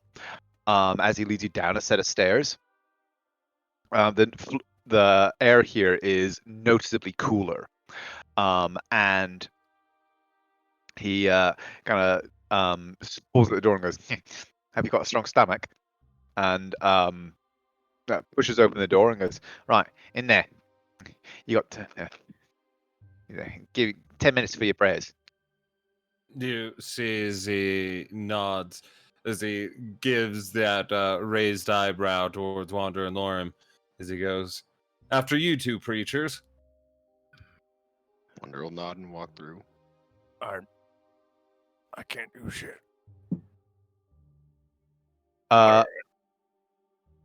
Inside you see the remnants of a body,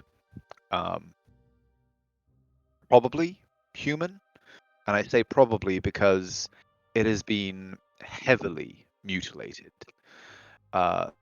What scraps of clothing there are left are torn and bloodstained.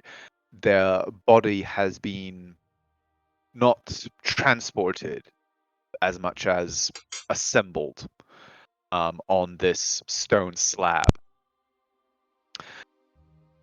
There's just almost a pile of parts more than a recognizable body. But Wander, give me a medicine check. Can I help? Okay. Or yeah, For the sake of it, can I guide? sure. In fact, yes, absolutely, you can for this. Cool. Medicine, hiya. Don't do it to yourself. Do it publicly. Don't take that out of context. And you did it privately. I didn't. It says public. This is bullshit. I'm not. All right. I'm not gonna change anything. I'm gonna do it anyway. I'm gonna do it again. So after you hit public, then you have to click whatever thing you're trying to roll. I'm going to change nothing and do it again. I'm going to change nothing that I did and do it again. And there it is. I rolled the D4 anyway because it's funny. I'm sure it makes sense. You know that based on your understanding of your own powers and the prayers that you channel, that a functional skull and mouth is required for the Speak with Dead spell to work. And with a 28, you are able to basically reform enough of the head of this unfortunate individual that you are reasonably confident that Speak with Dead will work. I was about to say, technically it's an object now, so couldn't you just cast Mending? Actually, I'll get out my hammer and just,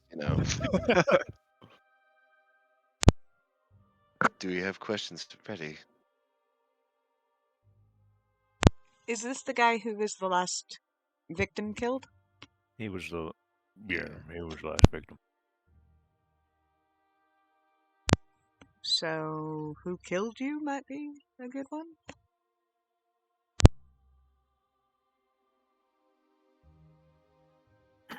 Yeah, that is one of 5. What led to your death? Lead with that one, actually. What's the best description of your killer? You know? Through the last 4 years social. Mother's maiden name. The hell's a social? Your cell phone. You don't have one of those? Huh? In character, guys. Come on, stay in character. Anyway. Sorry.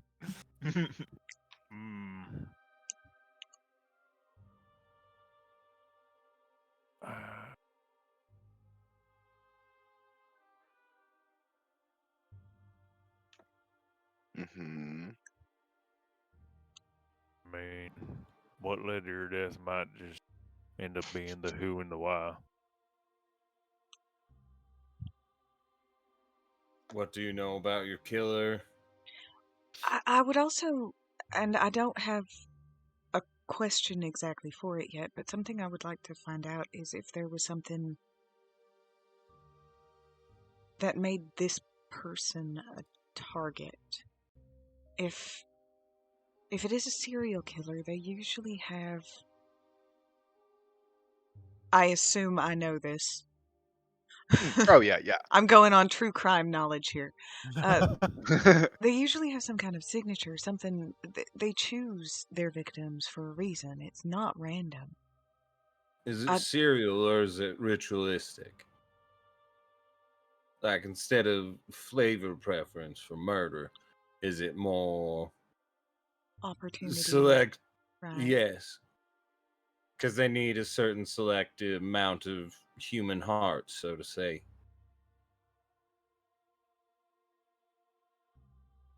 Man, it's not really hard to make it seem like the targets are random. To throw off that sort of trace of thinking. Makes them harder to catch. They have a preference, and you can start winding it down. If you don't have many questions to ask, but you have a lot available, you could ask him if he had any nightmares leading up to it.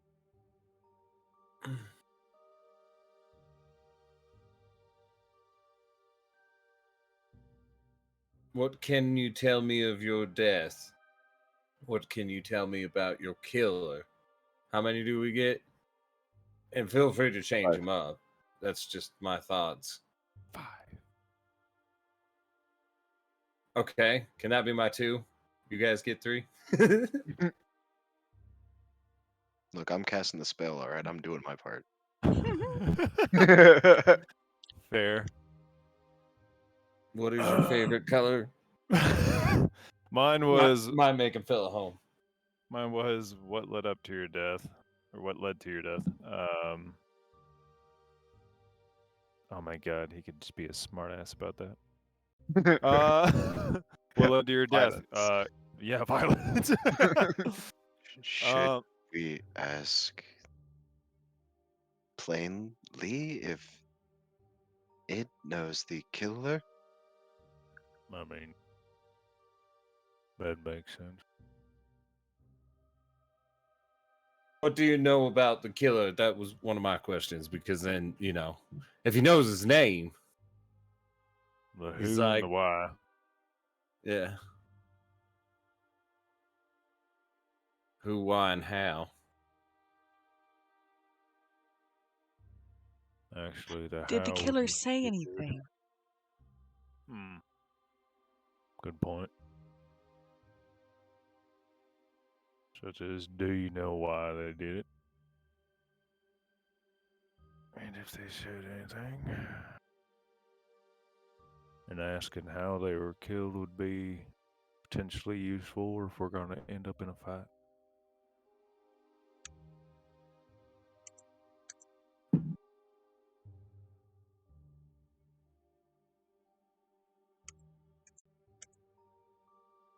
I mean, that's 5 right there, isn't it? Let's do it. What were the What 5? specifically? I've got Yeah. 3. I've got what can you tell us about your death? What can you tell us about your killer? Did your killer say anything? Yes. How did they kill you? Wouldn't that be covered under what can you tell us about your death? Yeah. True. We have the nightmare question. Oh yeah, that's a filler question. Yeah, but we got 3 questions and we're looking for filler. Do you know why you were targeted? Where's your family? And then we'll give them a bunch of money. I mean, I would be all for that, but would we prefer to know about the nightmares or the family? Nightmares.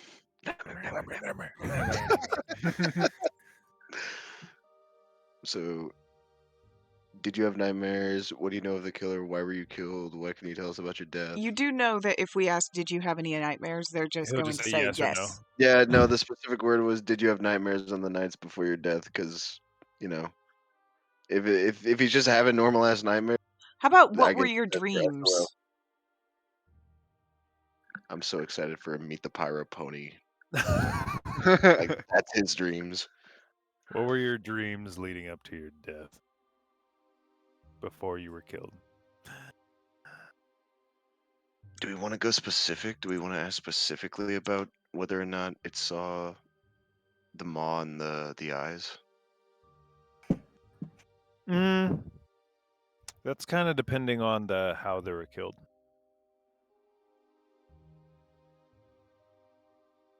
And like, what can you tell us about the killer or death?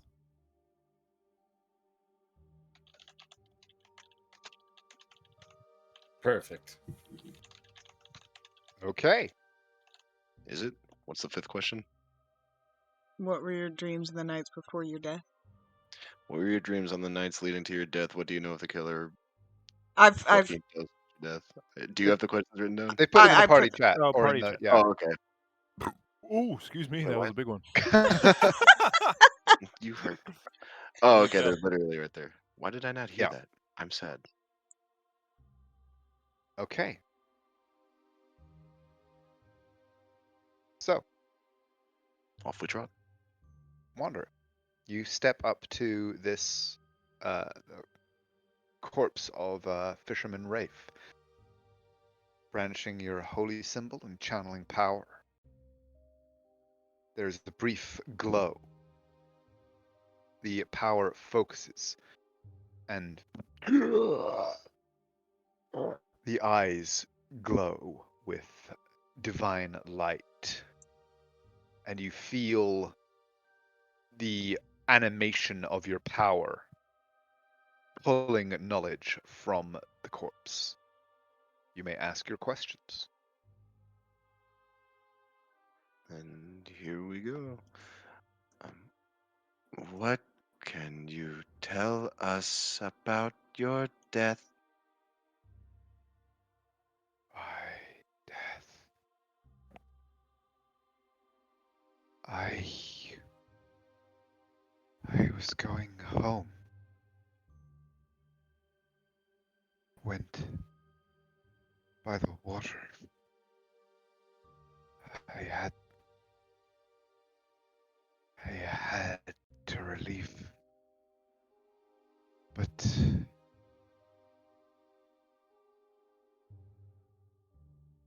they came for me out of the fog, attacked, teeth, claws, knives. They struck me.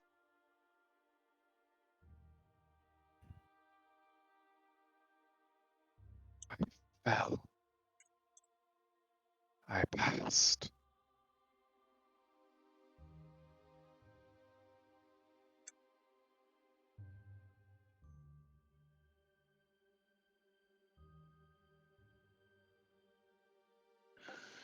The answer you receive. That is a good answer.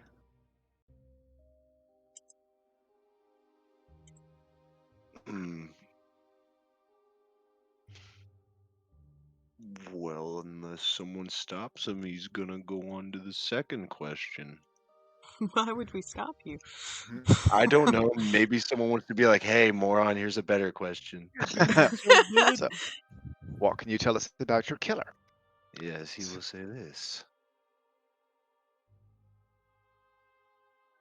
Cloaked, hooded,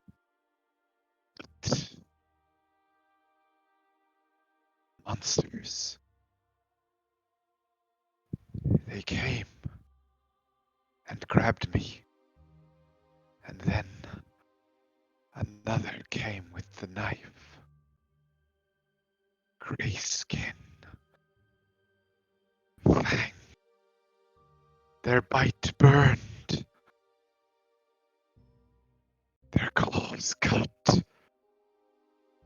They breathed upon me, and I felt the pain.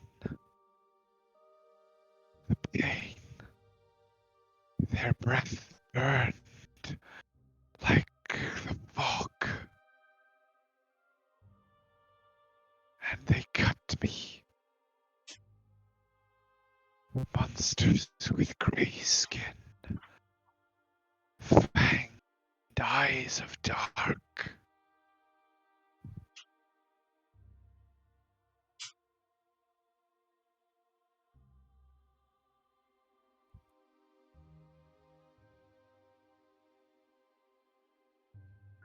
Wonderful news. I will at this point suggest that Wander say killers rather than killer.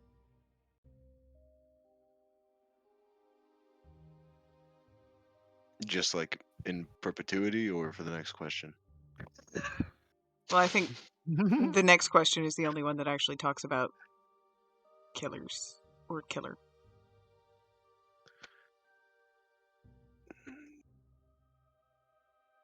Okay. Then, next question, he'll say, "Did the killers say anything?"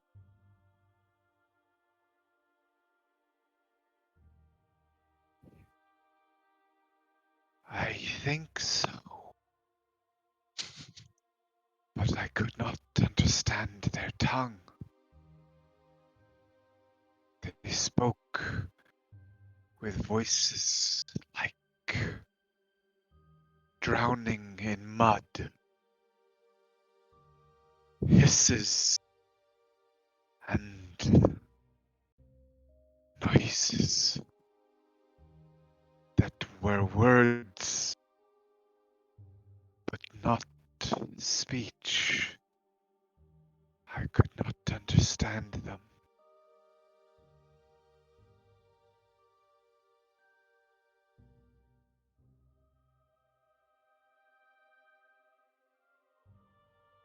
More wonderful. And then on to the next. Do you know why you were targeted? No, I was going home from the tavern. I had been drinking. We'd had a good catch, and I stayed late. I walked along the water, and then they came for me. I had never seen them before.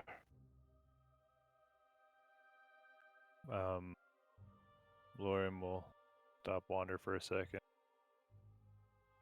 Speak to the group. You can either ask about the dreams, but I don't know if he would have had any. Doesn't seem targeted. Or we can Agreed. ask what time is late.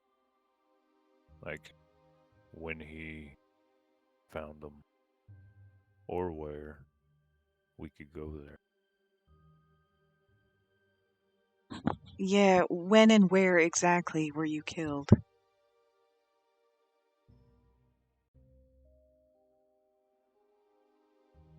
She says with a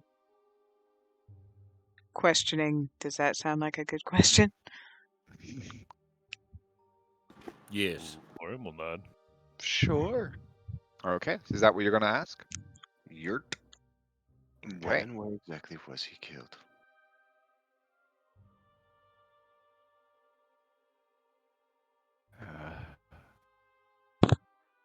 Hours after sunset.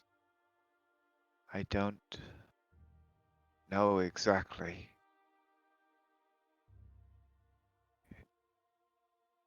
Drank until bottle was gone. Walked along the waters in the low quarter. Going home. Then they came for me.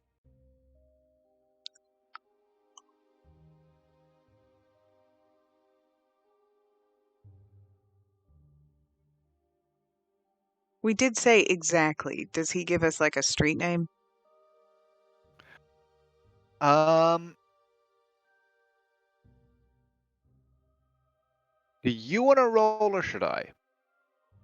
You, please. I don't want to fuck it up. Woot.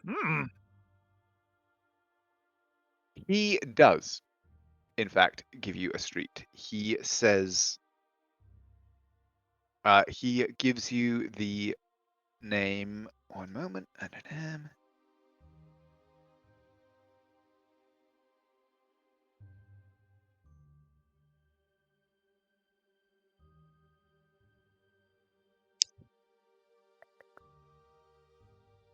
There we go.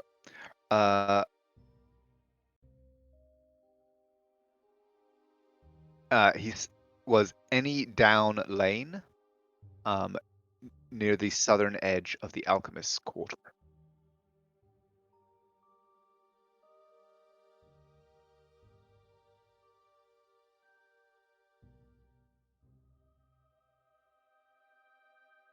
God, dead people are just so enlightening.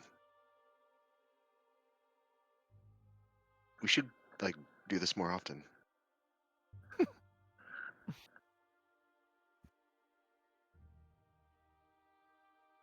Let's just go around killing people, then ask them questions. 5 exactly. For the sake of just asking it so that I don't forget and we can all think about it. Does the creatures that he described, do they obviously it's kind of a vague description, but do they kind of remind us of the things that we fought in the that abandoned what was it, the smuggler's den up above the wraith's place where we got the booze? Oh, the alchemical ghouls? Yeah, those. Potentially. I mean, yeah, like could be. It again, it is quite The broad. wraiths It being it people could boss. it could apply to any to a number of creatures. But yeah, I mean, like they do fit the bill. Okay. Just putting that out there. But after that, I mean, the spell's over.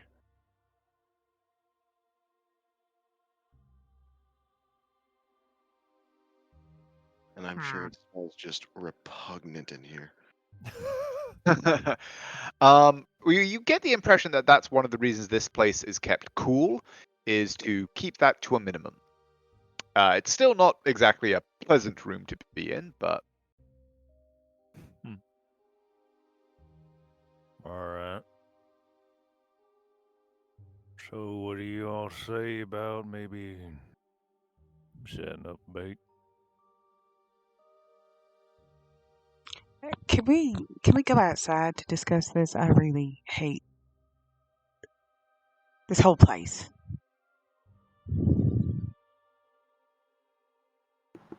I mean, sure, but feels cozy to me. I don't know what's wrong with you, Lorium. A lot.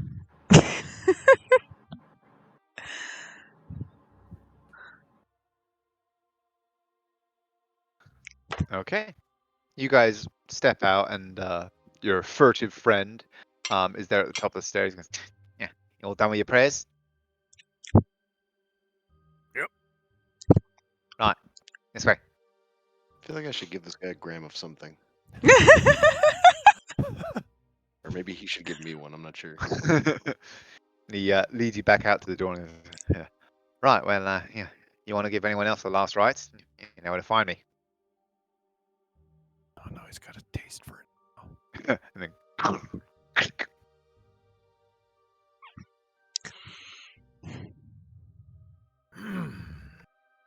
Alright, we're outside. All right. So you said something about bait? Yeah, and that clearly can be Wander or me.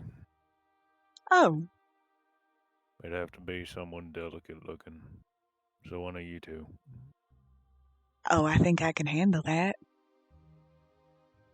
Are you sure? I don't want to make you have to do it if you don't want to. Oh, no, it's really fine. I'm used to people underestimating me. I mean, maybe act drunk and out of sorts, so whoever would have more fun with that.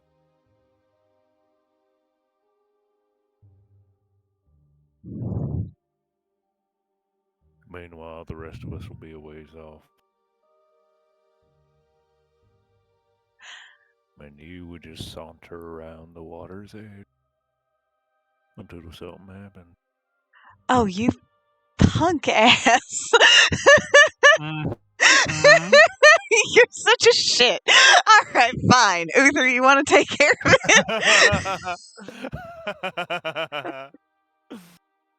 Alright, but I want the waves to hit you.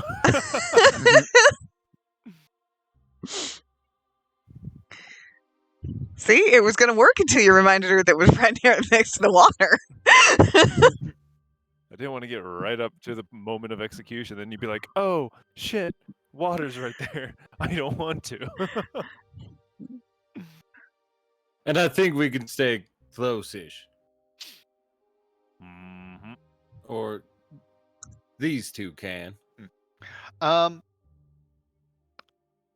would say that you guys, in your investigations up till now, you have learned that most of these killings were at least several days apart. Do we have a pattern that Naira would recognize? Like, usually every 3 days or some part of the lunar cycle? Or a pattern of like. I'll say that 4, you and 5, 4, Uther, 5. like, as you were specifically asking about that in the tavern, so you could have gotten some more detailed information. And curiously, no, there doesn't actually appear to be any specific. Well, actually, give me an insight check, with advantage, because the two of you are all of you are considering this data together. We're all about to be on the night shift investigation watch. Ooh! Ooh, damn. So with a 24, I will say when you are considering all of the information that you have gotten and looking at everything, the description of everything that you've received up until now, there doesn't appear to be a discernible pattern, but perhaps almost deliberately so, where you get the idea that these killings are in service. They are not a service unto themselves. They are part of something great. They are in service of something greater.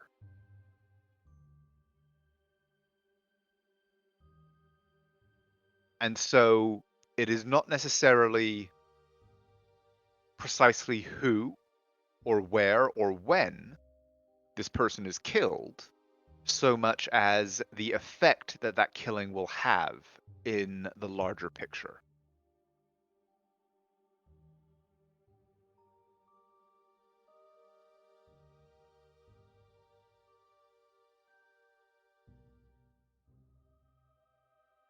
Knowing discord.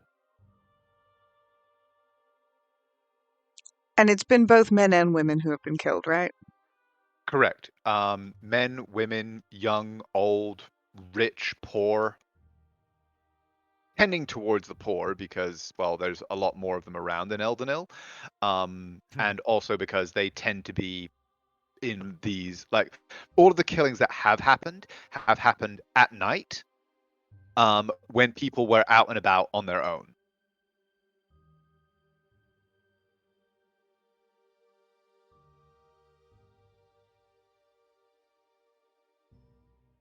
All right. So we should probably try again maybe tomorrow night. Would that be enough of a gap, or should it be 2 nights from now? I mean, honestly, if you wanted to, you could just act like you're getting drunk every night. And during the day, we can question people. And maybe that would get their attention. Whoever's controlling this shit. Which would make you a prime target when you're alone and drunk. Whichever one of you end up doing it.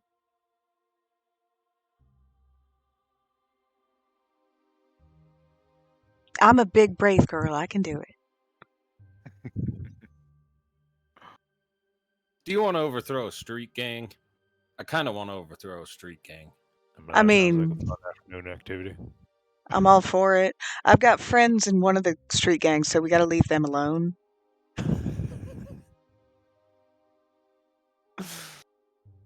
But the other one, they're enemies? Yeah, absolutely.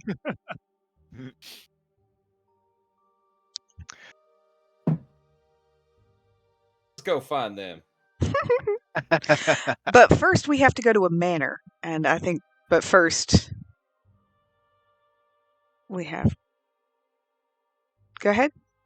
Well, I was just going to say, yeah. So you did mention that you wanted to go to Dwellin Manor and also to seek out this Constable Jute. But given that it is 1:30, this actually seems like a decent place to leave it for the night. And we will pick this back up at 7 p.m. tomorrow, if everybody's up for that. Yay! Yay!